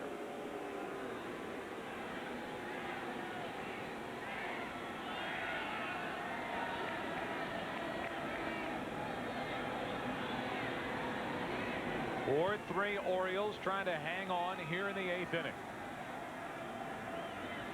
Orozco on 1 and 2.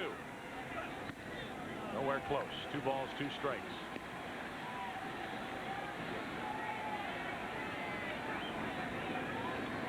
McGriff waiting on deck after McGriff. Klesko.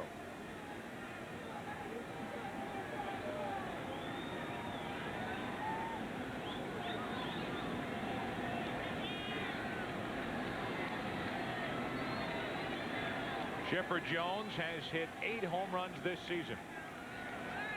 Runner going. Safe without a throw is Andrew Jones. Bordick was late in getting over. Hoyles popped up. Had a good pitch to handle and made no throw. He never made a clean catch of the ball, though. The ball rolled around in the mid. He couldn't find the handle. Catchers are trained to throw to the bag. Could not find the handle. You throw to the bag. If Bordick is late in covering and you throw to the bag and he's not there, well, that is the shortstop's fault. But that ball rattling around in the glove like that, and Hoyles couldn't find the handle on it. So now a hit could tie it. Full count on Chipper Jones. Andrew Jones, the tying run at second.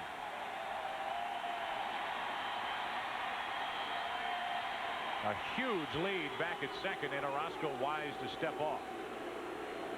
Now Robbie Alomar out to talk to Orozco because it's Alomar's responsibility with the right-handed hitting Chipper Jones up. It's his responsibility to cover second base because Bordick's going to be in the hole. So the chance of that daylight play happening here would be remote because Bordick has to protect the left side of the infield.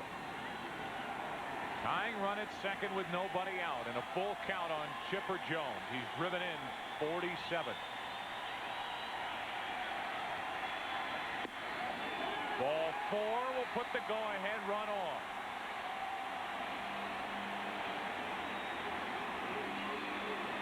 Ray Miller and Davy Johnson wanted that pitch. That pitch to Andrew Jones was low. The one he walked on, they said the pitch to Chipper Jones got to be high enough. 6 fastballs to Chipper Jones. 1 low. 1 a swing and a miss. This one fouled off. Fastball outside. That's the one Jones ran on. And this one, wow. It was close. One thing a manager can tell, you can always tell height from either dugout. You can't tell whether it's outside or inside. You have to rely on your catcher to do your arguing for you. So 2 on without benefit of a hit. A pair of walks, a stolen base in the middle. Runners at first and second for McGriff. And he could erase a lot of frustration that's built up over the last couple of weeks. Seems like every year people begin to doubt whether Fred McGriff can continue producing for the Braves. Well, here he is with 2 on, nobody out. He is 0 for 3. He has averaged 90-plus RBIs for the last 6 years. Into shallow left field, easy for Surhoff. So not only does McGriff not drive in the run or runs, he doesn't advance the runners. And that's a big out picked up by Orozco. That'll bring in Ryan Klesko, another left-hander, for Jesse Orozco to face. And Klesko is 0 for 3. Klesko, a guy who likes the ball in the middle of the plate. Which a lot of hitters do, but Ryan, because he's a power hitter, remember we mentioned earlier, 6 of his last 14 hits were home runs. He's a guy who you can stay inside or outside, but that middle lane of the plate you try to stay away from. I'm surprised Orozco challenged McGriff with a fastball. 2 on, 1 out for Ryan Klesko. That's through the right side. Here comes Andrew Jones. The throw to the plate by Tarasco too late, and on the throw it's second and third, 1 out.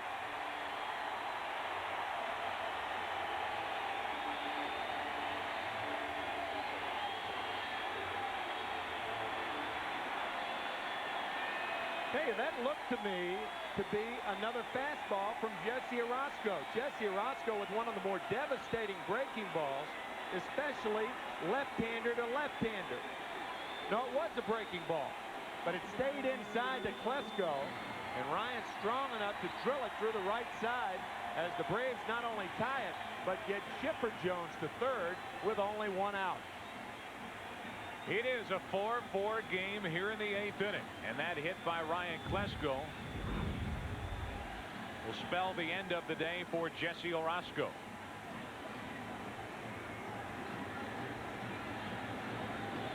Davey Johnson asks for the ball. Orozco gives it up.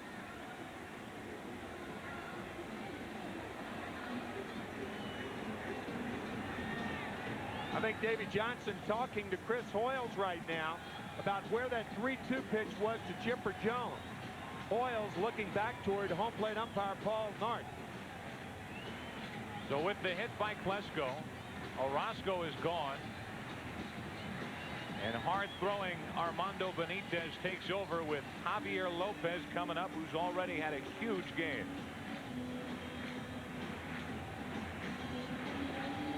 Tonight on an all-new Cops, real-life heroes, real tense moments. Only one show has so much real-life action. An all-new primetime Cops, followed by America's Most Wanted. It all starts at 8 Eastern, 7 Central, right here on Fox. So the Braves trying to get even in this series with the Orioles. They've tied the game here in the 8th inning and have one of their best run producers at the plate, Javi Lopez. And the question remains whether they will pitch to Lopez or put him on to load him up. Well, was that a great shot? Chipper Jones talking to his idol. Larry Wayne Jones was going to high school down in Florida. Cal Ripken Jr. is idol, and here he is standing right next to him. What a thrill that must be. Talking a little round ball. Talking hitting, it looks like. Pitches up in the zone. Both are former shortstops. Yep. As Armando Benitez takes over here in the 8th inning. The right-hander has a record of 0-2, an ERA of just under 4. And he is into a tie game here in the 8th inning. It's 4-4 with Lopez coming up.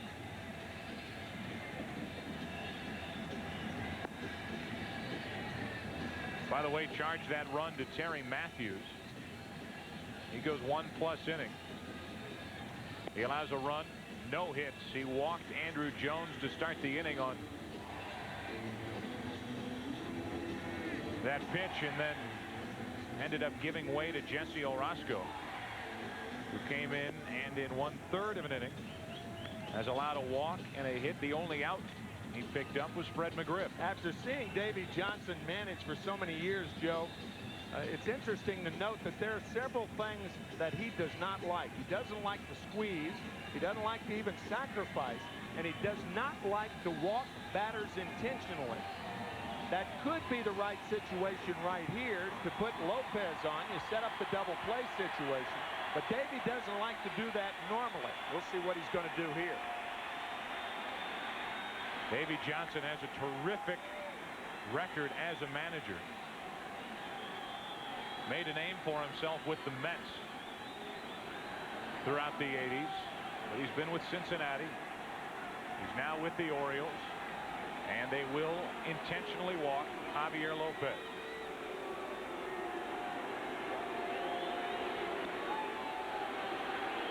This is really the right move. Lopez has had a terrific day. And you also set up the chance for a play at any base. Ball back to the pitcher. He's going to come home. You drop the infield back into double play depth. Both Alomar and Bordick don't have to play in. Ball that's hit pretty hard. They'll go for 2. So this is clearly the right move. But I've seen Davey Johnson so many times when an intentional walk was called for. He just does not like to put guys on.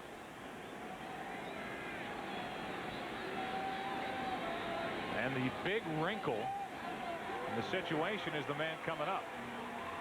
He's got the 5th best hitter in the National League, Jeff Blauser, who came in hitting .342. He's 1 out of 3, hitting .341. And it's bases loaded, 1 out, and Blauser could put the Braves back on top.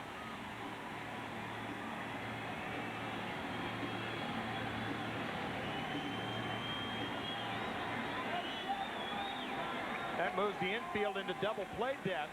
Had Lopez been allowed to hit, they would have had to have played in.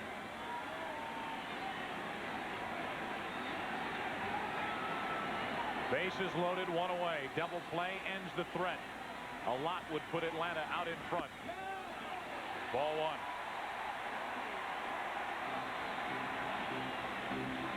With first base open, the pitches are not as predictable. But with the bases loaded, you fall behind a hitter. You've got to come in with your pitch that you throw for a strike the best, and that's the fastball, so Blauser can sit on it right here. 2-0. Even more predictable.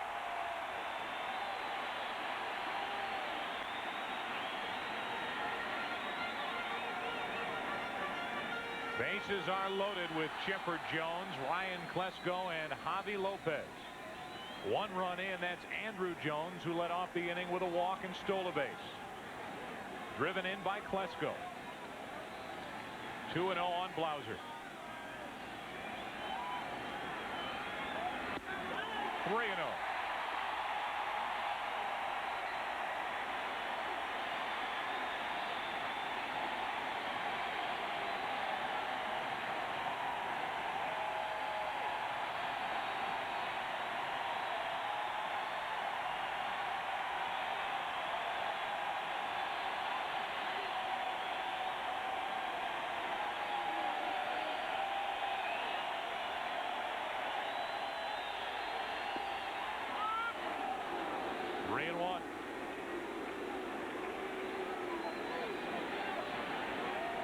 Blauser, while predominantly hitting in the number 8 spot this season, has driven in 29.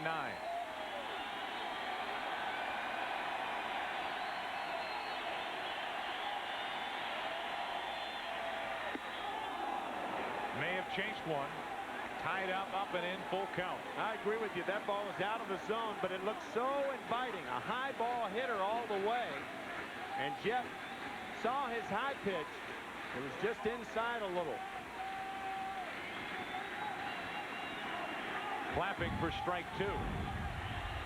Bases loaded, 1 out, and the 3-2. Got it.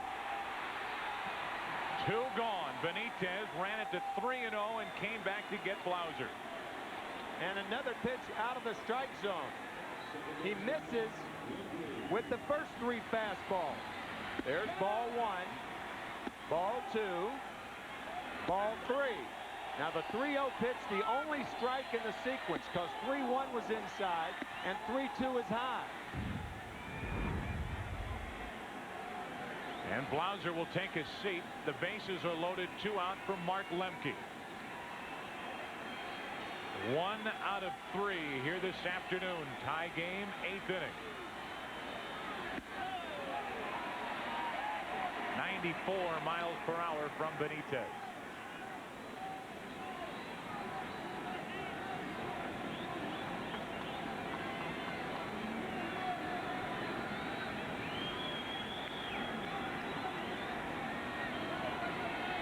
Bases loaded, 2 out, tie game. 1-1. And Benitez has been 90 or more with every pitch he's thrown here in the 8th. Gas on a hot day. You could title for a book. Hope it's about baseball. I was thinking the same thing. Bases loaded, 2 out, and a 1-1 count on Lemke. He could untie it.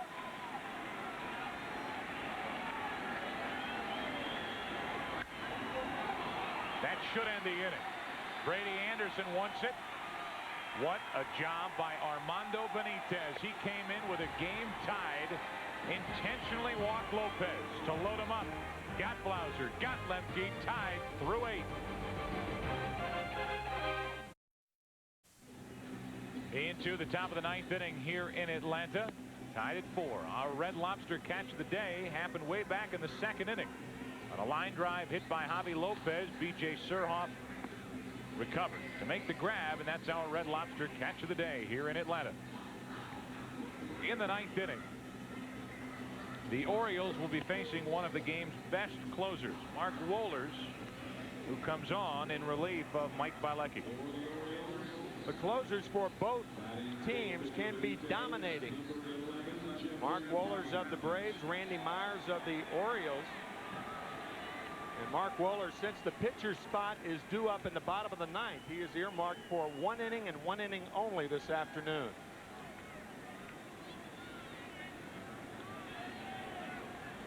There's Jeffrey Hammonds off the bench to pinch hit for Benitez. What a job by Armando Benitez. He came in, not only intentionally walked Lopez to load him up, ran it 3-0 on Blauser, came back to strike him out, and then got Lemke on a 1-1 pitch and the pop-up to shallow center.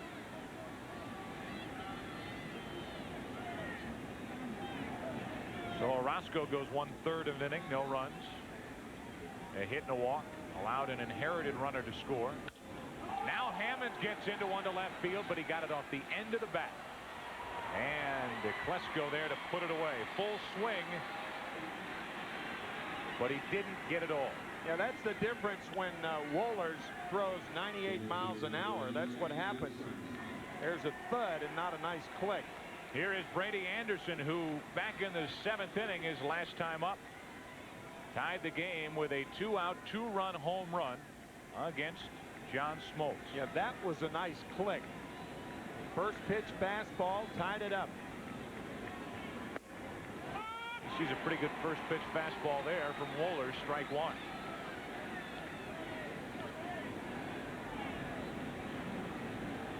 The numbers for Anderson, the 7 home runs, including the 1 today.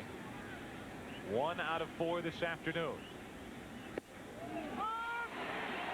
And quickly an 0-2 count. Legitimate 100-mile-per-hour. Those breaking pitches, primarily the splitter. His slider is his 3rd best pitch, and he has mastered that splitter. That's made him deadly. He is that. 1-2 on Anderson with Roberto Alomar on deck. Bilecki 1 inning, 1 hit, 3 strikeouts. And this game, pitching-wise, belongs to the late inning men.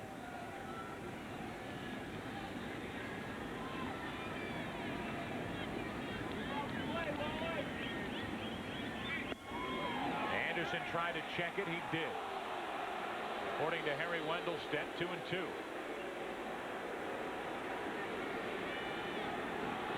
Take another look at it and see if Brady went around.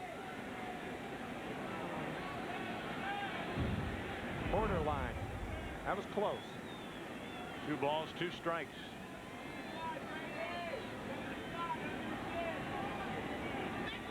One out, nobody on after Hammonds flied to left. Little high, 3-2.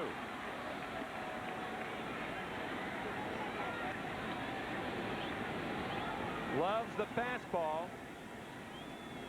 as Anderson showed his last time up with the 2-run home run. 50 homers a year ago. 3-2 from Wohlers. He walked him.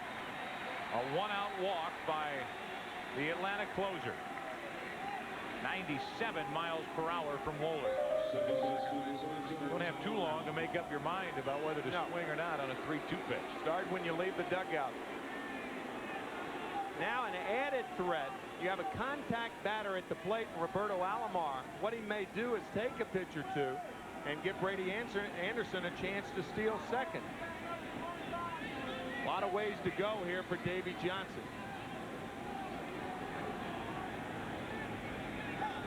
1 on, 1 out. Anderson stealing. Lopez's throw is too late, and Brady Anderson steals his 10th to get into scoring position here in the 9th.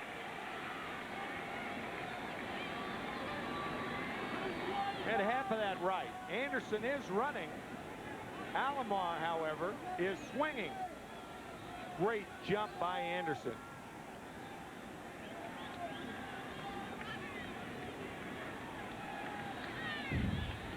So now a hit would put Baltimore back out in front. 4-4 game here in the ninth. Alomar took ball one. 1-1. Alomar has a triple, a run scored, a double, and he was left stranded back in the 7th inning.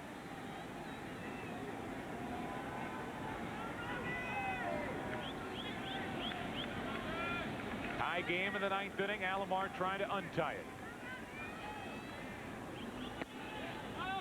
2-1. Brady Anderson has such a huge lead at second base. I think that bothered Wohlers. Well, I'll tell you who else it bothers. It bothers Chipper Jones at third base right there because he's got to play even with the line. And when you're even with the line, you're kind of keeping one eye on Anderson to his left and one eye on the batter Roberto Alomar because Alomar is such a good bunter. It makes it very difficult because of Chipper Jones, his attention to Anderson at second. Matter of fact, he had a fake break his last time, and Jones moved toward third. 2-1 the count on Alomar. Able to check his swing. And the count moves to 3-1 with V.J. Surhoff next.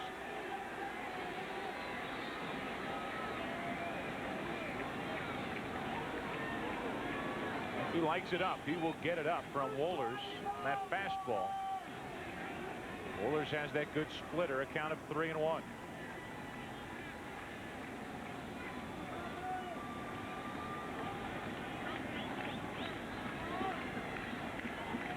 Brady Anderson drew a one-out walk, stole second. And the 3-1 to Alomar. Full count. That's an idea of how hard Mark Wohlers throws. You have a terrific major league hitter in Alomar. He's looking for the fastball. He gets the fastball and can't get around on it. That's how hard Mark Wohlers throws. That last one, 98 miles per hour. Wow. And on a count of 3-1, so he's not letting up to throw strikes. Full count. Surhoff next. Go ahead run at second, one out here in the ninth. Wohlers trying to get Alomar. Got it. I think that was a splitter. Of course, you did have first base open. And he had shown Alomar his fastballs. We mentioned that 3-1 fastball, and we're going to see if it's a splitter. That's the first pitch. The second pitch is low. The 1-1 pitch is outside and low. And he lays off the 2-1 pitch. Now he fouls it back. Watch the ball drop down below the bat. And Alomar swinging over the splitter for the second out of the inning. One more time, the 3-2 pitch. It was a splitter. It did stay up. Yeah, it did.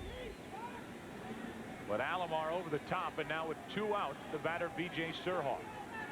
Go ahead, run at second. Anderson, two gone here in the ninth inning. Surhoff couldn't lay off. 96 from Wohlers.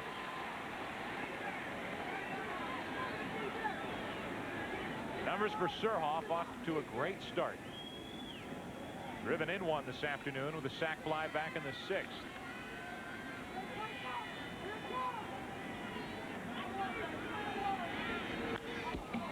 Another high pitch, and he couldn't lay off, and that came back and flipped our guy with a jugs gun. Right next to him, yeah. Right through the screen behind home plate, a check swing by Surhoff that went through the screen. The thing about Wohlers is a lot of guys who throw that hard, they throw a light fastball. Hitters have told me that when they make contact with Wohlers' fastball, it's heavy. Feels like you're hitting an anvil. Runner at second, go ahead run, two out. Wohlers has BJ set up, ball one.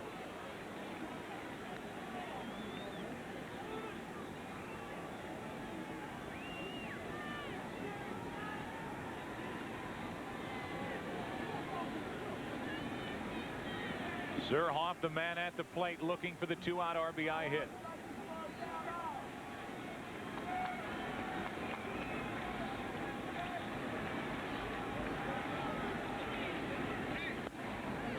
This time laid off, 2-2.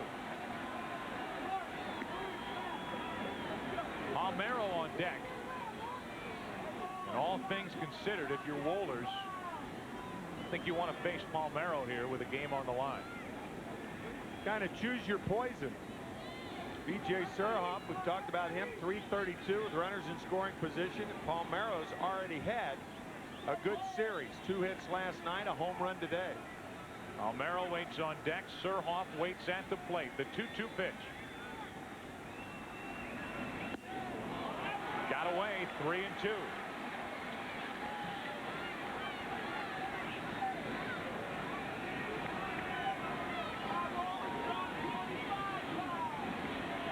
Wohlers trying to get around a walk and a stolen base here in the ninth.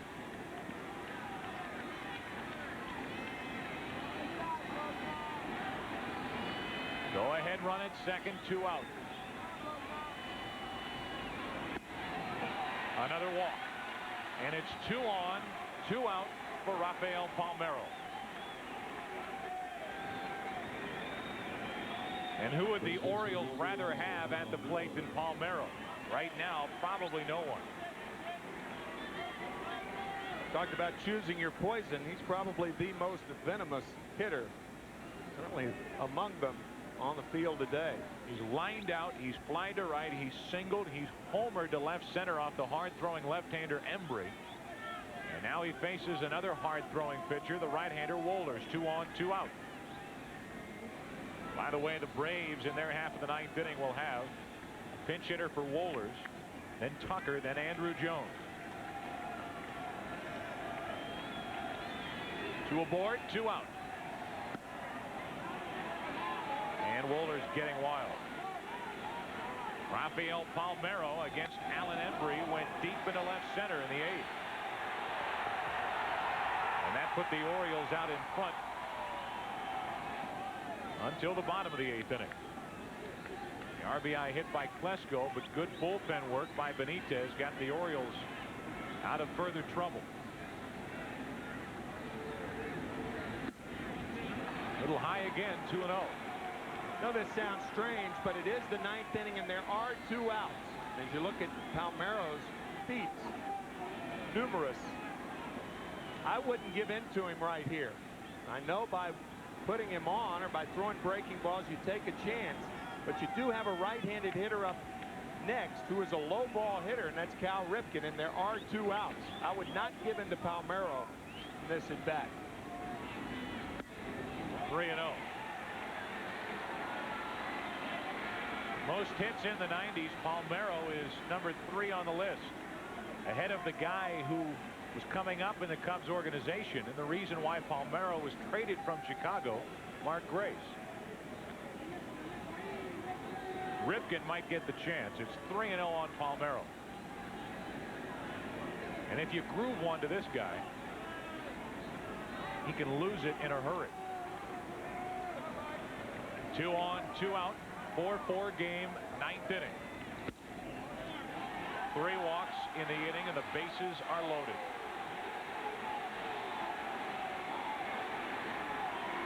And here comes Leo Mazzoni, the pitching coach for Atlanta, with Ripken coming to the plate. There's a saying in baseball that when pitchers are throwing up in the zone that they're not bending their backs. What that means is they're not bending their legs. The back is bent as a result of the power that you use when you drive off the pitching rubber. And perhaps Leo Mazzoni, who is a big advocate of lower body strength, is saying just use your lower body just a hair more. You don't want to put too many thoughts in a pitcher's mind. You don't want to talk about mechanics. Sometimes one little adjustment can make a major adjustment in results. Career with the bases loaded, he has hit 6 over the wall. 278 hitter, and he has the bases loaded, 2 out. In a 4-4 game here in the 9th. 3 walks have put Wohlers in 9th inning trouble. And he falls behind Ripken.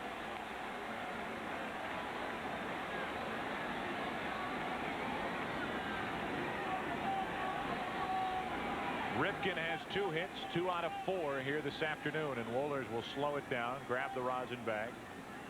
He's a little out of whack here in the 9th inning.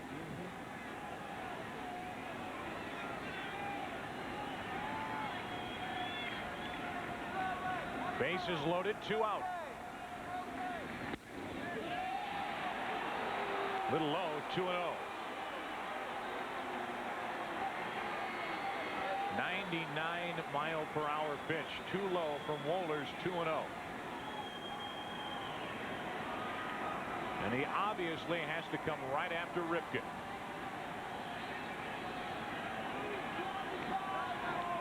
Trying to put the Orioles back out in front.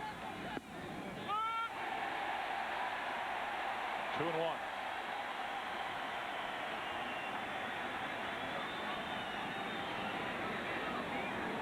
Brady Anderson, the runner at third, B.J. Surhoff at second, and Palmero at first.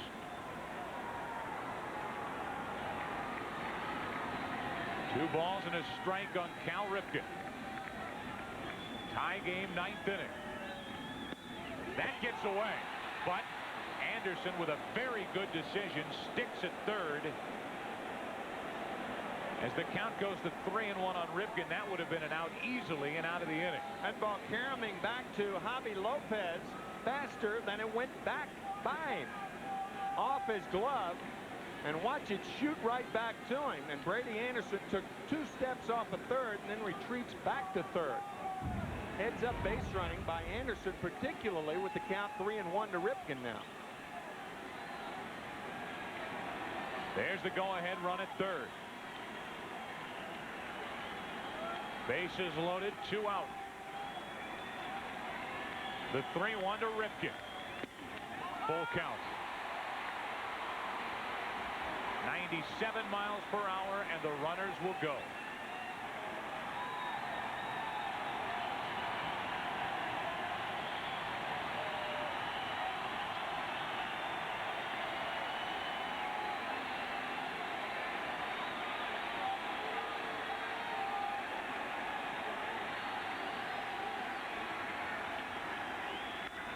To the left side, Chipper Jones gets the high hop. The wide throw to get him to end the inning. Chipper had a little too long to think about it. He goosed it over to first, and Wohlers happy to get out of trouble. Did he stay on the bag, or did he make the tag? The tag. Tied into the bottom of the 9th.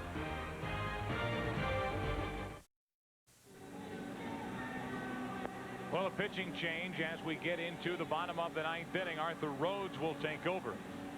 A 4-4 game in the bottom of the 9th inning. That play at first base, you're exactly right, Joe, about that throw from Chipper Jones to Fred McGriff. And Fred McGriff actually has the bag, but he's not sure. First base umpire Randy Marsh delays the call, but McGriff is on the bag. But just to make sure, Fred's saying, well, if I was off, I'll make the tag anyway. And that's when Randy Marsh punches him out.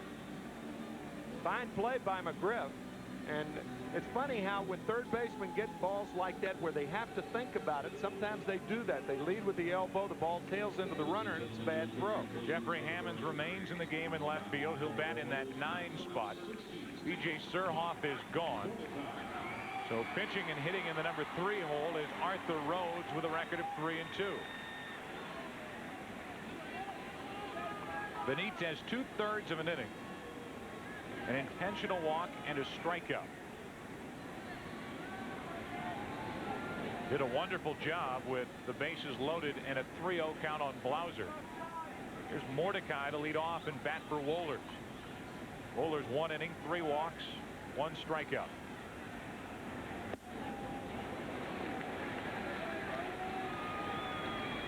Mike Mordecai.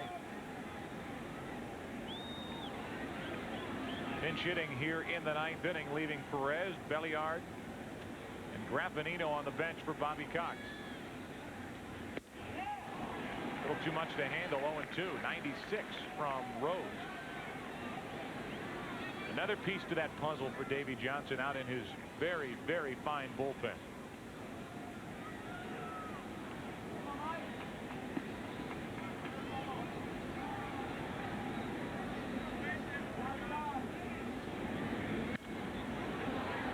Still 0-2.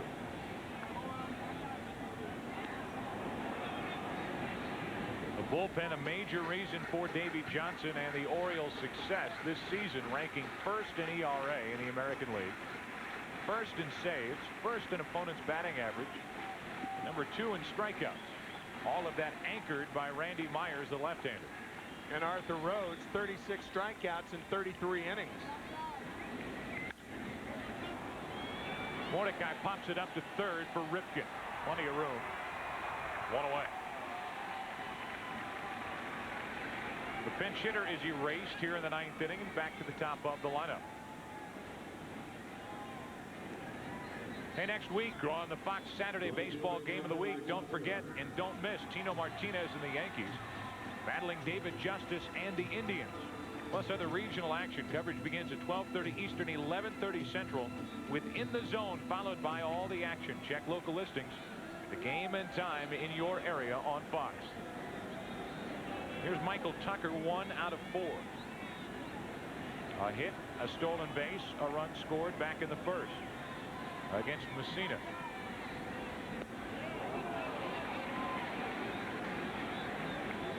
Boy, was that nasty. A late breaking slider from Rhodes after a 96-mile-an-hour fastball to get Mordecai.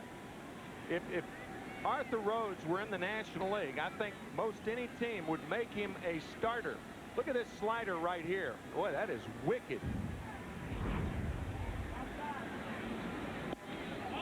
That missed inside, 1-1. He is so effective for Davy Johnson and the Orioles. Remember, he was 9-1 last year in only 28 games. He's almost a 6th starter for Davy Johnson, even though he pitches in middle relief.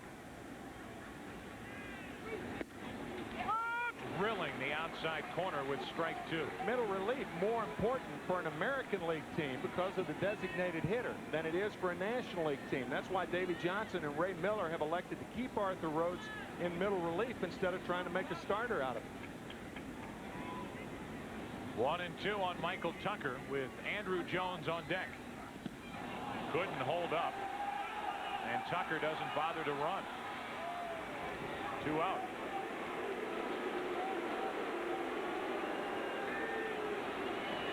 This was just a wicked sequence to Michael Tucker. He had a lot of left-handers in our audience vicariously striking out right here. Let's go ahead. Woo. That was nasty. Slider and 2 fastballs, and then that slider.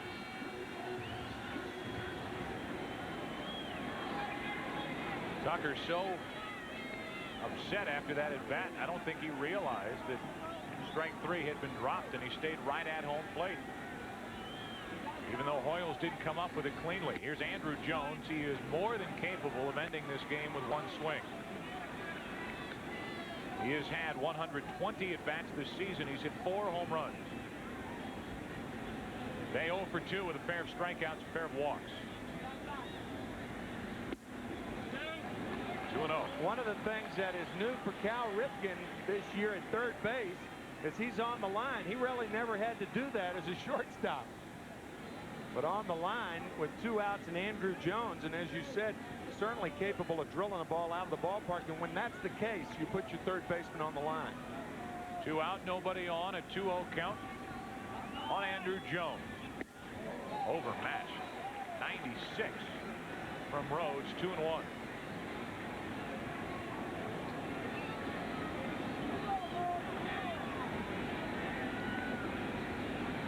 Andrew Jones trying to keep this 9th inning alive for Chipper Jones.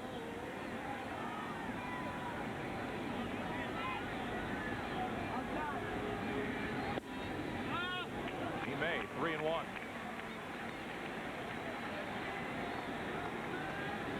Rhodes is approaching Wollersville as he's shooting for triple digits. Yeah, and before them it was Benitez throwing at 93 or 94. Heat in hot Atlanta. Whew.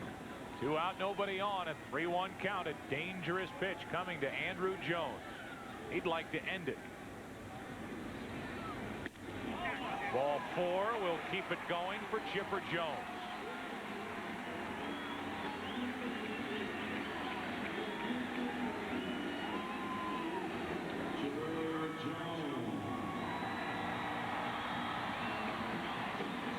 Pat Corrales, the first base coach, talking to Andrew Jones about the move of Arthur Rhodes. Rhodes does not have a good move to first, but because he throws so hard and throws one after the other, for the most part, high fastballs, he's tough to run on. Does not have a good move toward first, however, but he does get the ball home quickly. 1 on, 2 out. A tie game here in the 9th inning. That's about all Andrew Jones is going to see, that move from Arthur Rhodes. Very predictable. And how often do you hear it said that a guy with a bad move, why bother giving a guy a read on it? Don't throw over it. Make him guess. Don't throw over it. He'll never know it. 1 on, 2 out. Wow. Chipper Jones overmatched with a 95-mile-an-hour fastball from Rhodes. The 5th pitcher of the afternoon for the Orioles. And they've all been good. Mussina, Matthews, Roscoe, Benitez, and now Arthur Rhodes.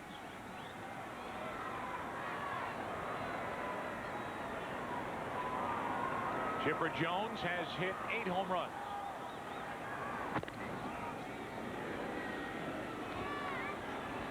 Still 0-1 on Chipper.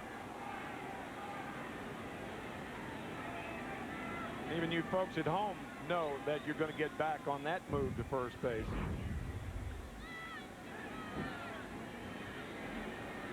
Oh, and 1 the count.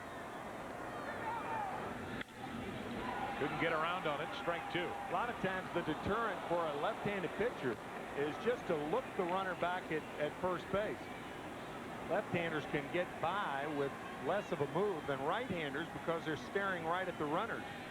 And that's intimidating enough sometimes.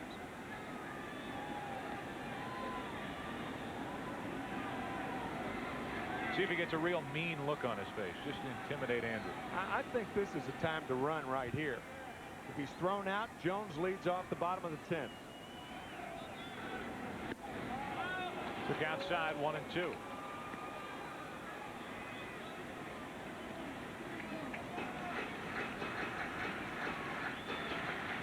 Andrew Jones has been caught stealing today, and he's been successful. Stolen 10 on the year.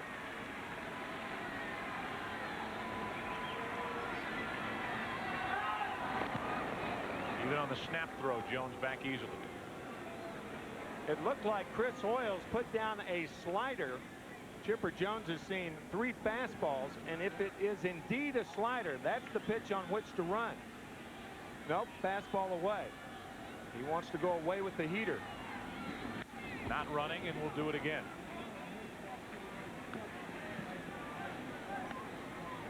The effective slider is down and in to right-handed batters, and that is usually a very difficult pitch for a catcher to throw, and that's why if you can choose that pitch, that's the pitch to run on. But it's all guesswork. If we go to the 10th inning, the Orioles will have the bottom of their lineup. Carrasco, Hoyles, and Bordick. If anybody gets on, Hammonds.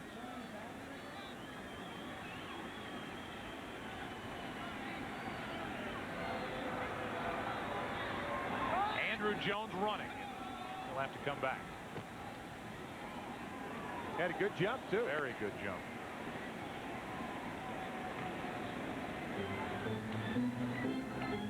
But Chipper Jones has to swing away, and that's why you say, how do you stop a running game? Throw strikes. Jones not able to take, and Andrew Jones has to retreat. Count 1 and 2.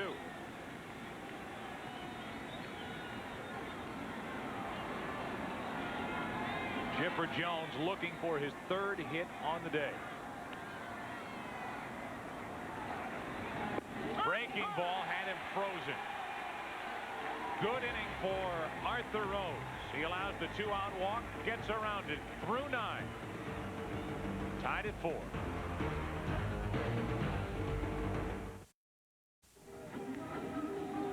Brad Klontz will take over as we get into extra innings. 4-4 game, and the Orioles will send in the bottom part of their lineup. Carrasco, Hoyles, and Bordick. Anybody gets on, Jeffrey Hammonds batting in the 9 spot. The numbers for Klontz: 2-1, the submarine-style right-hander. The ERA of over 3.5.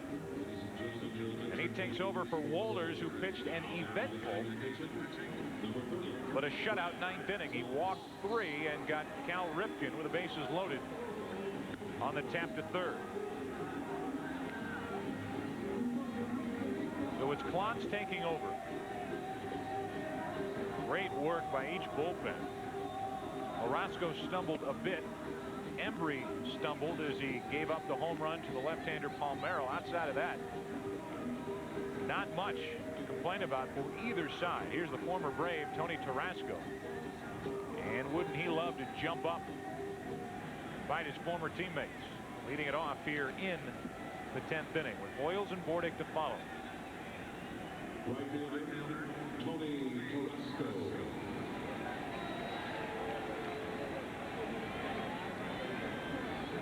Once the Orioles were certain that Eric Davis was going to be operated on, he was out for a couple of weeks. Then he went under the knife. The abscess in the abdominal area. A lot of talk popped up that the Orioles might be in the running to make a trade and land an impact player, and they still may, as Tarasco fouls the first pitch back.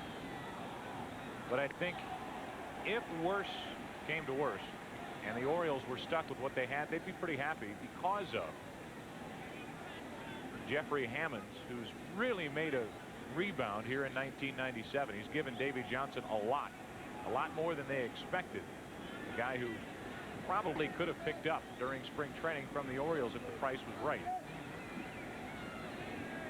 The 0-1 to Tarasco. He mixed Tony Tarasco in, the left-handed bat. It's not a bad little platoon situation in the outfield for the Orioles.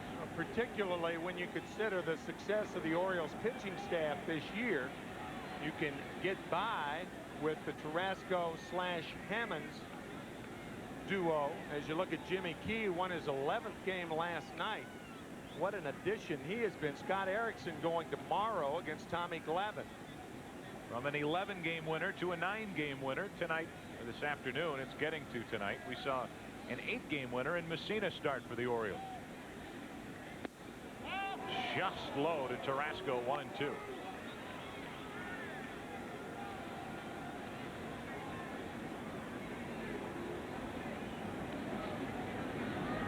Brad Clontz with that sinker, called just a wee bit low.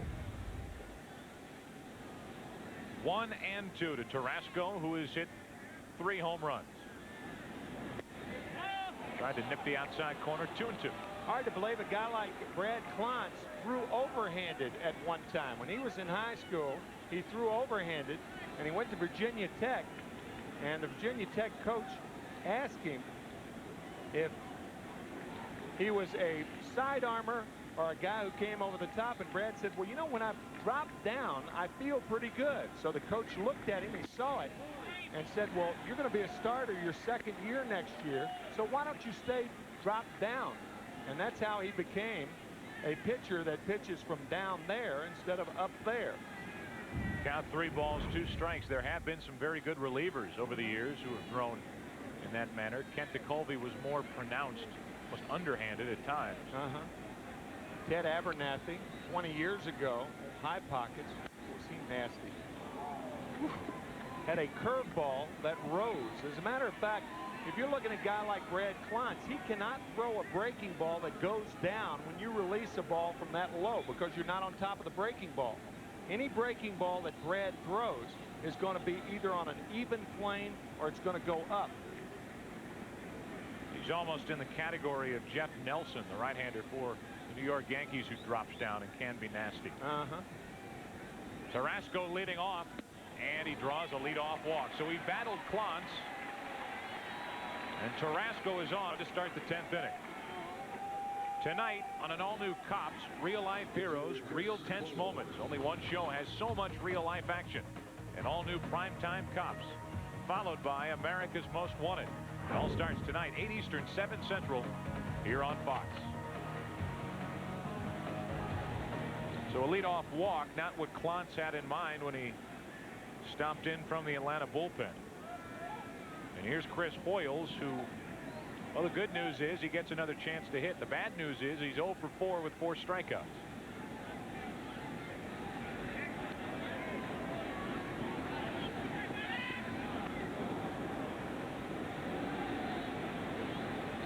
Baseball is such that it allows you to redeem yourself in the same game. Orioles would like to. He struck out in the second, struck out leading off the fifth, struck out leading off the seventh, struck out in the eighth against Bilecki. Leadoff hitter aboard, and Hoyles pops it foul down the right side. One of the odd things about this game, there have been a lot of base runners, a lot of walks. There hasn't been a double play in this game. Brad Klontz with that sinker, a good chance to get one if a guy like Hoyles grounds one at an infielder. Hoyles definitely a candidate. The runner at first, nobody out, and 0-1 count. 4-4 game, just starting the 10th inning. Strike two on a borderline pitch.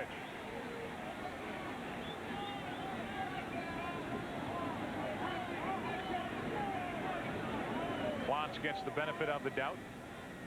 By the way, the Braves are left with Bird and Borowski out of their bullpen. They've used Embry, Bilecki, Wohlers, now Klontz.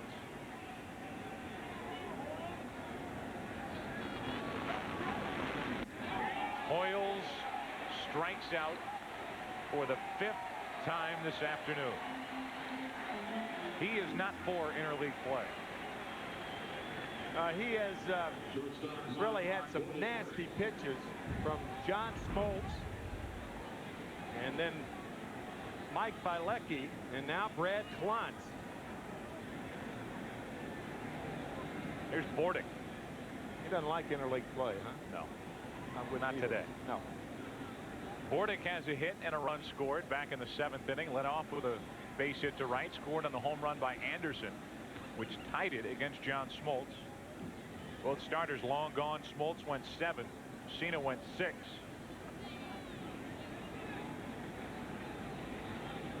And it's 1 on, 1 out for Bordick.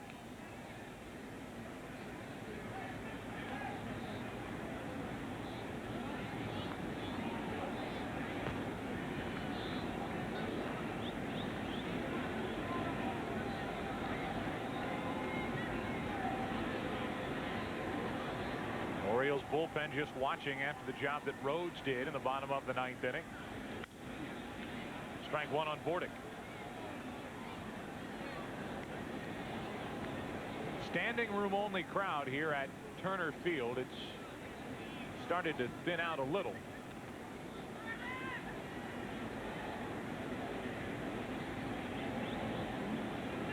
Back in the grandstand. Hello.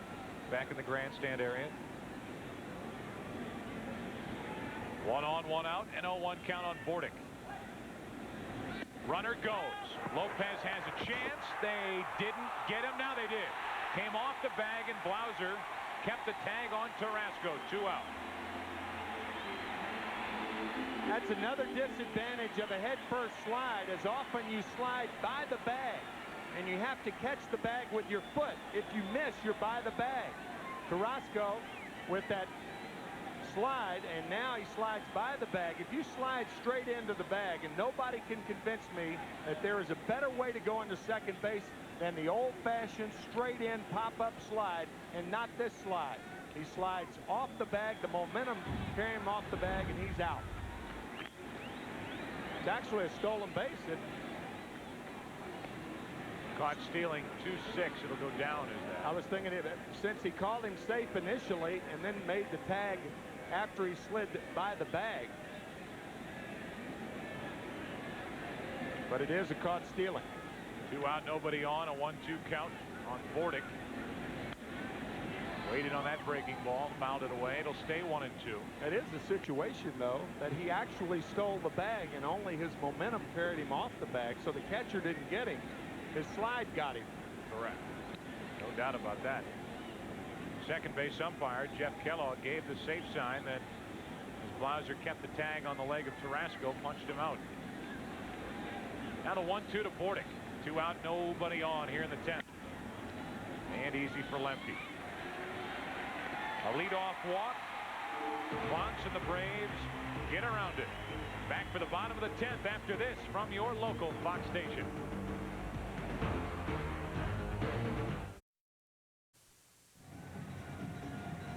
Welcome back to the bottom of the 10th inning here at Turner Field in Atlanta. A 4-4 game. Joe Buck and Tim McCarver with you. This game started with Atlanta jumping out in front 2-0. After 2, Chipper Jones gave the Braves a lead in the first inning. E.J. Surhoff drew the Orioles a little closer. Lopez made it a 2-run game with a home run. Brady Anderson a 2-out 2-run homer off Smoltz. Palmeiro homered. Baltimore out in front for the first time, and then Ryan Klesko tied this game in the 8th. Fred McGriff leads it off and pops the first pitch foul off to the left for strike 1. It'll be McGriff, Klesko, and Lopez against Arthur Rhodes, who had a very impressive 9th inning except for a 2-out walk, which he got around. McGriff has had a frustrating day. He struck out twice, popped up, and flied to shallow left. Leading it off in the bottom of the 10th inning with a game tied at 4. Drilling the outside corner, 0-2. He had batted in this ball game in the 8th inning with a count 3-0 to Jeff Blauser. The bases loaded and 2 outs. The 3-0 pitch was a strike, and then Blauser went at an inside high fastball for strike 2 and struck out on a high fastball. Then Lemke popped up. McGriff strikes out to start the bottom of the 10th inning.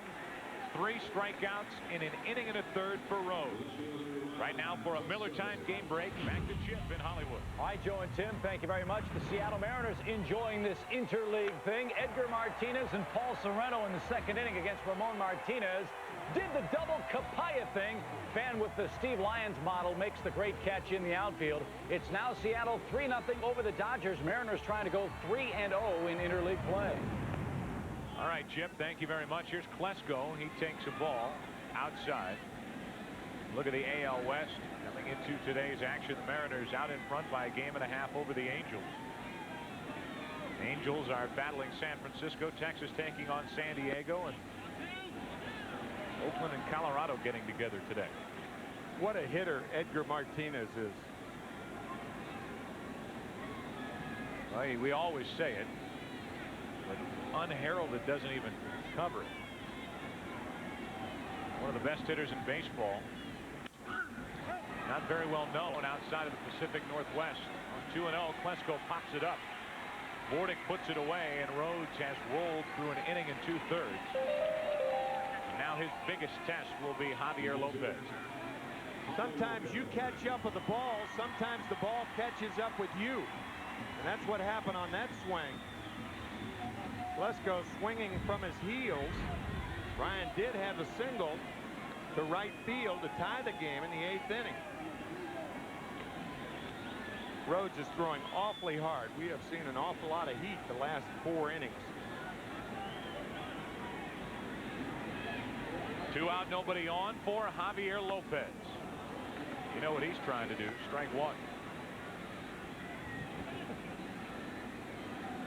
It's turned out to be a beautiful day here in Atlanta. It started out pouring up until about 12 o'clock, and now the sun has broken through. Blue skies. This matchup between the Orioles and the Braves, all that it promised to be, with a very good pitching on the 2 sides, and it really has been, not only today but last night, a 4-3 win for the Orioles.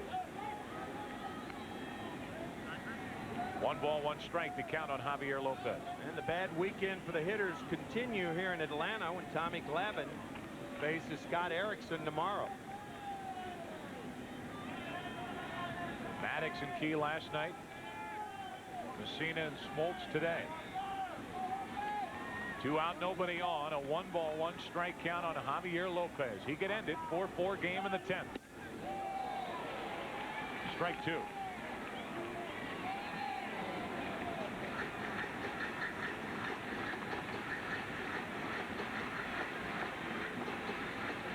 Rhodes trying to strike out 4 through 2 innings. He has Lopez set up at a ball and 2 strikes. Lopez is lined out, doubled, homered, and drawn an intentional walk. Hard hit, but foul past Bobby Deuce.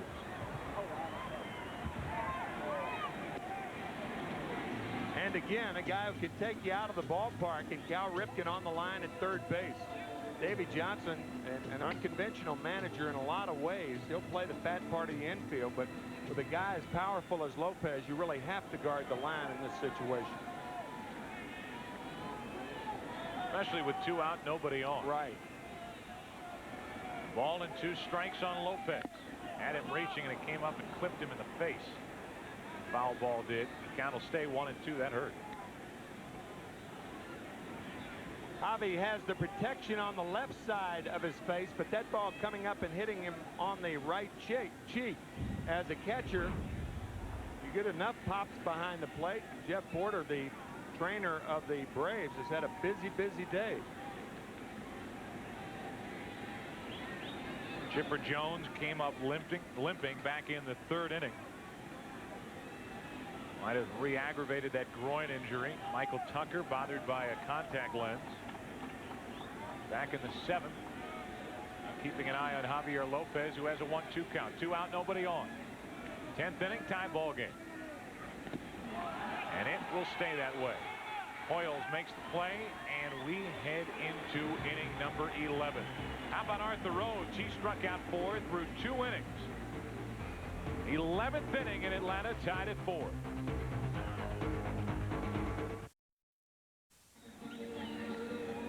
Well, a couple of former National League coaches talking it over. Davey Johnson, who managed in New York with the Mets, managed with Cincinnati. We're taking over in Baltimore, talking it over with Ray Miller. A little more to think about. The rules as they are in the National League. Bobby Cox has worked his bullpen. Embry, Balecki, Wohlers. Now Klontz is back out for his 2nd inning of relief work. As we get into the 11th inning here in Atlanta, tied at 4.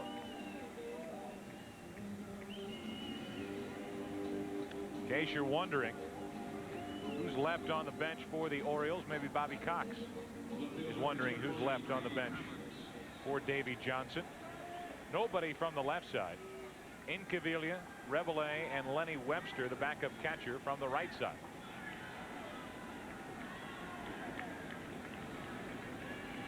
And here we go in the 11th inning with Jeffrey Hammonds 0 for 1, batting in the 9 spot. He's followed by Brady Anderson and Roberto Alomar. Oops. Ball 1.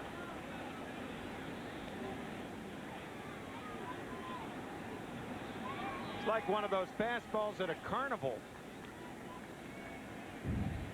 Throw it to dancing mid. I don't know whether Javi Lopez even touched that ball. Nobody on, nobody hurt. Hammonds popped it up. Long run for Klesko. Not an easy play by any stretch, but he made it look easy. 1 away. Hammonds yelling at himself after missing that pitch. He just popped it up, just got under it. That'll bring in Brady Anderson, who didn't miss against John Smoltz back in the 7th. 1 on, 2 out. And this off that screen. The fair side of the foul pole down the right field line tied the game at 3. Then a leadoff home run by Palmeiro to put the Orioles out in front of the 8th. Braves tied it with an RBI hit by Ryan Klesko against Orozco. Here we are, 4-4 in the 11th.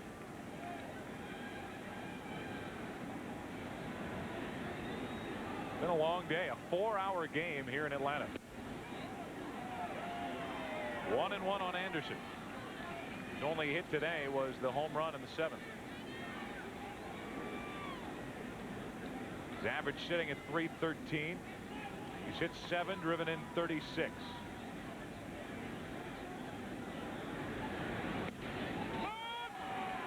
Strike 2. Brady Anderson, out of that remarkable draft of 1985. Some think it was the best draft ever. Look at the players in this game. B.J. Surhoff in the first. He was the first player selected. Barry Bonds was 6th. You got Palmeiro, who's a 22nd round choice. Brady Anderson 10th, and John Smoltz 22nd. Anderson flies to Andrew Jones in center. 2 up, 2 down here in the 11th inning, and Klontz is getting along well. Greg Jeffries, drafted by the Mets in that draft of '85. The first year for the draft, 1965, and some people think that 85 was the pick of the litter. 2 out, nobody on for Roberto Alomar. Just to get another look at the list. Brady Anderson in the 10th. Incaviglia on that list. He's still left on the bench with the Orioles. What a final year he had at Oklahoma State.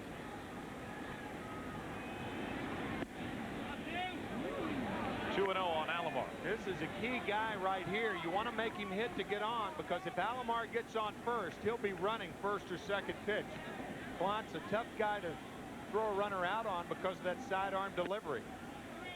The other element to the equation is if Alomar should reach and he's out in front 3-0, Arthur Rhodes would be next, or a pinch hitter here in the 11th inning. 3-1 on Alomar. I'll tell you what a good tactic would be. Let Rhodes hit if Alomar's on at first, have him steal the first pitch, and then pinch hit for Rhodes. That way you keep him in the game if Alomar's thrown out. We'll see. A 2-out walk. And here comes Arthur Rhodes to the plate. Hey, if I'm the Braves, I pitch out. I think Davy Johnson is thinking along those lines. He's going to have Alomar try to steal. Certainly makes sense. And then pinch hit for Rhodes if he gets on second base. If he's thrown out, Rhodes continues to pitch in the bottom of the 11th. And in the bottom of the 11th, it'll be Blauser, Lemke, and then a pinch hitter for Klontz.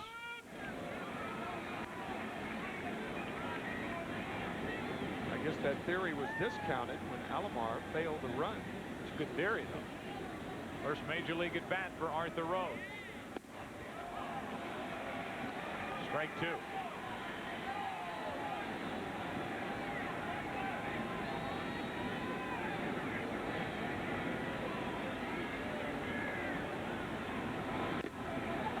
Able to stay alive as Alomar bluffed over at first base. You look at the standings in the NL East, and Atlanta comes in only 3.5 games out in front of Florida. Florida took care of the Yankees last night. Play again tonight as Rhodes takes a ball, 1-2. How about Montreal? Only 5.5 games out. There's no question in my mind who gets the most out of what he has as a manager. It's got to be Philippe Malou with the Expos. Rhodes shoots it foul. And Rhodes broke his bat. It was the only one he brought from Baltimore. And now he'll have to select somebody he doesn't care. Bat Boy brought out 2. He went, I only need 1. You think I'm going to pick one?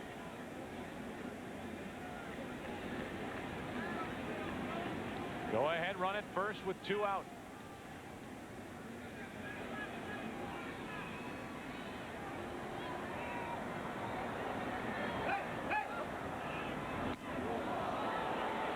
Rhodes able to get out of the way as the count goes to 2-2, and surprised that Alomar has not run yet. Yeah, I am too. They're almost giving him second base.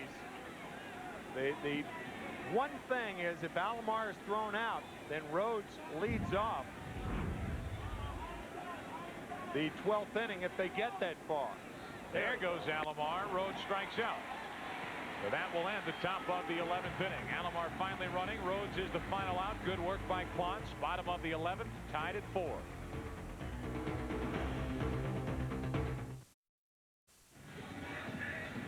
Next week on the Fox Saturday Baseball Game of the Week, don't miss Tino Martinez and the Yankees battle Dave Justice and the Indians, plus other regional action. Coverage begins at 12:30 Eastern, 11:30 Central with In the Zone, followed by all the action. Check local listings for the game and time in your area.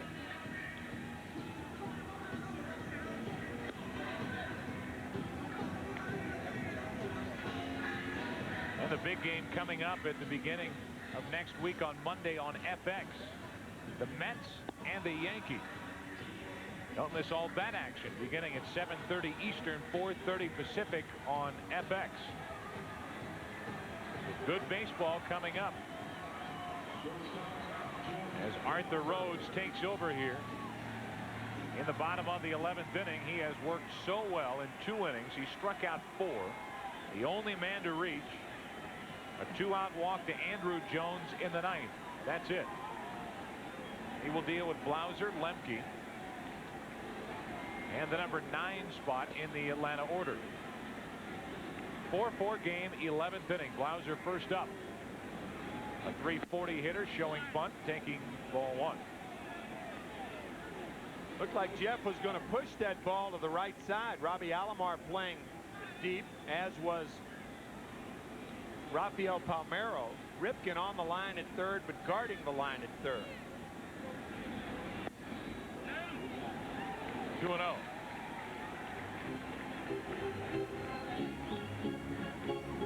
Almost impossible to get one between Ripken and the line for an extra base hit. 2 balls, no strikes. Rhodes falls behind. Blauser has hit 7 home runs. 3-0.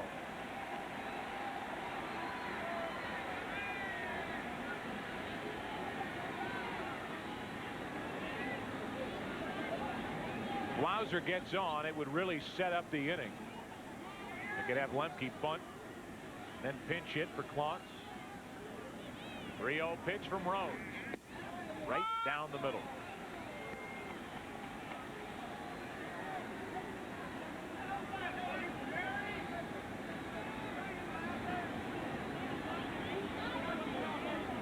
Blauser left the bases loaded his last time up.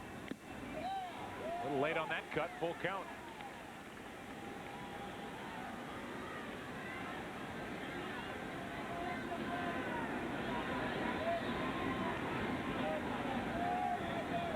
Rhodes trying to bounce back from a 3-0 count.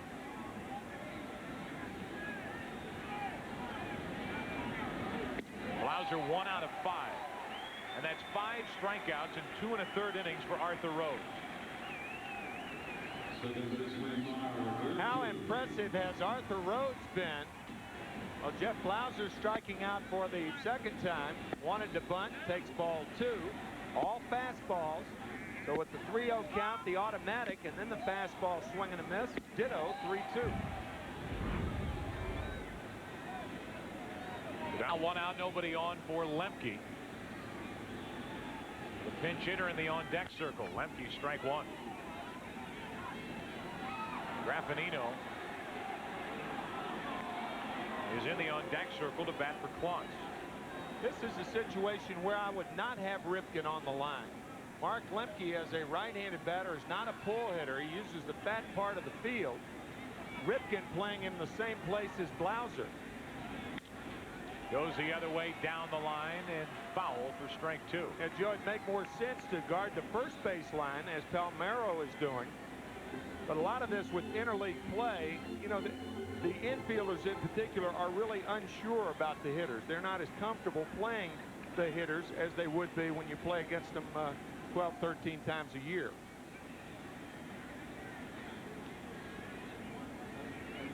One out, nobody on, and the 0-2 to Lemke. Just missing outside, 1-2. Rhodes still throwing hard, 97 miles per hour. And this is 3rd inning of relief work.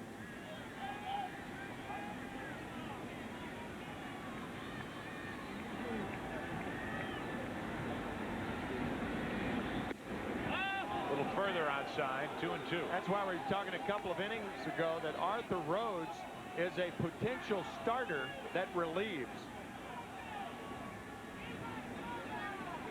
Arguably, Arthur is a guy who can go deeper into a game and deeper into innings than any other American League reliever. He's only made 5 big league starts. Lemke strikes out over the outside corner. He didn't like the call. And that's 6 strikeouts for Rhodes. We'll have the pinch hitter Graffinino in the number 9 spot. That's what the Braves have done today. Tucker, a hit in his first at-bat, scored a run. Driven in by Chipper Jones. Ryan Klesko drove in the game-tying run in the 8th inning. Javier Lopez has hit the ball hard all day, including a home run. Blauser 1 hit. Lemke 1 hit. And now the number 9 spot with 2 out, nobody on in the 11th. It's Graffinino pinch hitting. And Joe, I have 15 strikeouts, 15 Brave strikeouts today. As do I. 8 for Mussina, 1 for Benitez, 6 for Rhodes. Ball 1.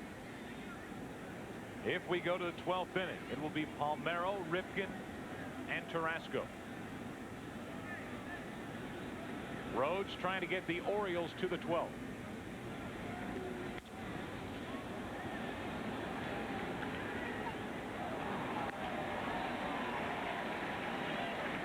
But a quick game summary. 4 runs on each side. The hits about even. The strikeouts about even. Wow. Each side has used 5 pitchers, and a game that started at 1:18 p.m. is still being played at 5:36 local time.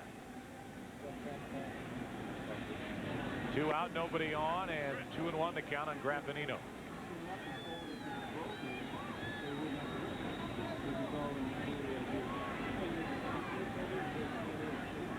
Two and 1 the count. Almost into the sweeps period.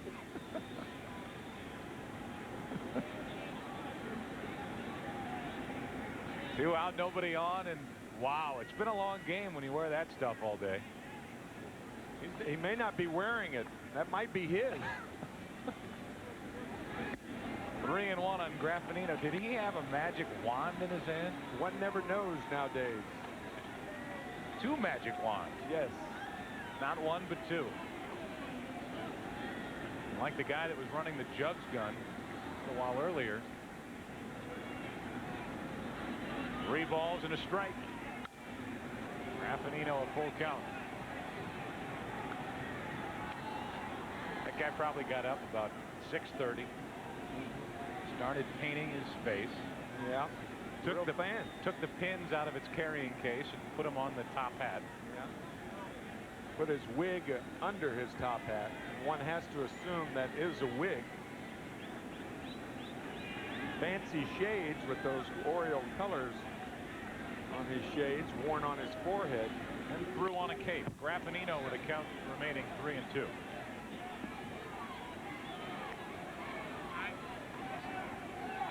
Perhaps in celebration of the new Batman movie. Batman and Robin. That is interleague play at its finest. 2 out, nobody on, and a full count on Graffinino. Pinch hitting for Quantz, who went 2 innings. No runs or hits, 2 strikeouts, 2 walks.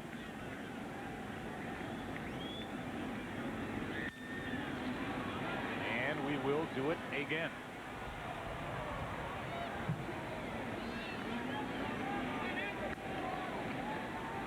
Braves have used 3 pinch hitters in this spot. Lockhart, Mordecai, Graffinino now. We'll see a new pitcher for Atlanta if we go to the 12th. To face Palmeiro, Ripken, and Tarasco. 4-4 in the bottom of the 11th.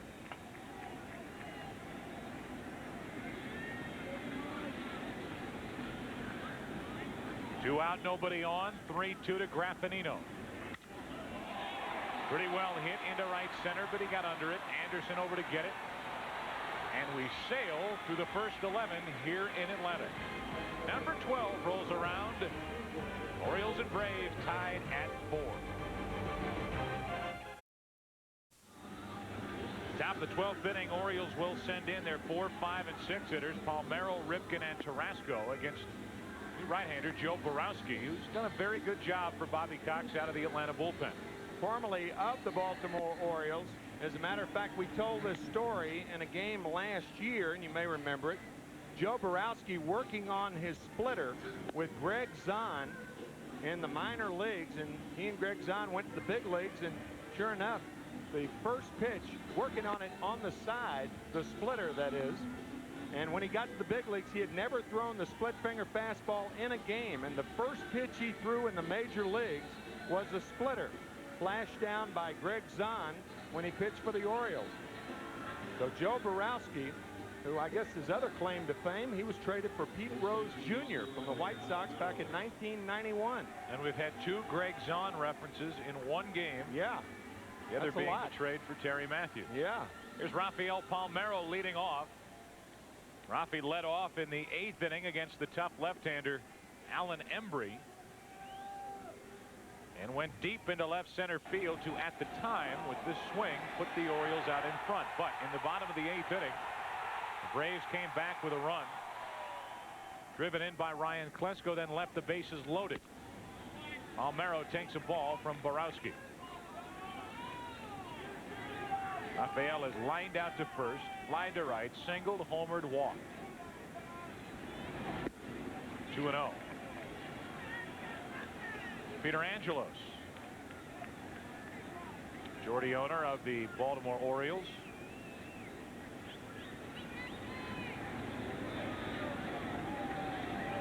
The count on Palmeiro. He was looking for a mistake on 2-0, and he popped it to center. Andrews having a little trouble out there, drifting with it. But Jones makes the catch, 1 away. Joe, you remember when the Baltimore Orioles were bought several years ago by Peter Angelos and his group, and everybody oohed and ahed because of the cost of the Orioles, $173 million. It pales compared to the cost of the Los Angeles Dodgers, or the number that's being tossed around, $350 million, $350 to $400 million. Peter Angelos got a bargain. 1 out, nobody on for Ripken.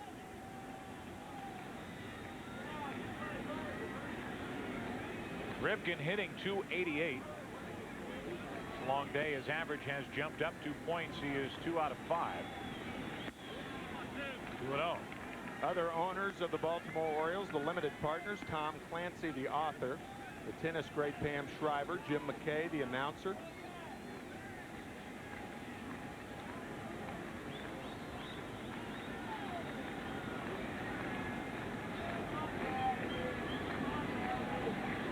The count on Ripken. There's a strike, 2-1. John Sherrill's talking about $100 million in revenue that could be generated here. You have to wonder what the Atlanta Braves would be worth if they were put on the market. Obviously worth more to Ted Turner because he could put it on WTBS. 2-2 now to Ripken.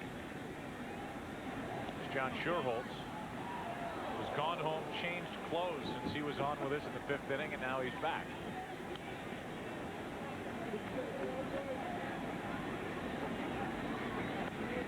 What a wonderful job he has done here in Atlanta. He was the general manager also in the Kansas City Royals, won the World Championship in 1985, beating the Cardinals and coming back. One thing to have all the resources that John Sherholtz has.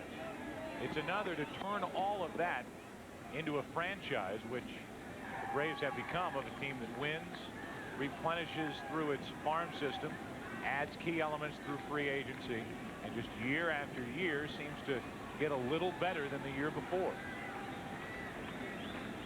1 out, nobody on, and Ripken draws a 1-out walk. And the Orioles hope that's the start of something with Tarasco and Hoyles coming up. Everybody's saying that with the advent of free agency, that would be the end of dynasties, because players would be jumping to teams, the wealthy teams acquiring the free agents. But the Atlanta Braves have had the right formula in the 90s. No question about that. But it's been more important for Atlanta to develop talent. Yeah, always is. And then to add free agents. Because not only do you replenish with younger players, but you also have the surplus and the ability to make a key trade to get someone late in the year, like when they picked up Fred McGriff from the Padres. 1 on, 1 out here with Tarasco at the plate, another product of this Atlanta organization. The National League, I don't think there are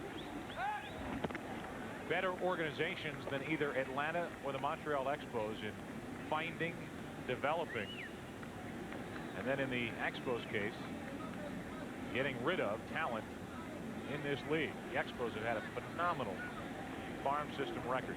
as have the Braves. And the primary thing all minor league directors will tell you is just prepare them for the big leagues, whether they play for your team or another team. Because if they play for another team, you will have gotten something in return. 0-2 the count on Tarasco. 1 on, 1 out. International scouting such a big part of the success for each franchise as well. There's a shaky splitter coming up. 1 on, 1 out. Wouldn't chase it. 1-2. A 1-out walk to Ripken. Tarasco up now, and Chris Hoyles, who has struck out 5 times this afternoon, waits on deck.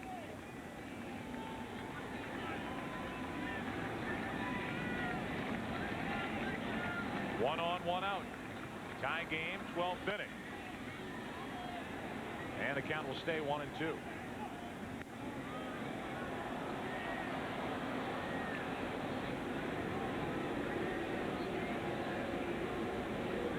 Tarasco is 0 for 4 with a walk. He was out stealing back in the 10th. He led off with a walk, as a matter of fact, against Plants. He had second base stolen. He slid past the bag. Was called out. And he's at the plate now with 1 on, 1 out in a tie game, 12th inning. Splitter missed. 2-2.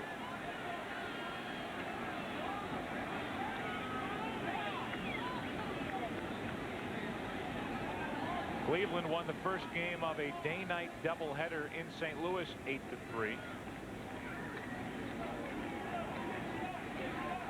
And the games out on the West Coast have now all started and are well into the action. Here's the 2-2 to Tarasco. Just missed again. 3-2.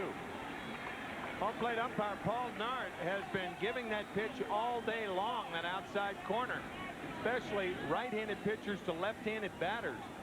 That was a key pitch right there, because now at the count 3-2, I would imagine Cal Ripken will be running. We said that the last time Chris Hoyles was up with a count 3-2, and Cal stayed. I think he'll go now with Tarasco up there. Takes his lead. There he goes. And ball 4 gets away, and Ripken will stop at second. Back-to-back walks, and the Orioles have something cooking here in the 12th inning without benefit of a hit. Borowski has walked 2. Tonight on an all-new Cops, real-life heroes, real tense moments, only one show has so much real-life action. It's an all-new primetime Cops, followed by America's Most Wanted. It all starts 8 Eastern, 7 Central, right here on Fox.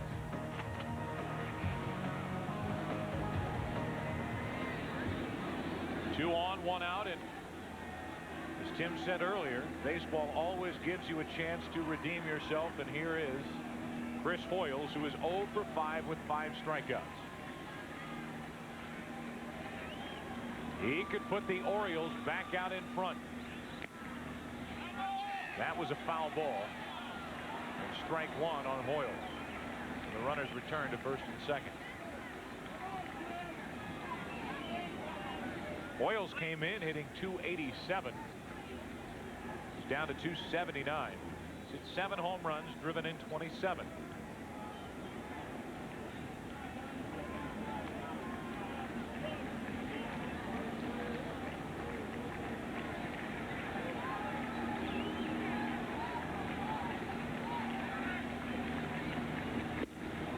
Blown right by him, strike 2. Hoyles really had some big productive years when he first came to the big leagues.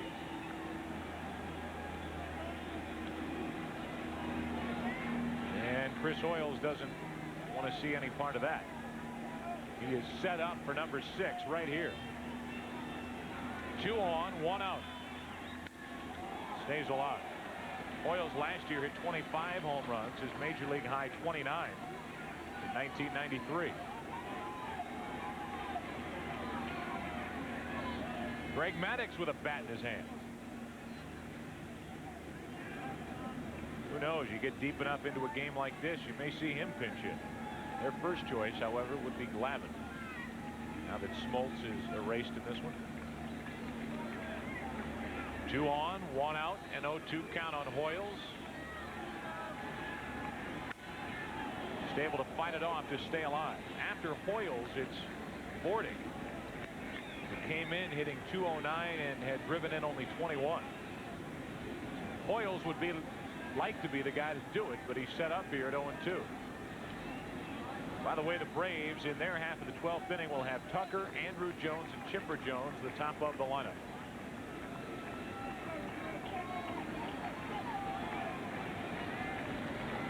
Couple of ex-Yankees watching as Borowski tries to work his way out of trouble here in the 12th. That's well hit into right field. Tucker back on the move over his head. Ripken will hit around third to score. They bring Carrasco around. The relay from Lemke is too late. It's a 2-run double and a 6-4 Oriole lead.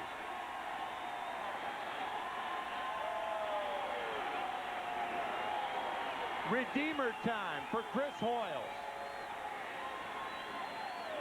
Driving Michael Tucker back to the wall. This ball could have been caught. It would have been a very difficult play.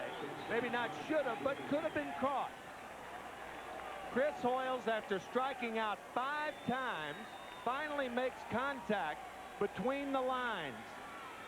He was 1 away from tying the major league record of 6 strikeouts in an extra inning game, an 0-2 pitch. And he went over the head of Tucker and right, and the Oriole bench explodes. We're in the 12th inning, 6-4. Baltimore out in front. And just to take it a step further with Tucker and right, neither Tucker nor Andrew Jones have had very good looks or very good jumps on balls hit their direction all day. Not just here in the late innings, but all day. And Andrew Jones is a guy that gets an excellent jump on a ball, so I guess that would indicate that they're having a very difficult time picking up the ball with the white shirts in the background. That's often the case with players in day games especially. Bordick able to stay alive, and the count moves to 1-2. Bordick up now with Hammonds on deck, and the Orioles now have set it up for their closer, Randy Myers. And what a job this afternoon by Arthur Rhodes. Still 1-2 on Bordick. You couldn't really ask for anything more as Myers cranks it up. From really not only Rhodes, but Benitez, the job he did. Orozco did get McGriff, but gave up the RBI hit to Klesko. Matthews a scoreless inning. The 1 run that scored for the Braves in the 8th inning went on Matthews' record. Now a runner at second, 1 out, and Bordick pops it up. That'll get back and out of play. It stays 1-2. We talked about it in our opening that the Baltimore Orioles about 2 runs a game better than they were a year ago, and that's got to make Peter Angelos very, very happy. That has been the difference between the Orioles this year and the Orioles of 1996. Their pitching. Boy, has it ever shown up today. Bordick strikes out for the 2nd out of the inning. And now Hammonds will come to the plate with a runner at second, 2 out. Only 5 teams have ever gone wire to wire. That means leading it from the opening day of the season. The 1923 Giants did. The 27 Yankees. That was the year that Ruth hit the 60 home runs. The Brooklyn Dodgers in 55. You remember that great start the Tigers had in 84. Then the 1990 Cincinnati Reds under Lou Piniella did it. And the Orioles could do it this year. And the way they have been playing the first 9-10 weeks of the season, they're going to be tough to stop. Too much. How about Mussina? He's still in the dugout. Kind of shows you something. It really does. It A does. lot of pitchers head up, take a shower, get dressed, get ready to leave the ballpark. Not Mussina. That tells you something about a guy who the Orioles just locked up to a long-term deal, what kind of guy he is. Cannot say that for every starter you find in the big leagues. 1-1 pitch to Hammonds. Strike 2 from Borowski.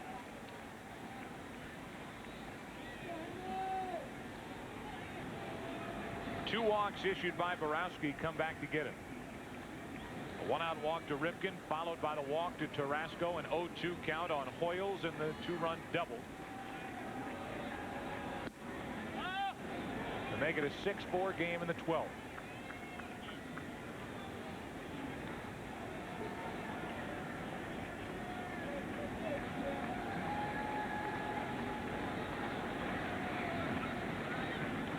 Hammond's on 2-2.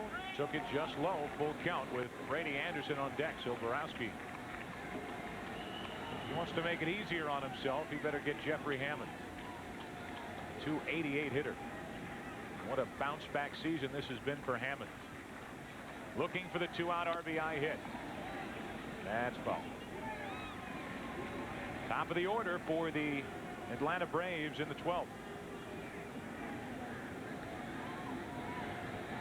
Jeffrey Hammond's a much ballyhooed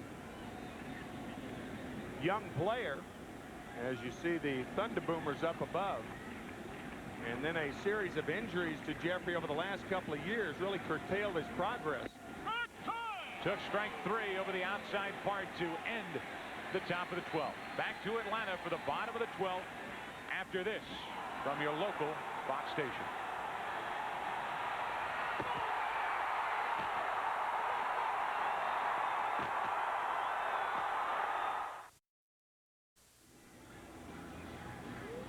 Well, the rain has stayed away for the most part of the day. It was raining earlier before this ball game got underway, about an hour before game time. It stopped, and here at Atlanta's Turner Field, we have had everything we expected and more. Interleague action between the Baltimore Orioles and the Atlanta Braves. Place has been packed. We've seen a wonderful game, good pitching on each side, and we are in the bottom of the 12th inning. The Orioles just broke through with a 2-run double hit by Chris Hoyles, who had struck out in his 5 previous at-bats, and he sets it up for the major league leader in saves, Randy Myers. 21 saves on the year, Randall K. Myers. See Hoyles on the bench as Lenny Webster is taken over behind the plate. And what better to have for the Orioles than a left-handed closer here against Atlanta? The numbers for Myers with Tucker, Andrew Jones, and Chipper Jones coming up if anybody gets on McGriff. 2-0. Randy has only blown 1 save this year. Jason Giambi with a 2-run homer earlier in the year when the Oakland Athletics played at Baltimore. He is a quality stopper. Lenny Webster behind the plate. There's a strike, 2-1. The Cubs finally found a guy who could close games at Wrigley Field, and they let him go. Cubs management saying the reason they let Randy Myers go was because of a weakened shoulder. But Randy, a weightlifter, and strengthened that weakened shoulder. And he's back to, he's probably a better pitcher right now than he's ever been because he has added the changeup thanks to Ray Miller, the Baltimore pitching coach. Cubs also finally found a Cy Young Award winner. They let him go. His name's Maddox. 3-1 pitch. Ball for a leadoff walk, and the Braves have a chance here in the 12th inning. Number 1 in the major leagues in saves is Randy Myers. 1 ahead of Mariano Rivera, who saved 20. Then Beck with San Francisco, the first place Giants. Then of the Marlins,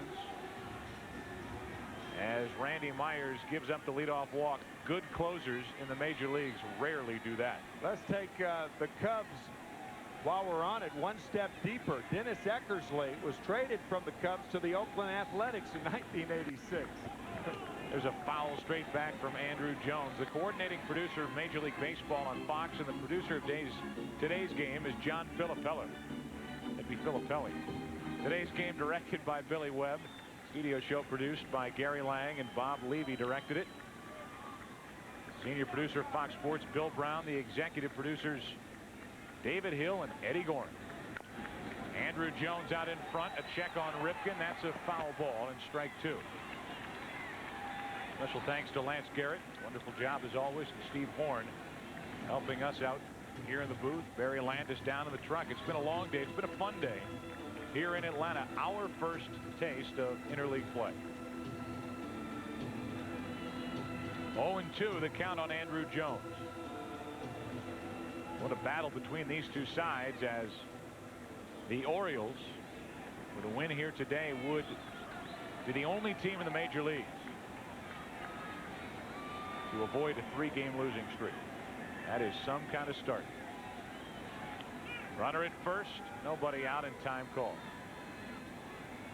See Palmeiro holding Tucker on. It's a 2-run lead for the Orioles. A lot of managers would just play Palmeiro back. Maybe you're worried about the bunt by Andrew Jones earlier in the count, but now with the count, no balls and 2 strikes. Why worry about that? I think, to me, Palmeiro should be behind the runner. How strange was that? Matt Corrales, the first base coach, called time and went over and talked to Bobby Cox. Yeah. Here's the 0-2 to Andrew Jones, a ball and 2 strikes. Does that count as a trip? That was really, really strange. It was odd. A leadoff walk. Myers tries to get around it.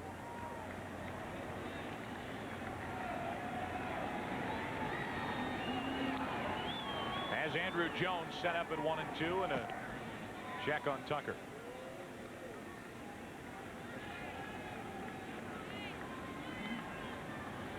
Talked about the start for the Orioles. Largest lead in club history after 62 games, coming in an 8-game lead over the Yankees. Jones stays alive. The count stays 1-2. Baltimore trying to go to 44-19. Meanwhile, Atlanta would drop to 42-24 if they can't come back.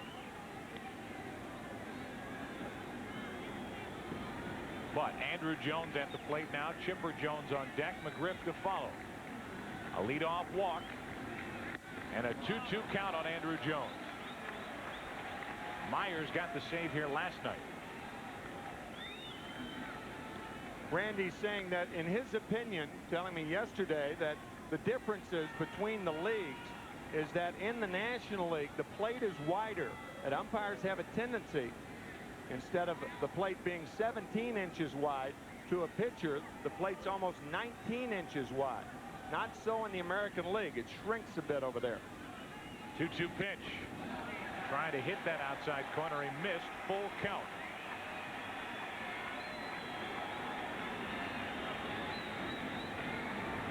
And Andrew Jones, after falling in the hole 0-2, has been very patient. 3-2. I don't think Tucker will be running here. If he does, and there's a line drive to an infielder, it's a double play. See what Bobby Cox does. Not going, and strike 3 called on Andrew Jones. 1 away. Andrew didn't like the call, thought it was high. And I don't think that Bobby Cox liked the call either. Lenny Webster with the target down, and while that appeared to be a strike, it's not a strike that is often called in either league.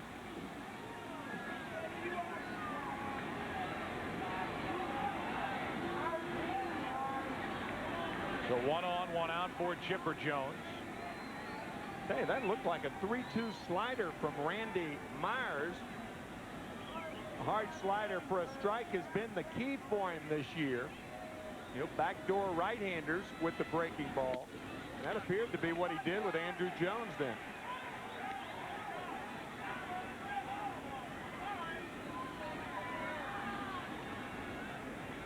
Chipper Jones is the tying run at the plate. After Chipper, it's McGriff barring a double play. Leadoff walk to Michael Tucker. He is stationed at first. Chipper Jones has hit 8 home runs, and he took ball 2, 2-0. We've seen 3 home runs here today, and the Capcure Home Run Challenge continues through Wednesday. Capcure salutes the home run hitters in today's game for raising $150,000 to help find a cure, and the Braves would like to add another $50,000 to that total. Key pitch here, 2-0 to Jones. Took it, 2-1. Outside corner. Could have been a breaking ball. We talked about the ability to backdoor the breaking ball. Randy Myers has been a more innovative pitcher the last 3 years, particularly since he's come over to Baltimore. A lot of breaking balls behind in the count. This will be the 450th pitch of the afternoon, coming from Randy Myers to Chipper Jones with a count of 2-1. Come on. 450. 4-5-0. That's a bunch. 1 on, 1 out, and a 2-1 count on Chipper Jones. Off the end of the bat, slicing toward the seats, foul and out of play.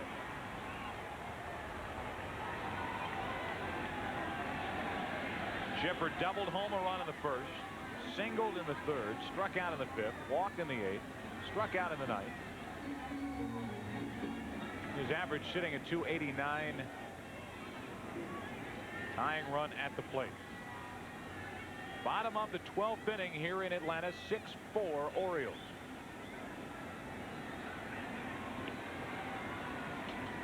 One on, 1 out. And now a full count on Chipper Jones. Myers is making it extra interesting with Fred McGriff on deck. Michael Tucker didn't run the last 3-2 count, and it's doubtful he'll be running here.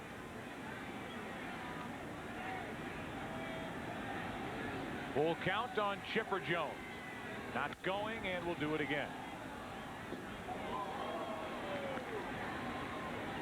The only purpose it really would serve if they started the runner would be to avoid the double play. Right. Keep the game alive for McGriff. Well, Michael Tucker's shown no inclination to run at first, whilst Palmeiro continuing to hold him on. Does give you a little extra 2 or 3 feet toward the fatter part of the field. 3-2 pitch. Jones bloops one foul right in that direction.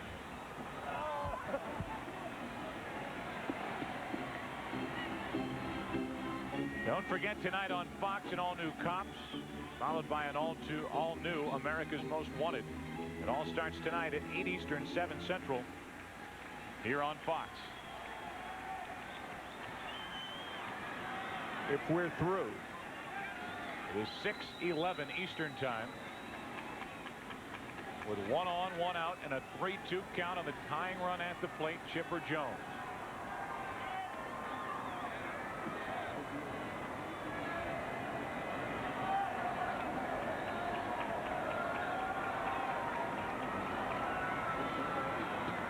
Two from Myers, had him reaching. Ripken makes the play to second, out over to first, not in time. And we continue the one more hitter. Fred McGriff will get his chance.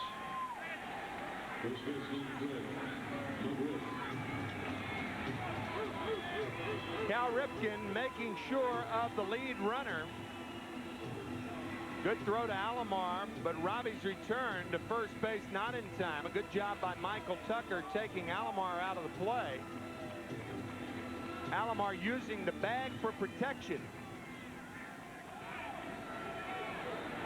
Talked about Chris Hoyles. He redeemed himself. He was 0 for 5 with 5 strikeouts. Fred McGriff is 0 for 5 with 3 strikeouts.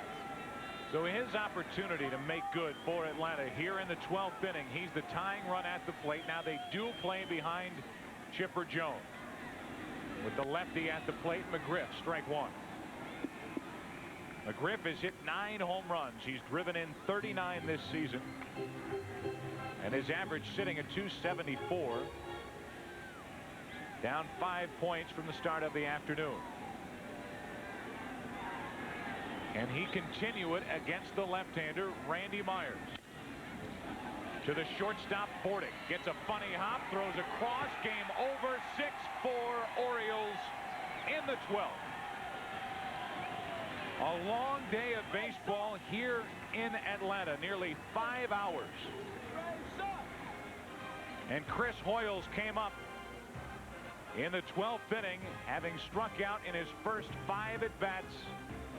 And he put the Orioles out in front for good. Our Chevrolet player of the game is Arthur Rhodes. What a job he did, pitching 3 full innings. He was dominating today for the Orioles. A long day of interleague play. Rhodes the winner, Borowski the loser. The save for Myers, number 22. 4 hours, 54 minutes. For John Filippelli, Bill Webb, Tim McCarver, I'm Joe Buck saying so long from Atlanta. where the final score is, in 12 innings, the Orioles 6, the Atlanta Braves 4. You've been watching Fox Sports coverage of Major League Baseball. And on a day of interleague play, we say so long from Turner Field in Atlanta.